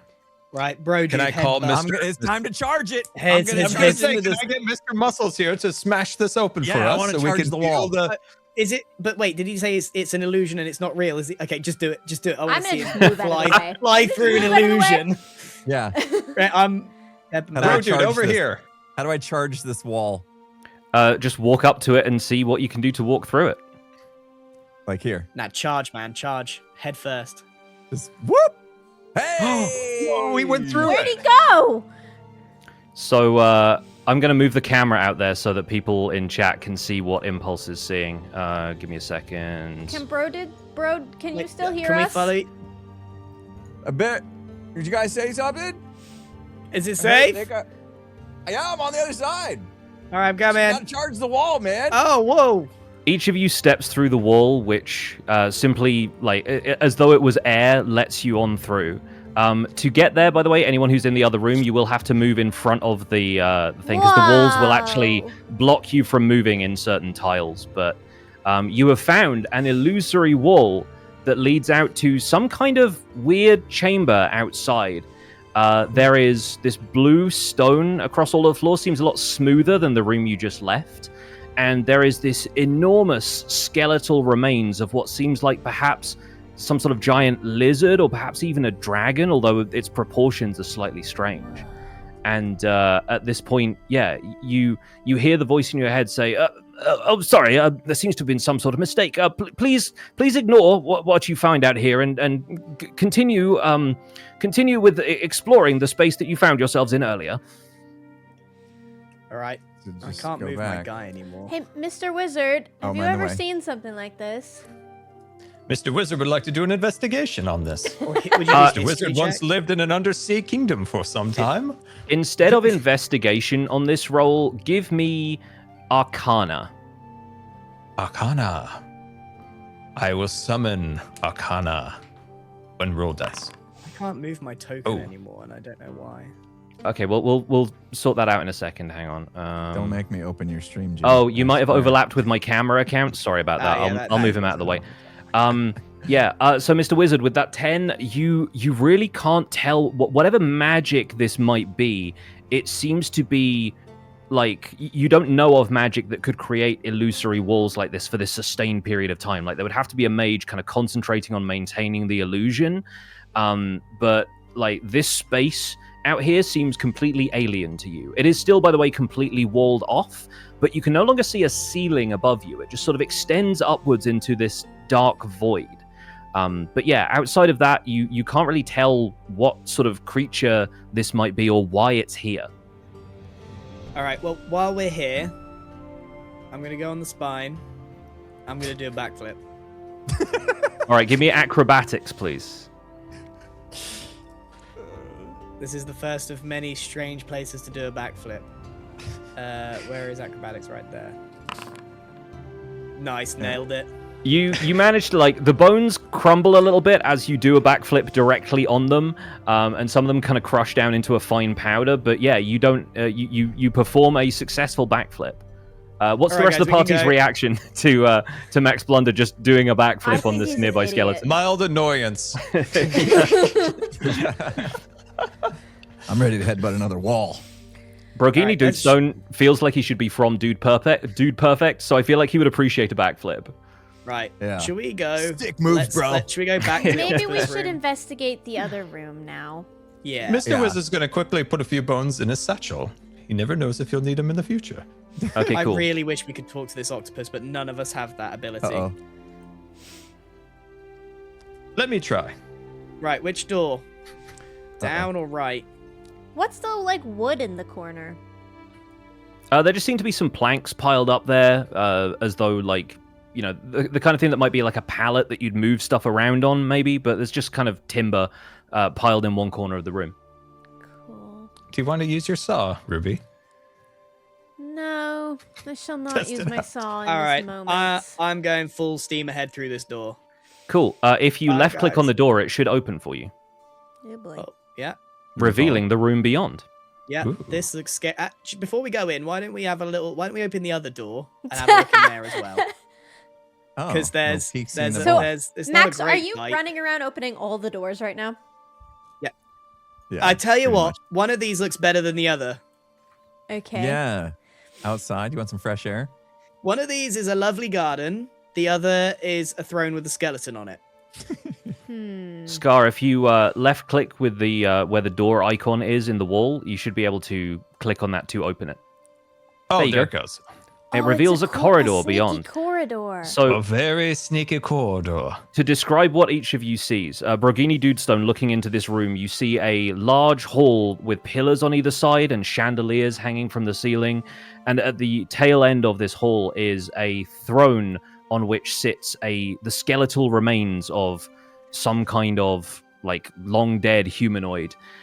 There's a moth-eaten red carpet leading up to it. Max Blunder looks out the right-hand door into a kind of walled garden. There are trees and moss of all kinds kind of littering it, and a fountain centrally to the space with a few kind of almost like cherry blossom bushes leaving their petals floating in the water. And Mr. Wizard looks out into a 20-foot long stone corridor with a bend around it that he cannot see any further. All right. Do you mind if I take the lead here a second? Go for it. I should tell you guys, I do see another door coming off the room that I can see into. Yeah, but what I need to do is really important. Okay. Oh dear. Do you want us to follow you, Max Blunder? It'd be nice if you were by the door, All right. just in case. we're team. I'm Okay, going I'm here, into I'm the here. moss room. Oh, you need protection. There's another door in here, but I'm gonna cast Destroy Water. Interesting. I'm gonna destroy the water in the fountain. Okay, fantastic. So open up your character sheet, go to spells. Yeah, where's that? Spells. Yeah, spells. Create or destroy water. All right, Yeah. click on that so it appears in chat and we can all read what the effects of the spell are. So destroy water. You destroy up to 10 gallons of water in an open container within range. Alternatively, you destroy fog in a 30-foot cube within range. Okay, fantastic. So you approach this fountain and you sort of mutter a few words. Your holy symbol glows, suffused with light, and the water in the fountain simply dries up. Do I need to cast the spell? Yeah, you do need to use one of your spell slots, right? Available first level spell slots. Oh, sorry, I needed to populate those. That's fine. I can fix that. There we go. Okay, cool. So yeah, you should now be able to cast the spell. Great. There we go. Fantastic. Oh, we can see it now. No. Yeah, there you go. That will Good. appear in Do the I have to chat. click roll Our for this? cleric can destroy No, it does not need a water. roll. I'm impressed. There you go. So, I'm sure I did. you Feat of made strength it. to be sure, Max Blunder, but it didn't do anything worthwhile to get us out of here. You created like the area in which you destroy water on the map. That's what the square was. Okay. So I've removed that for the purposes of this. Okay. All right. Well, that was worthwhile. Thank Yeah, you for that, Max. the fountain dries up, and you notice that the petals at the bottom of it sort of like wither a little bit now that the water is gone. But yeah, nothing else seems to happen. There's no secret entrance or anything in there. All right, guys. Okay. That's all. There I is a had. door There is a over door. here. Yeah. Well, Should found we, this should we one. go check it out? I'm opening Bye, the door. octopus. It was fun. I found a boat. Ooh. So, A sailboat. stepping into this room, you guys see on a raised wooden pedestal, almost like a stage of sorts, there is a very large sailboat that seems large enough to accommodate the four of you, potentially. Sorry, I'm just moving the camera count in here again. Yeah, you find yourselves looking at a boat. Well, I you're do a on luck. backflip on it. Give me acrobatics.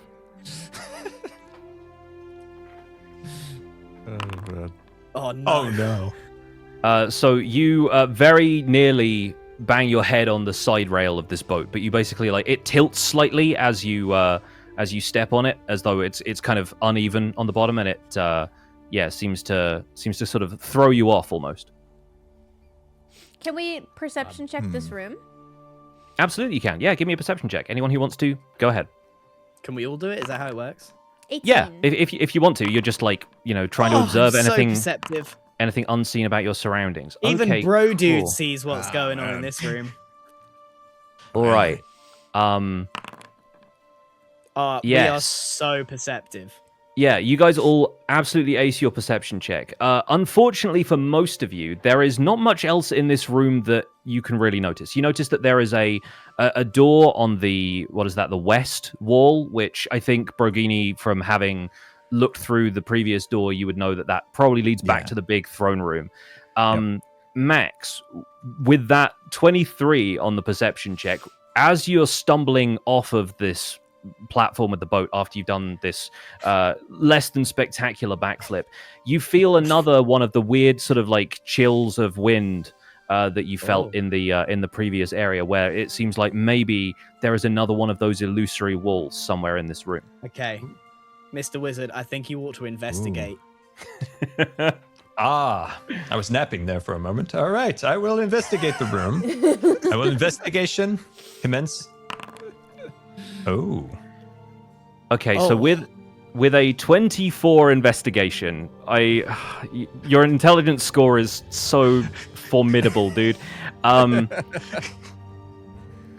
You sense that the wind. You sort of close your eyes and let the breeze sort of like kind of feel the direction that this wind is blowing from, and it seems to be coming from over here, basically, like this wall here. If you can see that. I'll have a look. It's headbutting time. It's Go on almost in, as bro, if dude. the boat is following the wind with its sails, everyone. Gather over. Is it time? 1 second. Am I headbutting the wall again? Yeah, Oh, go in. Mr. Wizard walks on through. Mr. Wizard I tripped didn't over headbutt himself the and wall fell yet. in. You I can't can't go on move. without Oh, me. there we go. All right. Please move. You guys see? Okay.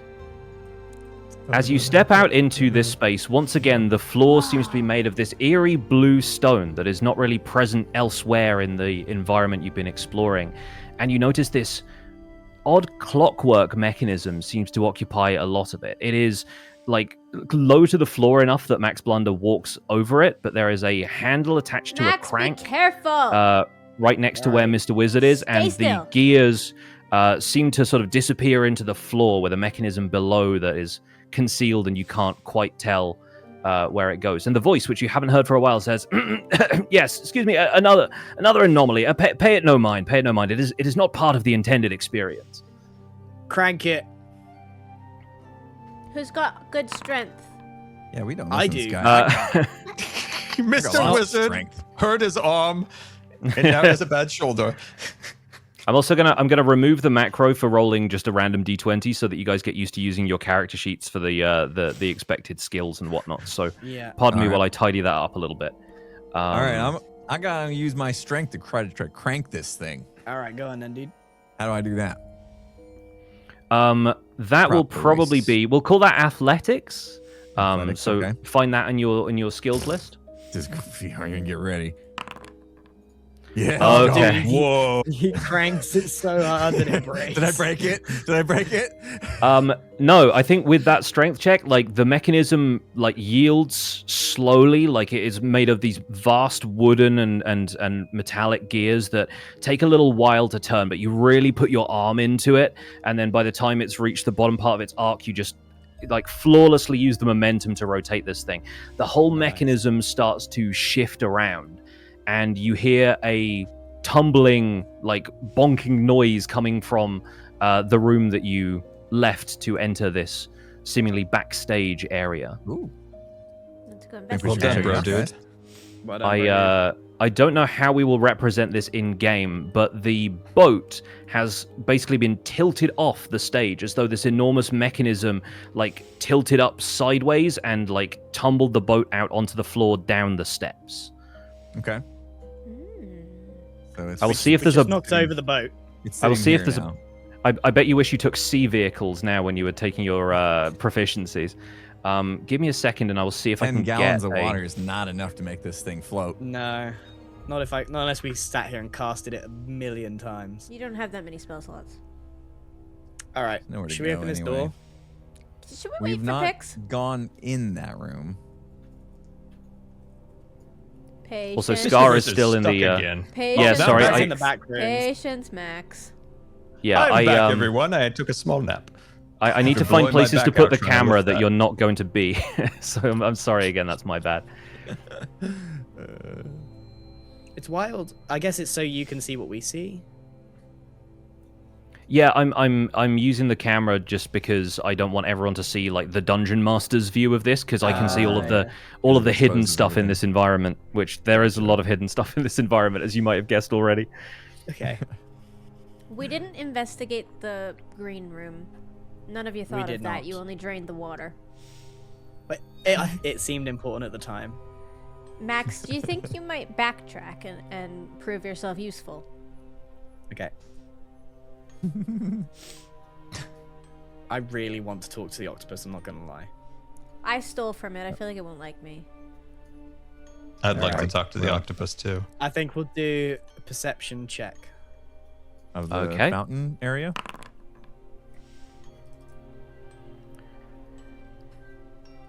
Max, you hear a kind of low slurping sound coming from somewhere up near the ceiling. And the ceiling in this room you can't see as easily because there are so many trees in the way. They kind of create this canopy. And the ceiling in this room seems a lot higher than in some of the, in the neighboring rooms. And I think, Brogini, your fighter instincts kick in. And you're sort of like the hairs on the back of your neck stand up on end, but you can't quite figure out why. There's a whole canopy above us, and we can't see what could There's be coming at something us from above, nasty up right? there, guys. How do we provoke Yeah. it? Could I climb a tree? A slurping. You can absolutely try and climb a tree. Do you want to give me either acrobatics or athletics, whichever you prefer? A I will slurping give you sound. acrobatics to climb a tree. Fantastic. With a 22, you effortlessly scale I'll the scale nearby that tree, which right there. okay, excellent choice, because from where you are in the boughs of that tree, you're able to perceive something oozing its way down the opposite wall above where Mr. Wizard is. There is an enormous cube slowly, like, dragging its way down from the ceiling of this room, which is maybe like 80 to 100 feet high. It's sort of oozing its way down the wall, approaching the treetop under which Mr. Wizard is currently standing. And Mr. Wizard, Yes? if you could just move, potentially to the other room, that would be really good. I have moved 1 block over. Oh, How dear. do we? What would we need to do to figure out what this is? Is it an investigate? I Wisdom? would say this is probably a nature check. Who's got nature? Yeah, so guys, there's a really big cube. I've got +2 nature. Yeah, it's I've got +1. I have +4. Mr. Wizard will investigate this. With a swipe of his hand over his brow, wiping the sweat off, he will investigate with the power of normal nature spin. Useless. Okay, I'll go back I'll to leave sleep, it- dude. I'll leave it up to you to interpret. Scar, what does Mr. Wizard think this is? Mr. Wizard, after long and trying moment of silence, visualizing this great slime, realizes that he would like to go speak with the octopus. Goodbye, gentlemen. Right, let me handle this. I know what this is. I changed my mind, guys. I have no idea what this is. It seems to be some gelatinous cube. Hold on, I've realized none of you can actually see it. I've just told you about it, so maybe I should just investigate. I think at this point it has oozed down the wall It has far oozed enough. down. it's that, far uh, enough down. There's The- bones. you- There's skeletons on the ground. You can hear the tops of the trees sort of hissing, and it's not like the rustling of leaves in the wind. It is the sound of something dissolving in a very potent acid. Oh dear. I don't know what this is, but I don't like it. Would any bro? Why don't you have a little look? I'm not fighting this thing. No, I need you to nature What if we check do it. have to fight it? What if we have to Well, fight Well, it? maybe you recognize it. All right, I'll nature check this with my -1. Are you kidding me? This is the way D&D works. Sometimes if you're really proficient in something, you still fluff a roll, and sometimes the fighter is going to know a gelatinous cube when he sees one, and he has heard Okay, dwarven man. he has what heard do the you know? tales and knows to stay away from these things. So a gelatinous cube is basically like a large ooze that sort of lurks in dungeons, typically in smaller spaces. It's unknown how this one seems to have found its way up the wall in this area. But yeah, they basically engulf adventurers and slowly dissolve their bodies in this sort of cube of acid that is very difficult to escape. Right. So how about we leave? Huh? That's a good idea. Mr. Stay away Wizard from this. returns after you all figure it out. I Hey, will- everybody. I will No, climb. actually, we're leaving. I We're will leaving, climb Mr. down the Wizard. tree now and go. Let's go to the you next wanna go room. through here? Yeah. Okay. All right, you continue out into the room with the boat. The boat is still lying on the floor in the center of the room, and you step through into the giant hall. Yeah, I'm going to move the should camera in perception. here once again. We should So- perception check. I will tell you guys what you already see in this room. There are 4 large pillars, and there are 2 chandeliers hanging. Once again, moth-eaten red carpet leads up to a stone throne on which a skeletal humanoid sits, clearly long dead. Can we investigate Alright. him? Let's have a look around, everybody. carpet. Perception. There could be a trapdoor under the carpet. Well, I'm pretty sure I spot something. Yeah, Max, as you're looking at these pillars, especially because you've approached this one up here in the top left, you notice that one of these pillars is different from the others. The one over on the right-hand side of the room seems to have almost like drag markings on the floor around It does. it. It And- genuinely does. Yeah. So you noticed that about it. Anybody else making any checks? Did you I'd want to like investigate to check the out throne? the throne, please. Sure, yeah. Go ahead and roll investigation since you're right up there on it. I Guys, there's shall. something suspicious about this pillar. 10.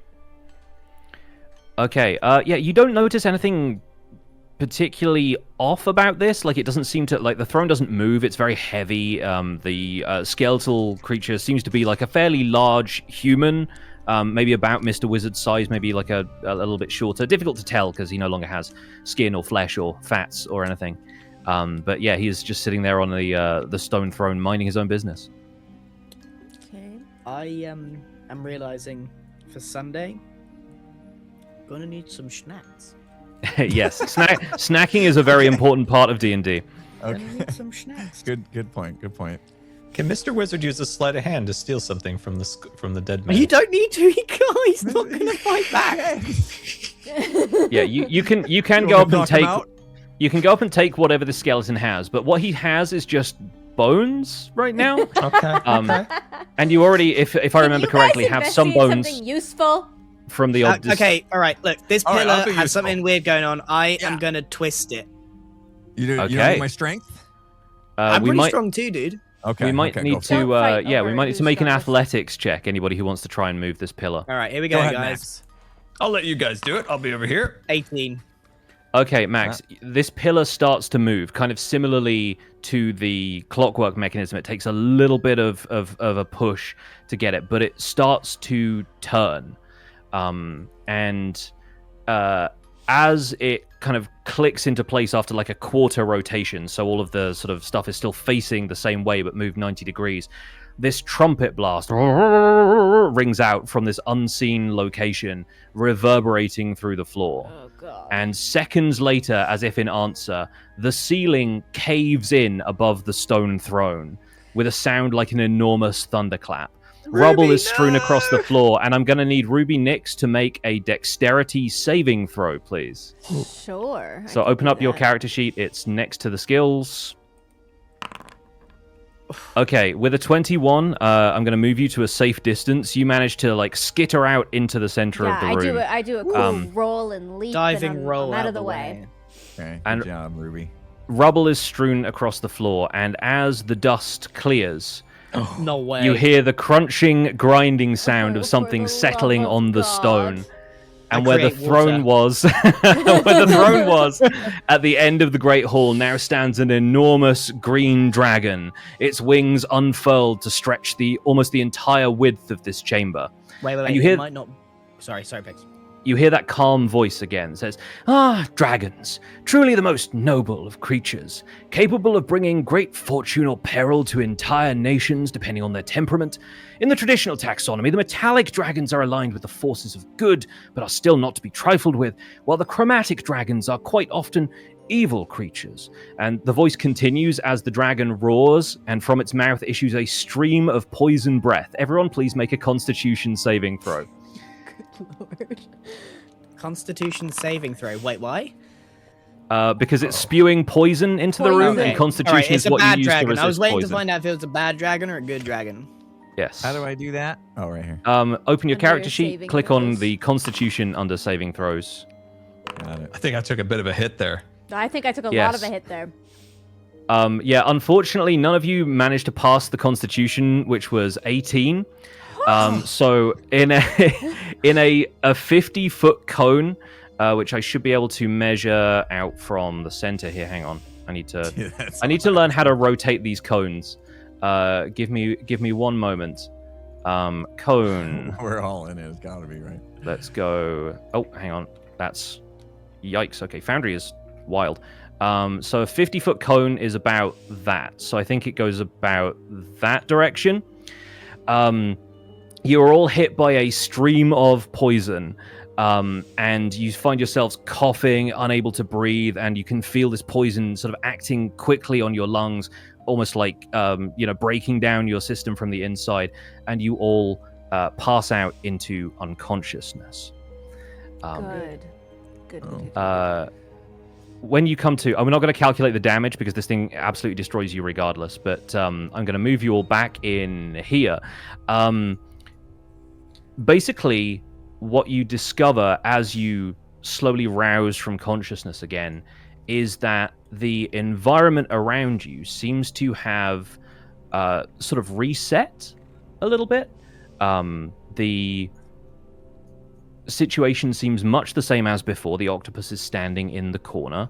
All of the doors are closed. And you do not hear the sound of a dragon from the nearby chamber. Ruby, have you still got your saw? Yeah. You check in your inventory, you do still have the handsaw. And the octopus no longer has a handsaw, but everything seems to be back in its place. Boys, this Okay. feels like a learning opportunity that maybe we could do something better. Well, there's still a path we haven't taken, and that's off to the left, right? That's That Mr. true. Wizard Lead the way, bro. Checked out. Yeah. I think we. Headbutt time. Oh, there's a door here. I don't need to headbutt. There is a door there.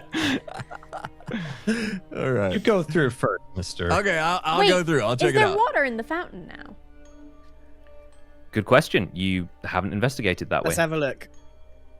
You Max- want me to come back with you You guys? Is there tend water to in move the- before I get to have a Rogini thought. I'm ready to Dudestone goes down a headbutt. corridor confidently to find that there is nobody following him. So we'll briefly cut over to the fountain room where yes, you find that Okay. there is water back in the fountain. And can we hear the cube? You can, now that you know to listen out for it, you can hear the schlorp sound coming from somewhere high up near the ceiling. Okay, so Bad room. Leave that room. Go the way bro was going. is it? It's all reset, but the fact that you still have the saw Yeah. is confusing. All right, now you guys are found heading another room.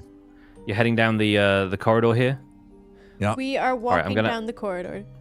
I'm going to have the In the camera gaming follow you. room. You find yourselves in Oh, a small dude. but fairly well-appointed room with a sofa. I'm going to need everyone to stop moving around for a second because something is going to happen. Yeah, guys, move once in your turn. All the Move dudes one immediately time just sat down in on your the sofa. Yeah, you all immediately stepped on the carpet, presumably to get on the sofa. Although, did Yep. anybody else climb up on did you climb over the arm of the chair, or did you all step on the carpet to get into these seats? I feel like Max did a I backflip leapt from onto here it. straight onto the sofa. I'm on the Okay, floor, great. not the couch. So, because I only moved Mr. one time Wizard- in my turn. I Mr. tripped over Wizard- the pillow, if that matters. Mr. Wizard and Bragini are the only two people affected by the rug of smothering that appears. What? The rug basically comes up and tries to smother you as you cross it. I'm going to roll to see. I'm going to target. Hang on. Let's turn this into an encounter for a second because I need to remind myself how those work. Let's put everybody in this. I need Should've to delete this investigated. encounter and think create you're gonna get encounter. I need another IRL wee wee. Okie doke. Yeah, my last ad played over top of some of this, but I have an ad right now. Yeah, we have now a been good time. Should we just hit it to getting a little carried away. Yeah, yeah. Okay, we'll hit it. Hit I ad. need to be right back. The rug of smothering. Wait, you said smothering, not mothering, right? Yes. Yes, this is It's just trying to take care of your impulse. Just trying to make sure you had something to eat today. Just protein powder, dude. Just protein powder. Oh my god. Dry. Just shovel it dry, man. Every other day I put just a raw egg in it, mix it together, makes it gelatinous.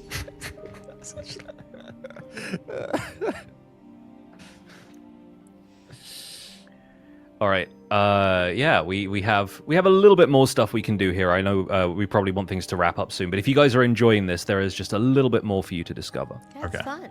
Starting to understand the flow, considering I've never had exposure to this. Me either. I've Yes. struggled with the flow a little bit. We That's gotta what I'm trying contain to Grian's clicking before he triggers everything every time. Yeah. To be fair, this is the format of like a dungeon crawl where you're kind of exploring a space, looking for secrets, finding treasure, that kind of stuff. Not everything is going to be like this. In fact, the starter adventure I have planned has a little bit more of the kind of social aspect, kind of talking to NPCs and that kind of stuff. This is just kind of to give you an example of an environment to move around and occasionally to remind you to check for traps. Yeah. So climbing the we can- tree. Climbing the tree was a great move. I think that was a really fun one. Yeah, I feel like I want to say perception check every time we enter a room, but I don't want to force the other three to do a Yeah. perception check Yeah. every time Could we I enter a room. had- You guys need to come to that conclusion. Could I have used my axe to cut the tree down since it was blocking our view of what was Yeah, above? Would that have absolutely. been Yeah, a valid you could- request. You could Okay. you could have totally tried that, yeah. And I think honestly, instead of just going perception check every time you enter a room, think about like what your character does to look around. Like add a little bit of flavor to it, and that'll stop it from getting like routine and boring, We should be right? taking a second when we get in the door and deciding what role play thing we do in this room, rather than just exist in the room. Okay. Yep. We got I an agree. encounter now. We do have an encounter, so if you guys will click on the little crossed swords icon underneath the chat, we should now have an encounter here where clicking on the D20 in this graphic should get you guys to roll initiative. Clicking on And I'm going to roll for the rug.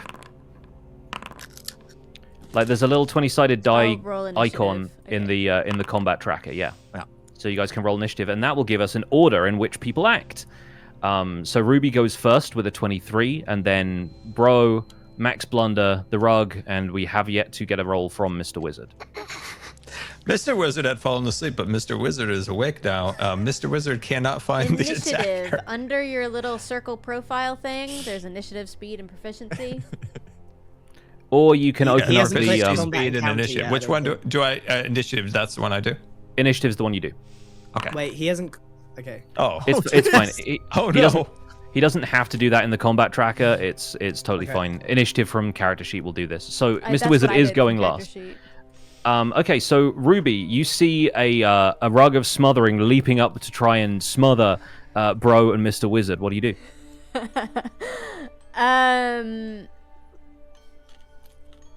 God. Cat. I have daggers and a short bow and nothing. Use the saw. Nothing I think he useful. wants us to get smothered. Can I shoot an arrow at it to try to just pin it to the wall? Absolutely, I love that idea. So Okay. go ahead and click on your short bow in your character sheet. In my character sheets. Yeah. Is it in my inventory? Yes, it's in the backpack. Short bow. Okay, and then I And do a then- normal row. Yeah, equipped. do a normal roll, and you're rolling to hit this thing's armor class, which is 12. Oh. Oh no. Was that a natural one, or was that just a... I don't know As how to in see one, that. because it's +4/+2. Oh, a critical Yeah. fail, unfortunate. So I think the Shoot, Mr. Wizard. the I think instead the arrow pins Mr. Wizard's hat to the wall. Okay, can I also just move back to this corner in my turn? Absolutely, yeah. So in combat you get a move action, or you get an attack action and an attack action. You also have bonus actions, And a which are bonus action. a thing that we'll get into. But we'll get into combat more formally in the near future. I'll have a proper like combat tutorial ready for you guys. This is just ambushing you with weird stuff to get you used to how wacky D&D is.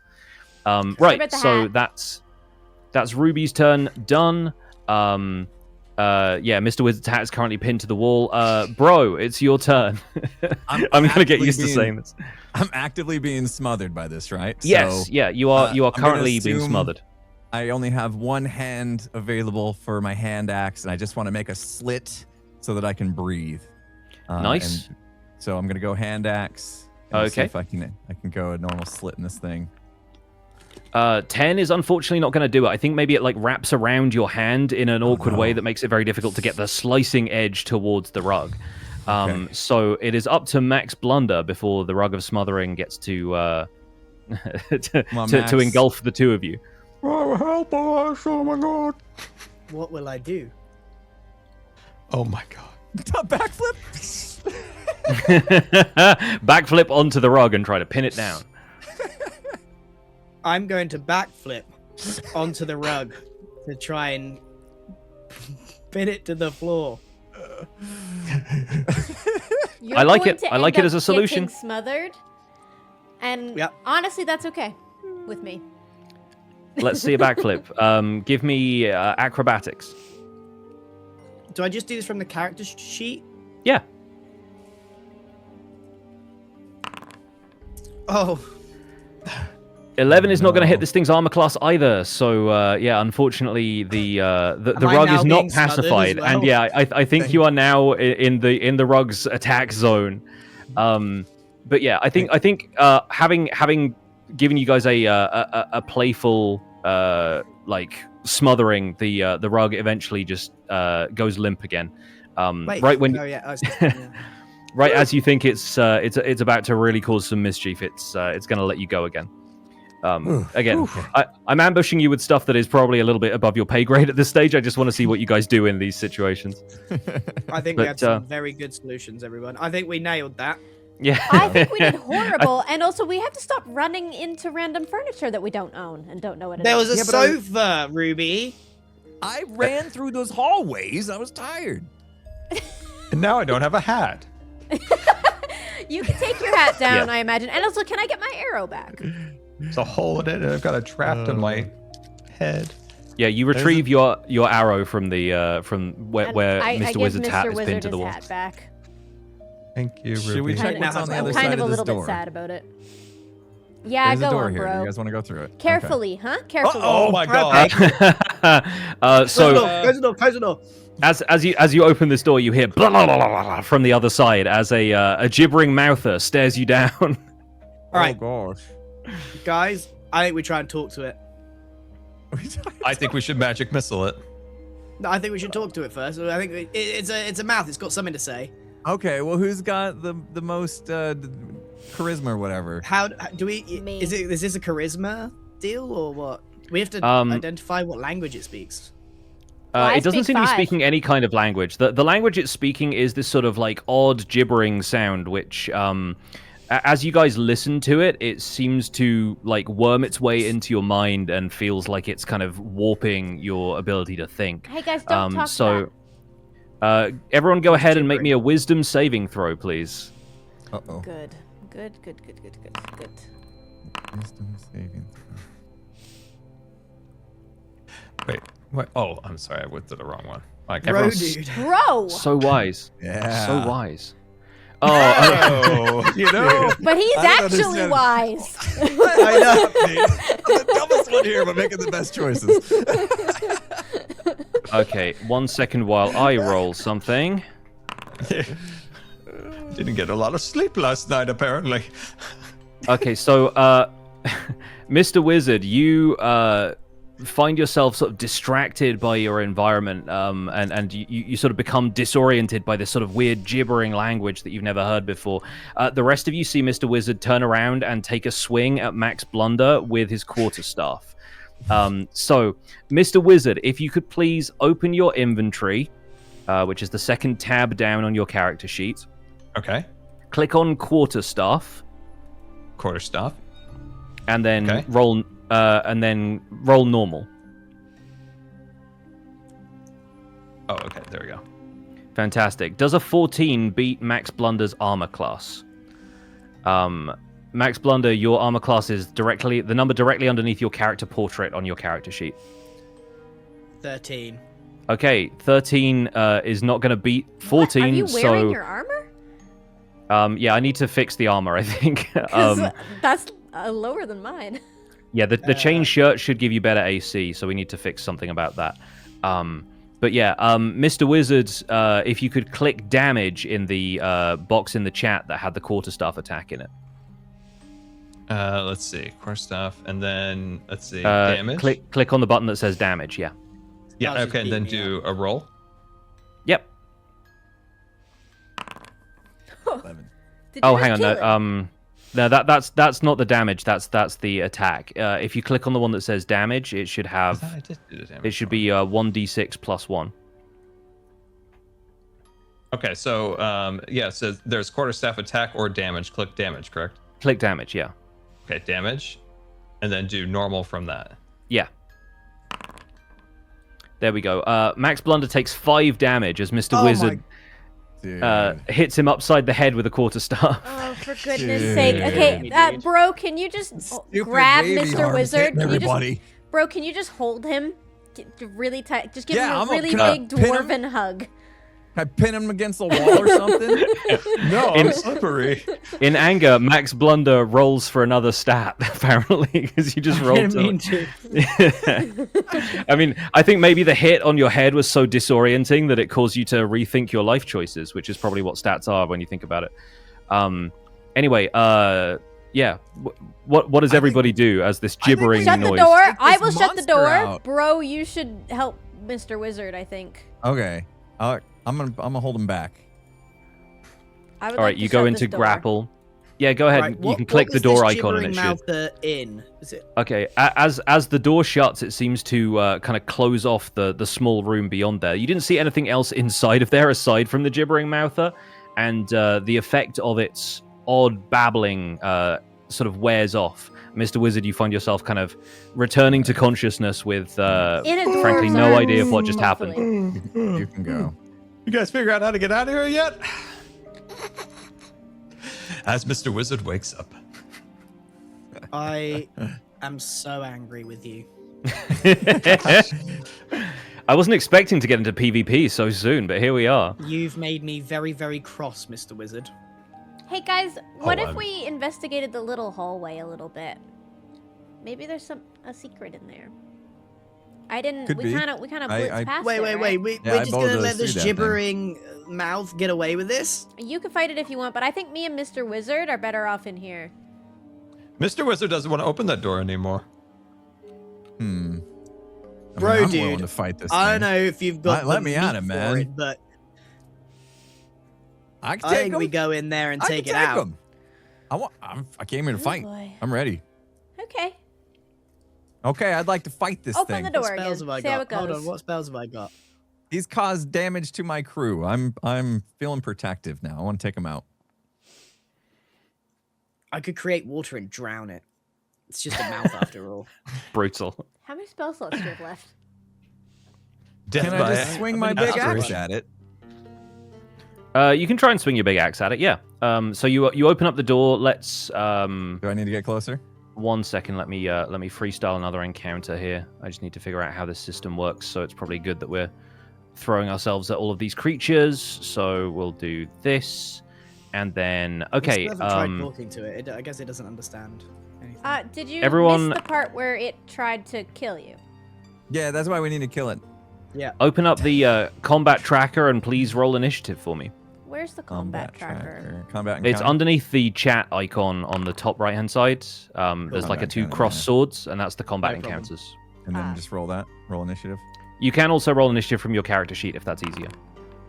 I'm there, I think. Oh, I see that. It's up there. I Okay. say, bro, dude, I say you go in there and bonk. Just whack it over the head, and we'll be done. I here. just rolled a 13 or something, didn't I? Yeah. So what's that gonna do? That's to decide Max, did you the seriously roll a 2? order in which stuff happens. You want to go in Um, there and you're gonna roll a 2? I'm behind, bro, dude. I'm fine. Scott, do you need a hand finding where you need to click? No, I think right here, and then normal roll. Great. Is that correct? Fantastic. So you and Max are going to go basically right after each other. It's actually Ruby gets a chance to act first. I think maybe you kind of like you found your way back into the corridor, and then I'm suddenly in the you corner hear peering through at these You two hear, idiots. bro, shouting. yeah. I picked the fight and then sent you in first. It is. You can like defer your turn until later if you don't think your character would do anything right now. If you want to let Bro get the first hit, but then the monster is going to act right after that. No, I will. I'm not doing anything. Okay, So mad. sweet. Picking this fight, dude. I'm back in the door there. I'm just like, nah, not my problem. What is that? All right, fantastic. So now, now I know how the encounter system works a little bit better, and it is Bro's turn. What does Bro do? Yeah, Come on, bro. I just want to swing my big axe at it. All right, fantastic. So you should be able to click on the monster, Okay. and then roll from your character sheet. Roll your great axe.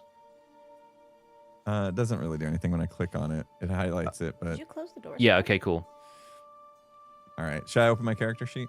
Yeah. Open your character sheet. Go to your inventory. Find your great axe. Yep. Great axe. Finally get to use this thing. Okay, here we go. And then normal. Come on, baby.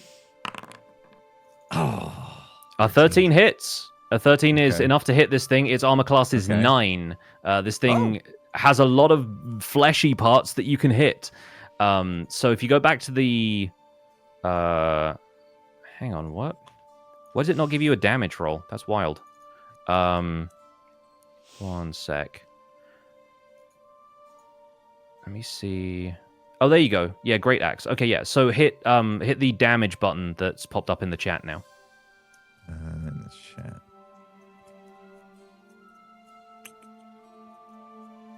There it is. Got it. Normal. Yeah. Yep. All right. You bring your axe down hard on this rough. thing. It doesn't seem to take a ton of damage from it, but you've still carved off 5 damage from its health total. It seems otherwise a little bit confused by this, but it doesn't Me seem too. to. Yeah. we don't know how much health it's got in an encounter. No. Can no. I investigate it to find out its weaknesses?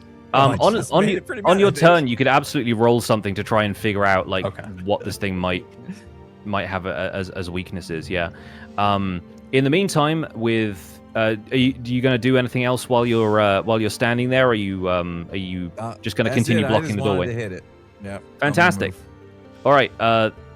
This thing is going to move towards you and attempt to bite. Ooh. So. And it crits. Oh no.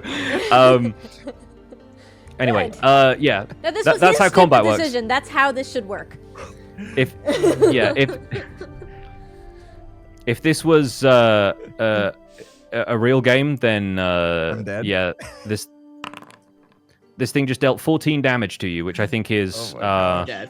2 more than you have hit points. So I think we will close this door and move on. Okay. Oh, bro, No, dude. he's dead, dude. No. Bring him, put him back to the start. He's. So- Can I put him on my hoverboard?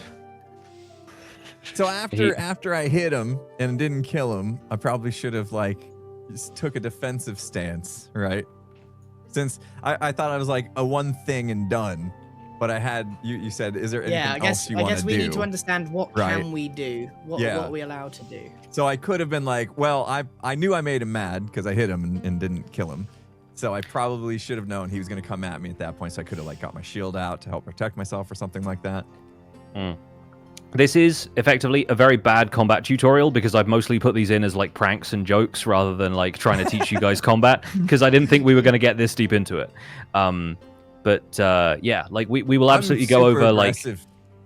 yeah, we will go over like combat and strategy and stuff Okay. in session 1, and like I have a lovely tutorial fight planned for you guys. But in the meantime, Brogini Dudestone, having been bitten by this gibbering mouther, disappears and then reappears in the room with the. No, no, no, no. You just hear me yelling from the hallway. No. We're going to perception check this hallway instead. You hear the voice from outside go, yeah, maybe that was a bit of a mistake putting that creature there. It seems a little bit too violent for the caliber of adventurer we have walking our halls currently. Please carry on. You're investigating the hallway? I'd like to investigate the hallway, please. Can we go and see if bros respawn? Back I'm at the start? investigating the hallway. Okay. I Give need me an Mr. investigation Wizard's check. Hoverboard. My character's stuck, I guess. With a 14, Treasure you under. don't notice anything unusual about this hallway. You don't detect any of the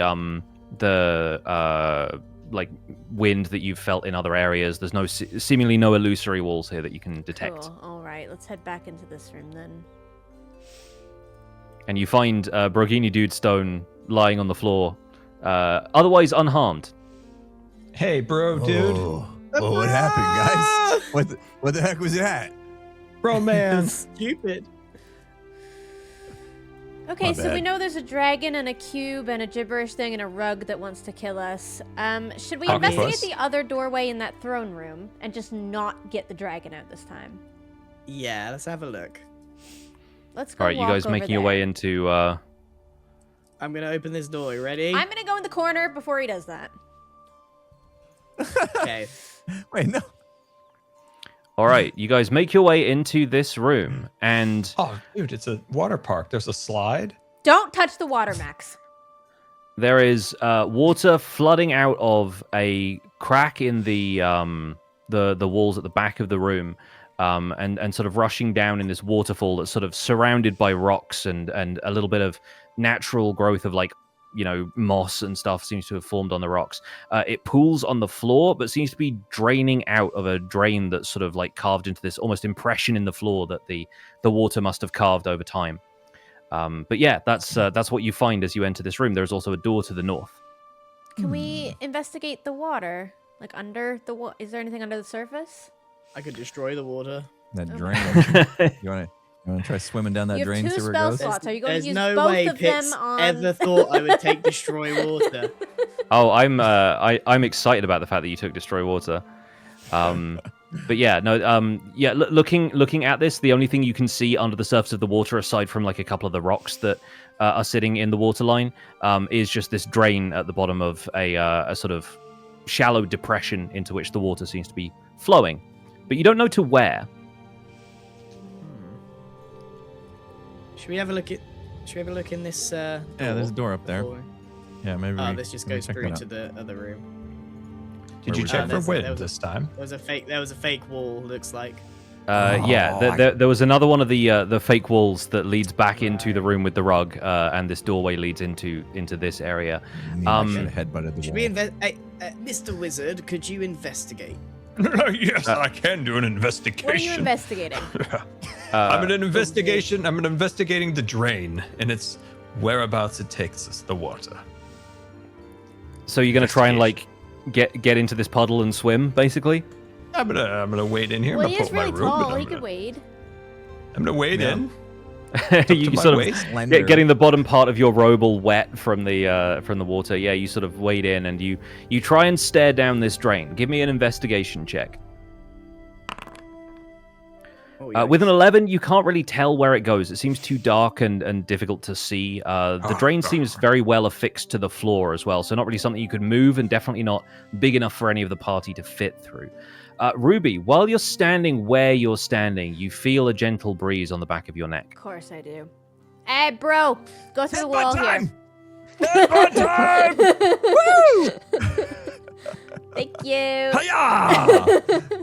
Oh, he's gone again. Guys, Is I it found safe? something Is it beyond safe? the wall. Wait. Don't move too quickly. No quick movements. There's Is no it- monsters is in here. Is it safe? Come on in. It's Have you another back perceived rooms. anything? I I'm knew gonna- it I'm was a gonna turn water this park the wheel. second we came in here. I'm turning the wheel. Do you think we maybe Okay. should perceive something about the wheel first? Or Turning the wheel! Okay, all right, we're turning the wheel. Max turns the wheel, and you hear this enormous noise of rushing water coming from the adjacent room. And you get the sense that the room back there is flooding even more than it already has, as you effectively release a massive Let's go to the valve boat. attached to this pipe. Oh, We can Yeah. get in the boat. can I we think get back to the boat? Let's quickly. I can't move. Let's as quickly as we can through this rushing water. Let's head back to the boat. You are wading through water as you exit this room into the throne room, and a little bit of it is lapping against the door to the room. at And that the point. boat's been kind of like Alright. knocked off this, right? No, the reset. boat is now reset because the wait, so whole Max- dungeon seems Max, to have can you reset. knock for the I'll you. boat go. off I'll again. go. I'll go. All right. Yeah, so you head out into the corridor. You start to turn that crank. I'm not going to make you roll for it this time because then the boat tips off of the stage, and I guess Mr. Wizard, Ruby, and Bro are there to like hang on to it. And it feels like with a group effort, you could drag the boat. Yeah, you guys were very potentially back strong. through the Let's open door. bring the boat over to the water. Yeah. How are we Like gonna that. get that boat through that door? It looks like it fits. Yeah, if you turn it like Big door. end on, it will fit through the door. The door is like quite wide and See, we're arched, so very even like the strong. sails and stuff will come through. Okay. All right. Let's drag the Um, boat. So the group of Okay.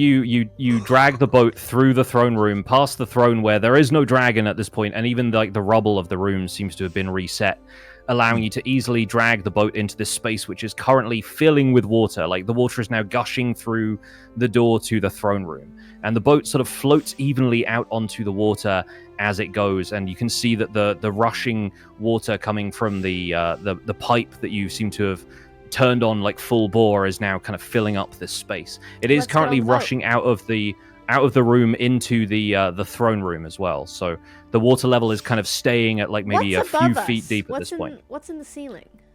So you look up towards the ceiling and you notice that there are these sort of like crisscross pattern of like almost like a lattice made out of wood. and there's sort of gaps, maybe like a foot or so between them. But it'd be very difficult for somebody to get out of there. Wait, what if will the water rise enough that we can get up there and Ruby can use her saw to cut those lats? The water level is currently only being like kept at a certain level by the fact that it can all flood out into the throne room. But is it Can we filling, shut the door and it's then it'll filling go the up? throne room? Yeah. Wait, is it filling that other room with the infinite ceiling over there? Will it eventually? Oh, all the way out. It seems unlikely that the water is going to reach there. It seems like the Right. water is reaching its capacity to sort of fill up this little room. Is the octopus happy to have water? The octopus has sort of, the octopus sort of makes its way towards the sound of water, but unfortunately it's too big to fit through the door. Even though I think technically an octopus can fit through anywhere its beak can go. But I think the octopus is just sort of looking longingly out through the door and incidentally blocking the door back into the starting area. Okay. Wilbert can't get Right. through, guys. He's blocked. It's not the octopus named Wilbert. But yeah, I think Bro had the idea of potentially closing the door to this room with the water and seeing if the room filled up with the boat in there. And I think that might be something worth pursuing in the Let's try interests of time. Back in here, everybody. So Back go in here, close stop, the door. Stop moving randomly. So you've closed the door to this room, and the north door gets closed off as well. And yeah, you start to feel this rushing water surge upwards as everybody clambers into this boat that you've somehow like loosened from its moorings on the other side. And as the water surges, it starts to rise up and take shape as a water elemental forms up underneath you, carrying the boat up towards what seems like potentially a trap that would crush you at the top of the room with all of these wooden slats But I have a that you saw. can't quite fit through. But you have a saw. And so... Can I just sit on Mr. Wizard's shoulders and reach up? Absolutely and, you can. And saw the ceiling a little bit. Yes. With the hand saw, this sort of sharp serrated edges that you got from the octopus, you're able to cut open a hole into which the group of you is now able to pop out onto the roof of this thing. And from what you see up there, the room ends, and on the outside of the room is more of that weird blue stone environment. And you see something that looks like maybe it is glowing in one corner. I'm gonna move you guys over to here as you manage to escape the dungeon. Ooh. Full steam ahead! Guys, the saw! New. So Who would have it's thought that relevant. saw? I thought we were supposed to cut that guy up Wait, and sell it- his meat. Mr. Wizard has just gone straight on the rune. Yeah, he has.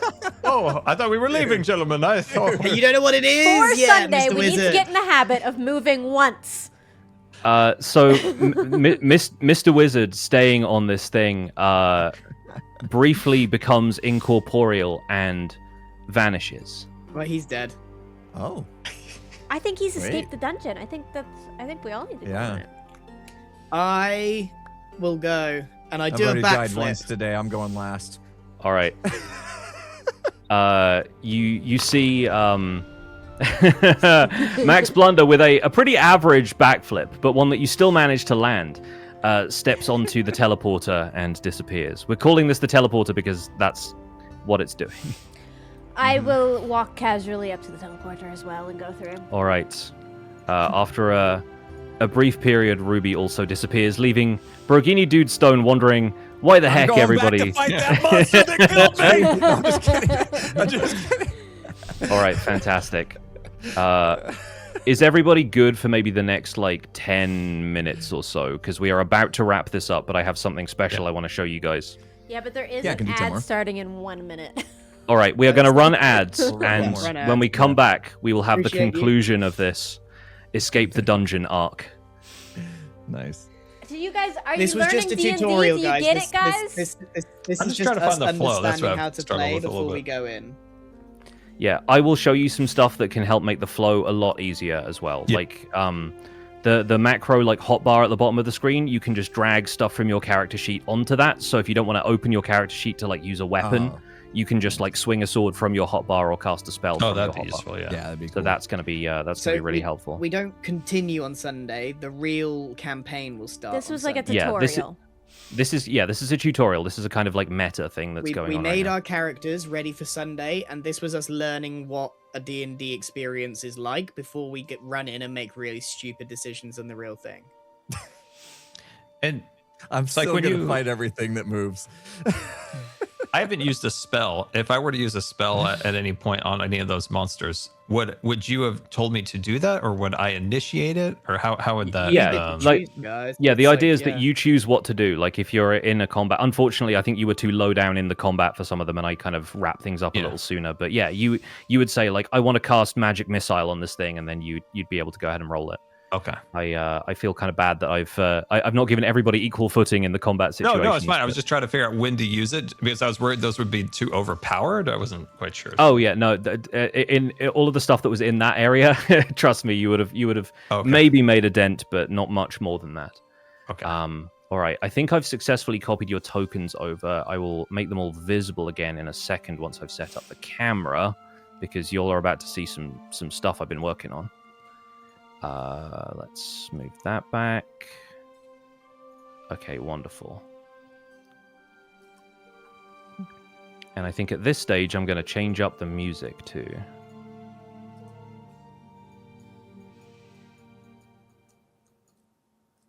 Mr. Wizard wants to do a history lesson.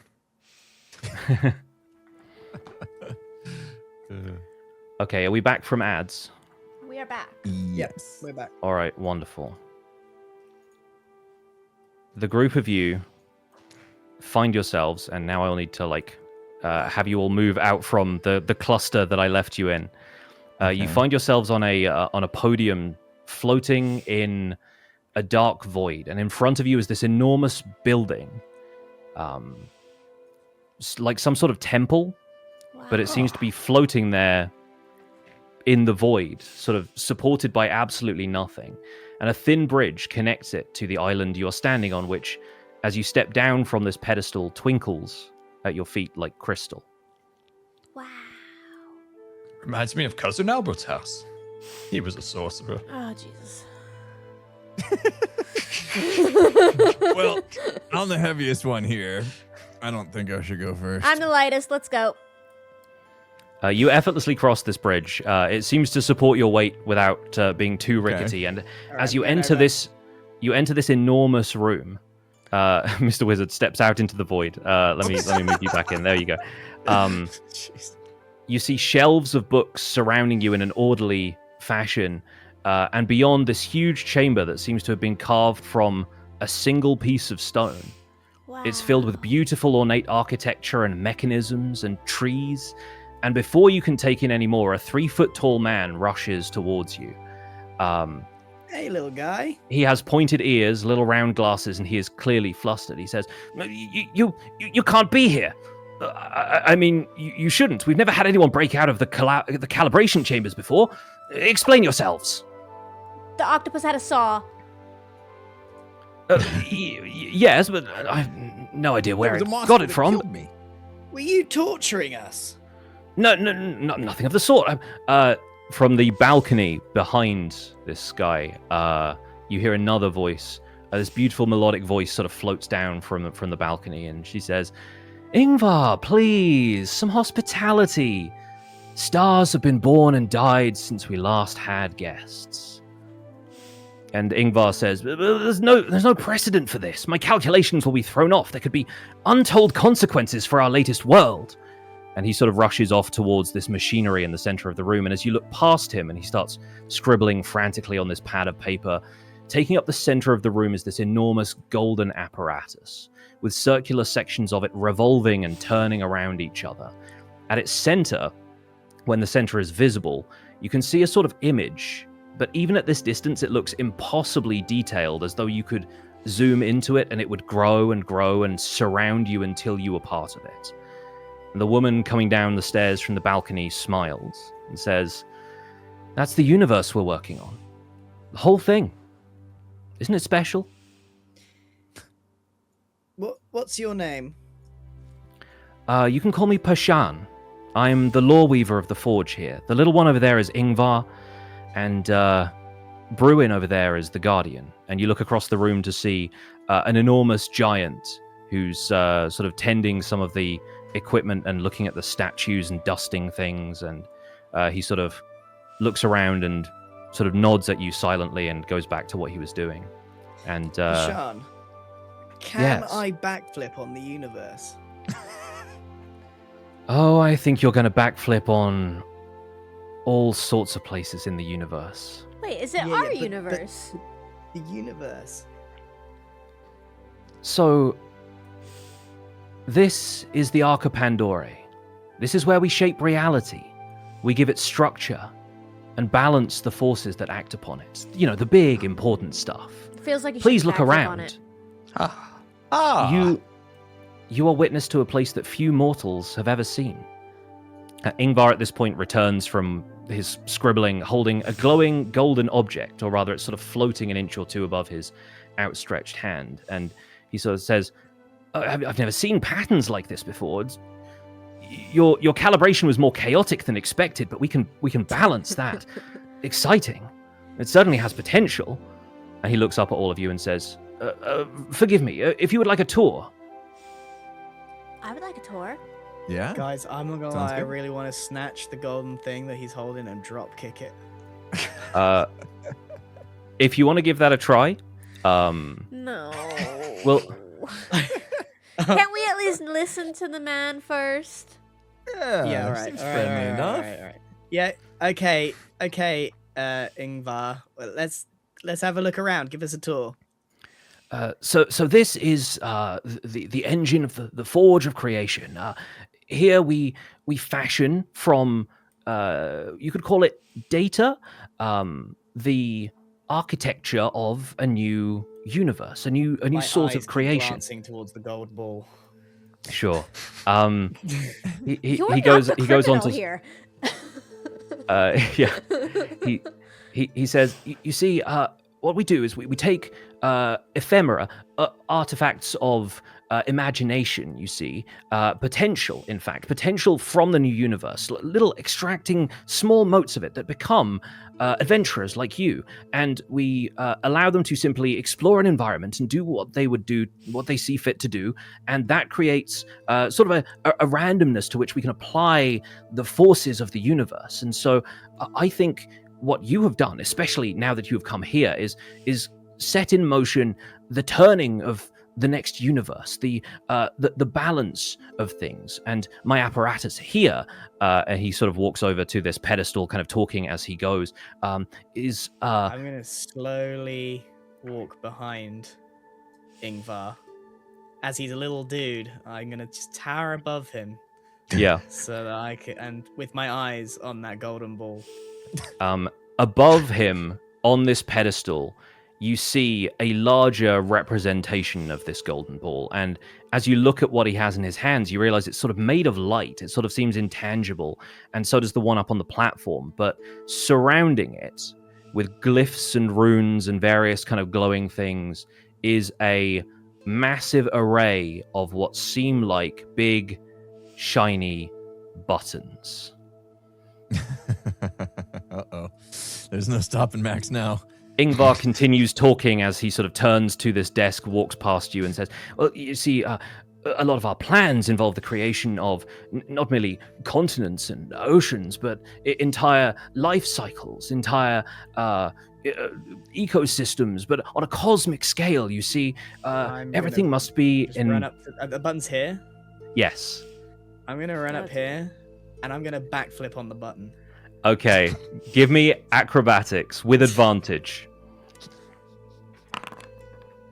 Okay, with a 21, Max Blunder steps up these stairs, backflips, and lands on every button in this enormous array of glowing glyphs.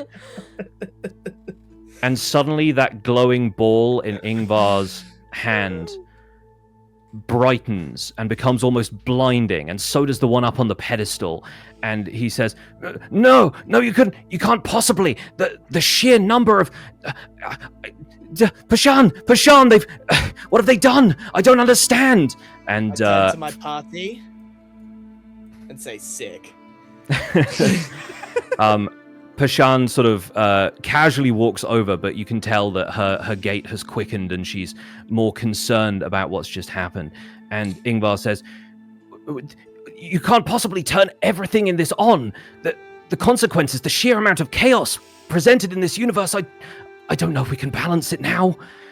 I knew it was a mistake to bring them in here, but no, Pashan, you must weave them into this universe's history. You must weave them into the fabric of the universe itself so they can go down here and be the chaotic force that corrects the chaotic force. You see, everything in balance." And from outside the walls of this enormous room, you hear thump, this loud thumping noise that seems to rock the entire stone piece that you are sitting in. And Bruin, this giant man from across the room, looks up, and you can't quite see his expression, but from what you can tell, he looks alert, and he unsheathes a giant axe from his bag and holds it in one hand as if readying himself for some sort of attack.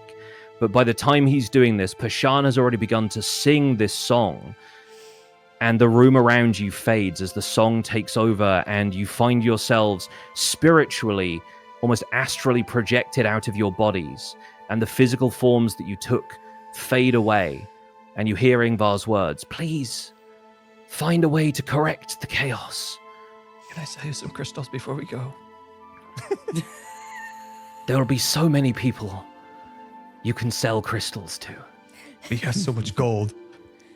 And the room around you fades as the song continues, and you find yourselves wrapped up in the song Pashan sings, the song of this next universe being created with you almost at its center, potentially its destroyers, but also, in a weird way, its creators. And with that, the Arca Pandore around you fades. And we're going to get into the epilogue for this and the prologue for our adventure. Picture, in your mind's eye, the universe.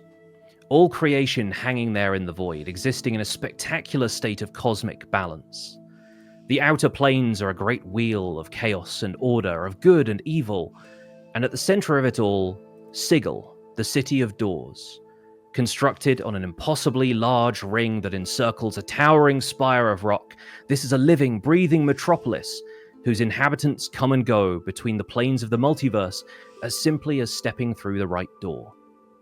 Our mind's eye follows one such inhabitant through that door, and as we cross the vastness of space, we see now the inner planes of existence, the four elemental realms of air, earth, fire, and water locked in their grand equilibrium, seething around the material plane. And above, not physically but ethereally, the plane of the Feywild, where the kings and queens of the Fey courts spin both dreams and nightmares. Below, the dark mirror of the Shadowfell, a place of ruin and decay, where the dread name of the Raven Queen is spoken in hushed whispers. But our eye is drawn now to the material plane, a place of magic and mystery where the actions of heroes and villains shape the world around them. This is where our story will take place.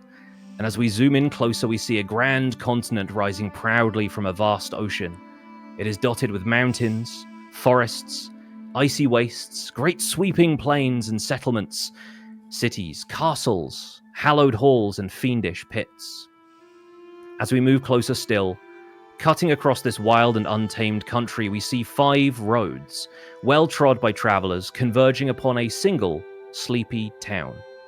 And for the first time in this universe, we see our characters walking the road, with weapons slung at their sides, the call to adventure in their hearts, and their feet grinding the grit of the road further into the dust.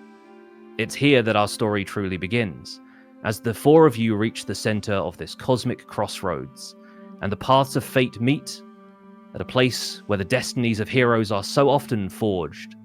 You have arrived at a tavern.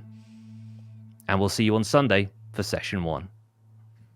Yay! Yay! Good job, Pix. Amazing job, Pix. Well done. I'm so glad you got out of the dungeon, dude. It was close. It was close. You were worried. You were We were worried gonna never fight getting out of everything there. in there. I was like, I was gonna you headbutt got- every wall, kill every monster. you got the handsaw so quickly, and I was like, maybe there's a chance. So this has been Gigs D&D Session 0. I'm sorry that I basically made you play the game right away with like no instruction, but No, it was good. again, We needed chaos That's good. at the center of all things. That really Yeah. feels like what this campaign is going to be. it. It's gonna be fun. I think I Oh, could have man. got them to buy some crystals. Really looking forward to Sunday. It's gonna be a blast. Yeah, Sunday will be nothing like this, but also very like this. Yeah. And yeah, So I this have was some. good for getting to know Foundry, understand the roles, like understand what you Yeah. know, what might be a I'm gonna watch smart a move, what tutorial. might not. be I a will smart spend move. I will spend a bunch of time tomorrow putting together basically like a cheat sheet for Foundry, to kind of get you guys a little bit up to speed with some of the cool stuff you can do that will make your lives way easier. Because you can pop out the chat, so it doesn't have to be like clicking between all of these icons and stuff. You can have the dice rolls always on screen as long as you've got enough like screen space for it. And there's like a Okay. few things you can set up with your character sheets that make it easier to get to stuff. So I'll do my best to figure that stuff out before Sunday. Sounds Yeah. awesome. Well, good job, dude. This Yeah, is awesome. amazing I job. think this is going to be It's going to super be very fun. good. If this encouraged you all to play D&D more, then I've done my job. Yeah. It's been a blast Yep. so far. I Yeah. can't wait. Okay. All right. Perfect. Good stream, 5-hour stream. everybody. Yeah, getting late. Getting late. Yeah, sorry if it took a little longer than expected, Yeah. but I thank you so much for don't playing. feel like I've been here for 5 hours. I had a blast. Yeah, that went by fast. That went by so fast. Yeah. Super fun. All So right. Well, Sunday, 7 p.m. GMT. Yeah, We kick off in the tavern. in the where- tavern. yep. We may Oh, or man. may not see more backflips. I'm gonna I am steal counting on and there being headbutts. backflips. Many headbutts. And Scar will get to cast Magic Missile and sell people some Yay, crystals. magic missile. Yeah. Excellent. I feel like that was so much, wasn't it? I'm so excited to play. That was really long.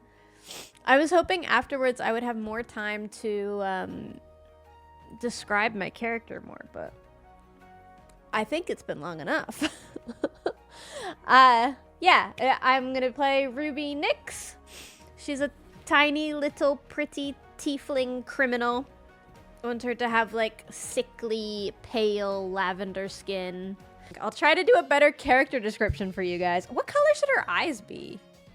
Ruby Nix. I guess just black, maybe? Oh, dude, I'm gonna have so much fun designing this character now that I know about her.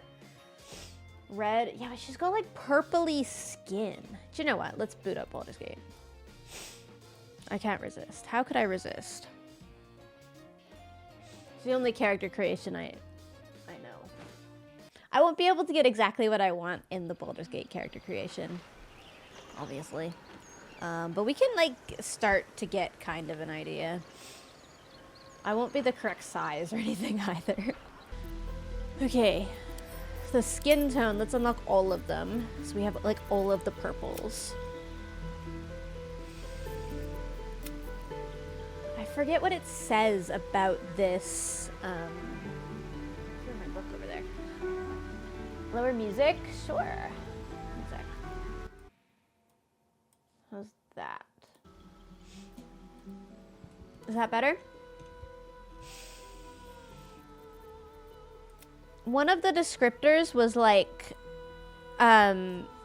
almost dead, which gives like kind of vampire vibes, maybe. Moon tone, like very pale, almost like no blood at all, like creepy amount of pale. Moon tone is good. Amethyst is probably what we want though, right? Wisteria, ash. Probably amethyst. Yeah. Amethyst tone. I'm a criminal background rogue, so probably do have scars. I don't know where. Maybe like on my lip. Scar there.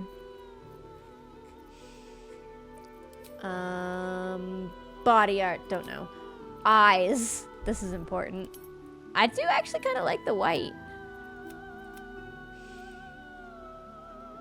And I like the black mainly on the eyes. Let's try these though. Ruby. Very dark red. Oh, it's creepy. I think that's kind of good though, that it's creepy.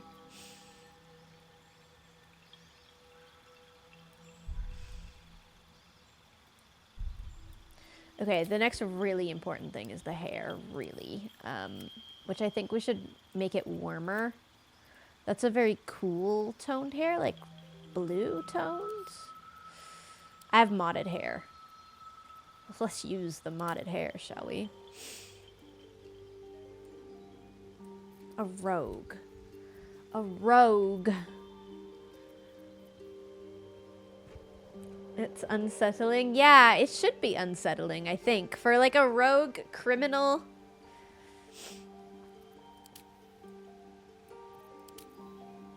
I think it should be really like highly unsettling. All highlight colors, please.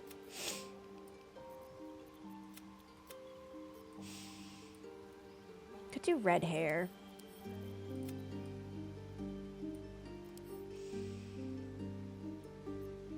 The horns are important. I like these ones in Baldur's Gate with the gold on them. But maybe it doesn't necessarily suit.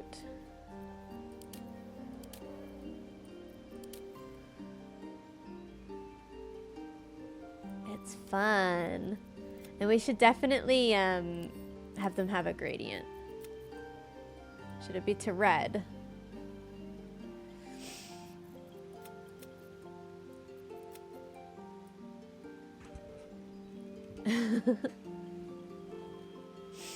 Like the gold? Yeah, the gold is good.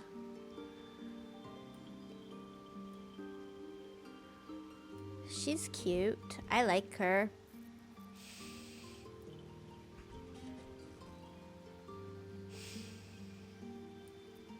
Definitely red.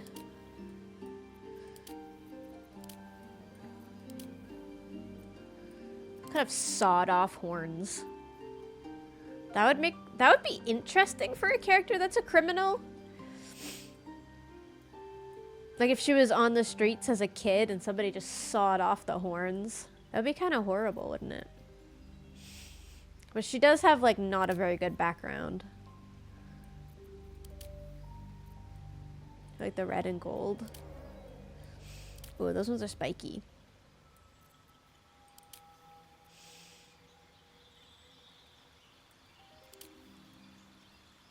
Let's do gold. Maybe she's a criminal, but she's good at it. So she's managed to get enough gold to like put some decor on the horns. Some darker makeup. Let's do purple for the makeup.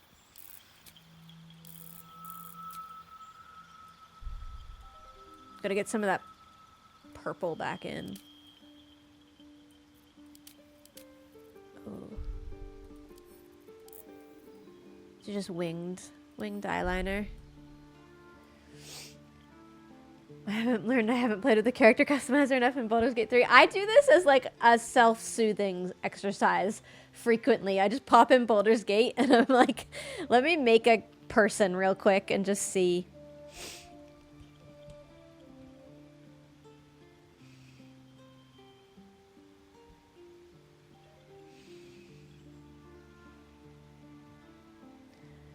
I think I like her. Definitely want maximum. I feel like she should have paler lips because she is like...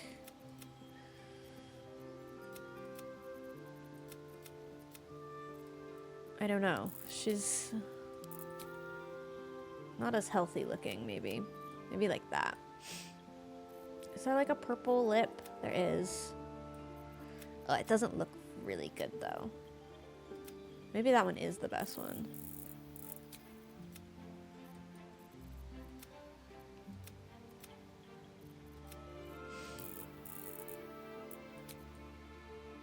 Yeah, like slightly blue lips. Like it makes her look a little bit cold, right? A little bit, like, yeah, like there's just no blood. Like she's cadaver looking, almost.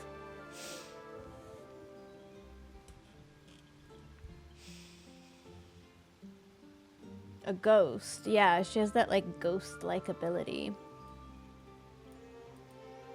I like it. This is not exactly how I imagine the hair or anything, and you can take all the creative liberties if you're taking the time to do any fan art. I appreciate all of it. I don't mind. It's just fun for me to do what I imagine as well. If we are a rogue, we could have like face paint like that on.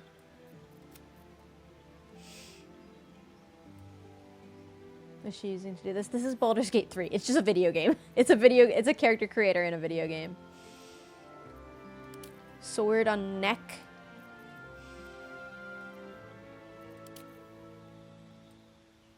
Oh, those are kind of cool. Is that fun? That might be fun. I know it's really out there, but it might be fun.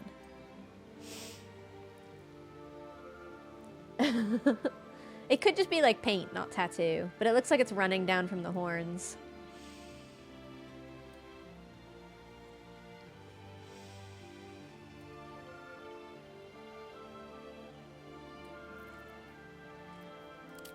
This is like this. No, that's more cleric-like than rogue.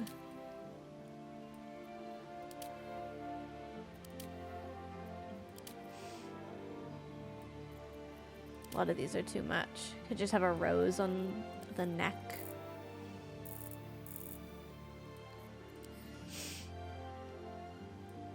That's kind of fun. What about piercings? Oh, a nose piercing? Thank you for the subs and everything, everybody, by the way. I know it's still catching up, but...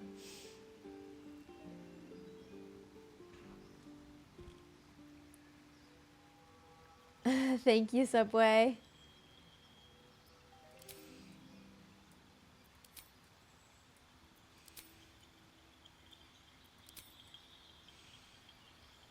I like that. The daggers. That's cool. I'll take a little screenshot of her. That's pretty fun. That's probably good enough. Like, just to give, like, a general idea of eye color and hair color and stuff. She looks like a rogue. She looks like a rogue. Rogue tiefling. Slightly purple. Very pale.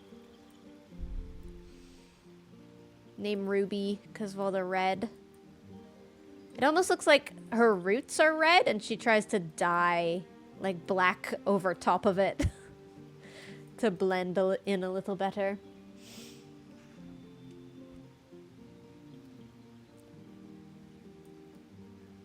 Yeah. I mean, I think I can remake this character again, like, super easily, to be honest. I'll take a few screenshots. All right, chat. I'll call it there. I just wanted to do, like, I didn't really describe my character very much, so I wanted to, like, have a quick look at what maybe she could look like. I don't know. We'll see. But the outfit, well, Pix gave me leather armor, so she'll definitely be in leather armor, I guess, for most of the one shot. It was such We'll go a with good that. session, Sparkles, Sparkles. Should find some outfit inspo. It'll be like leather armor and the traveler's clothes that Pix gave, probably. All right. At risk of this being a very long stream, Gem is great. I must go now. But I hope that you guys will join us Sunday. It'll be much earlier than this time, and we're gonna try to play D&D with these characters, and I'm really excited. This has been so fun. Let me rate somebody. I'm still a little bit under the Discord weather. fan art is already Sorry in incredible. advance.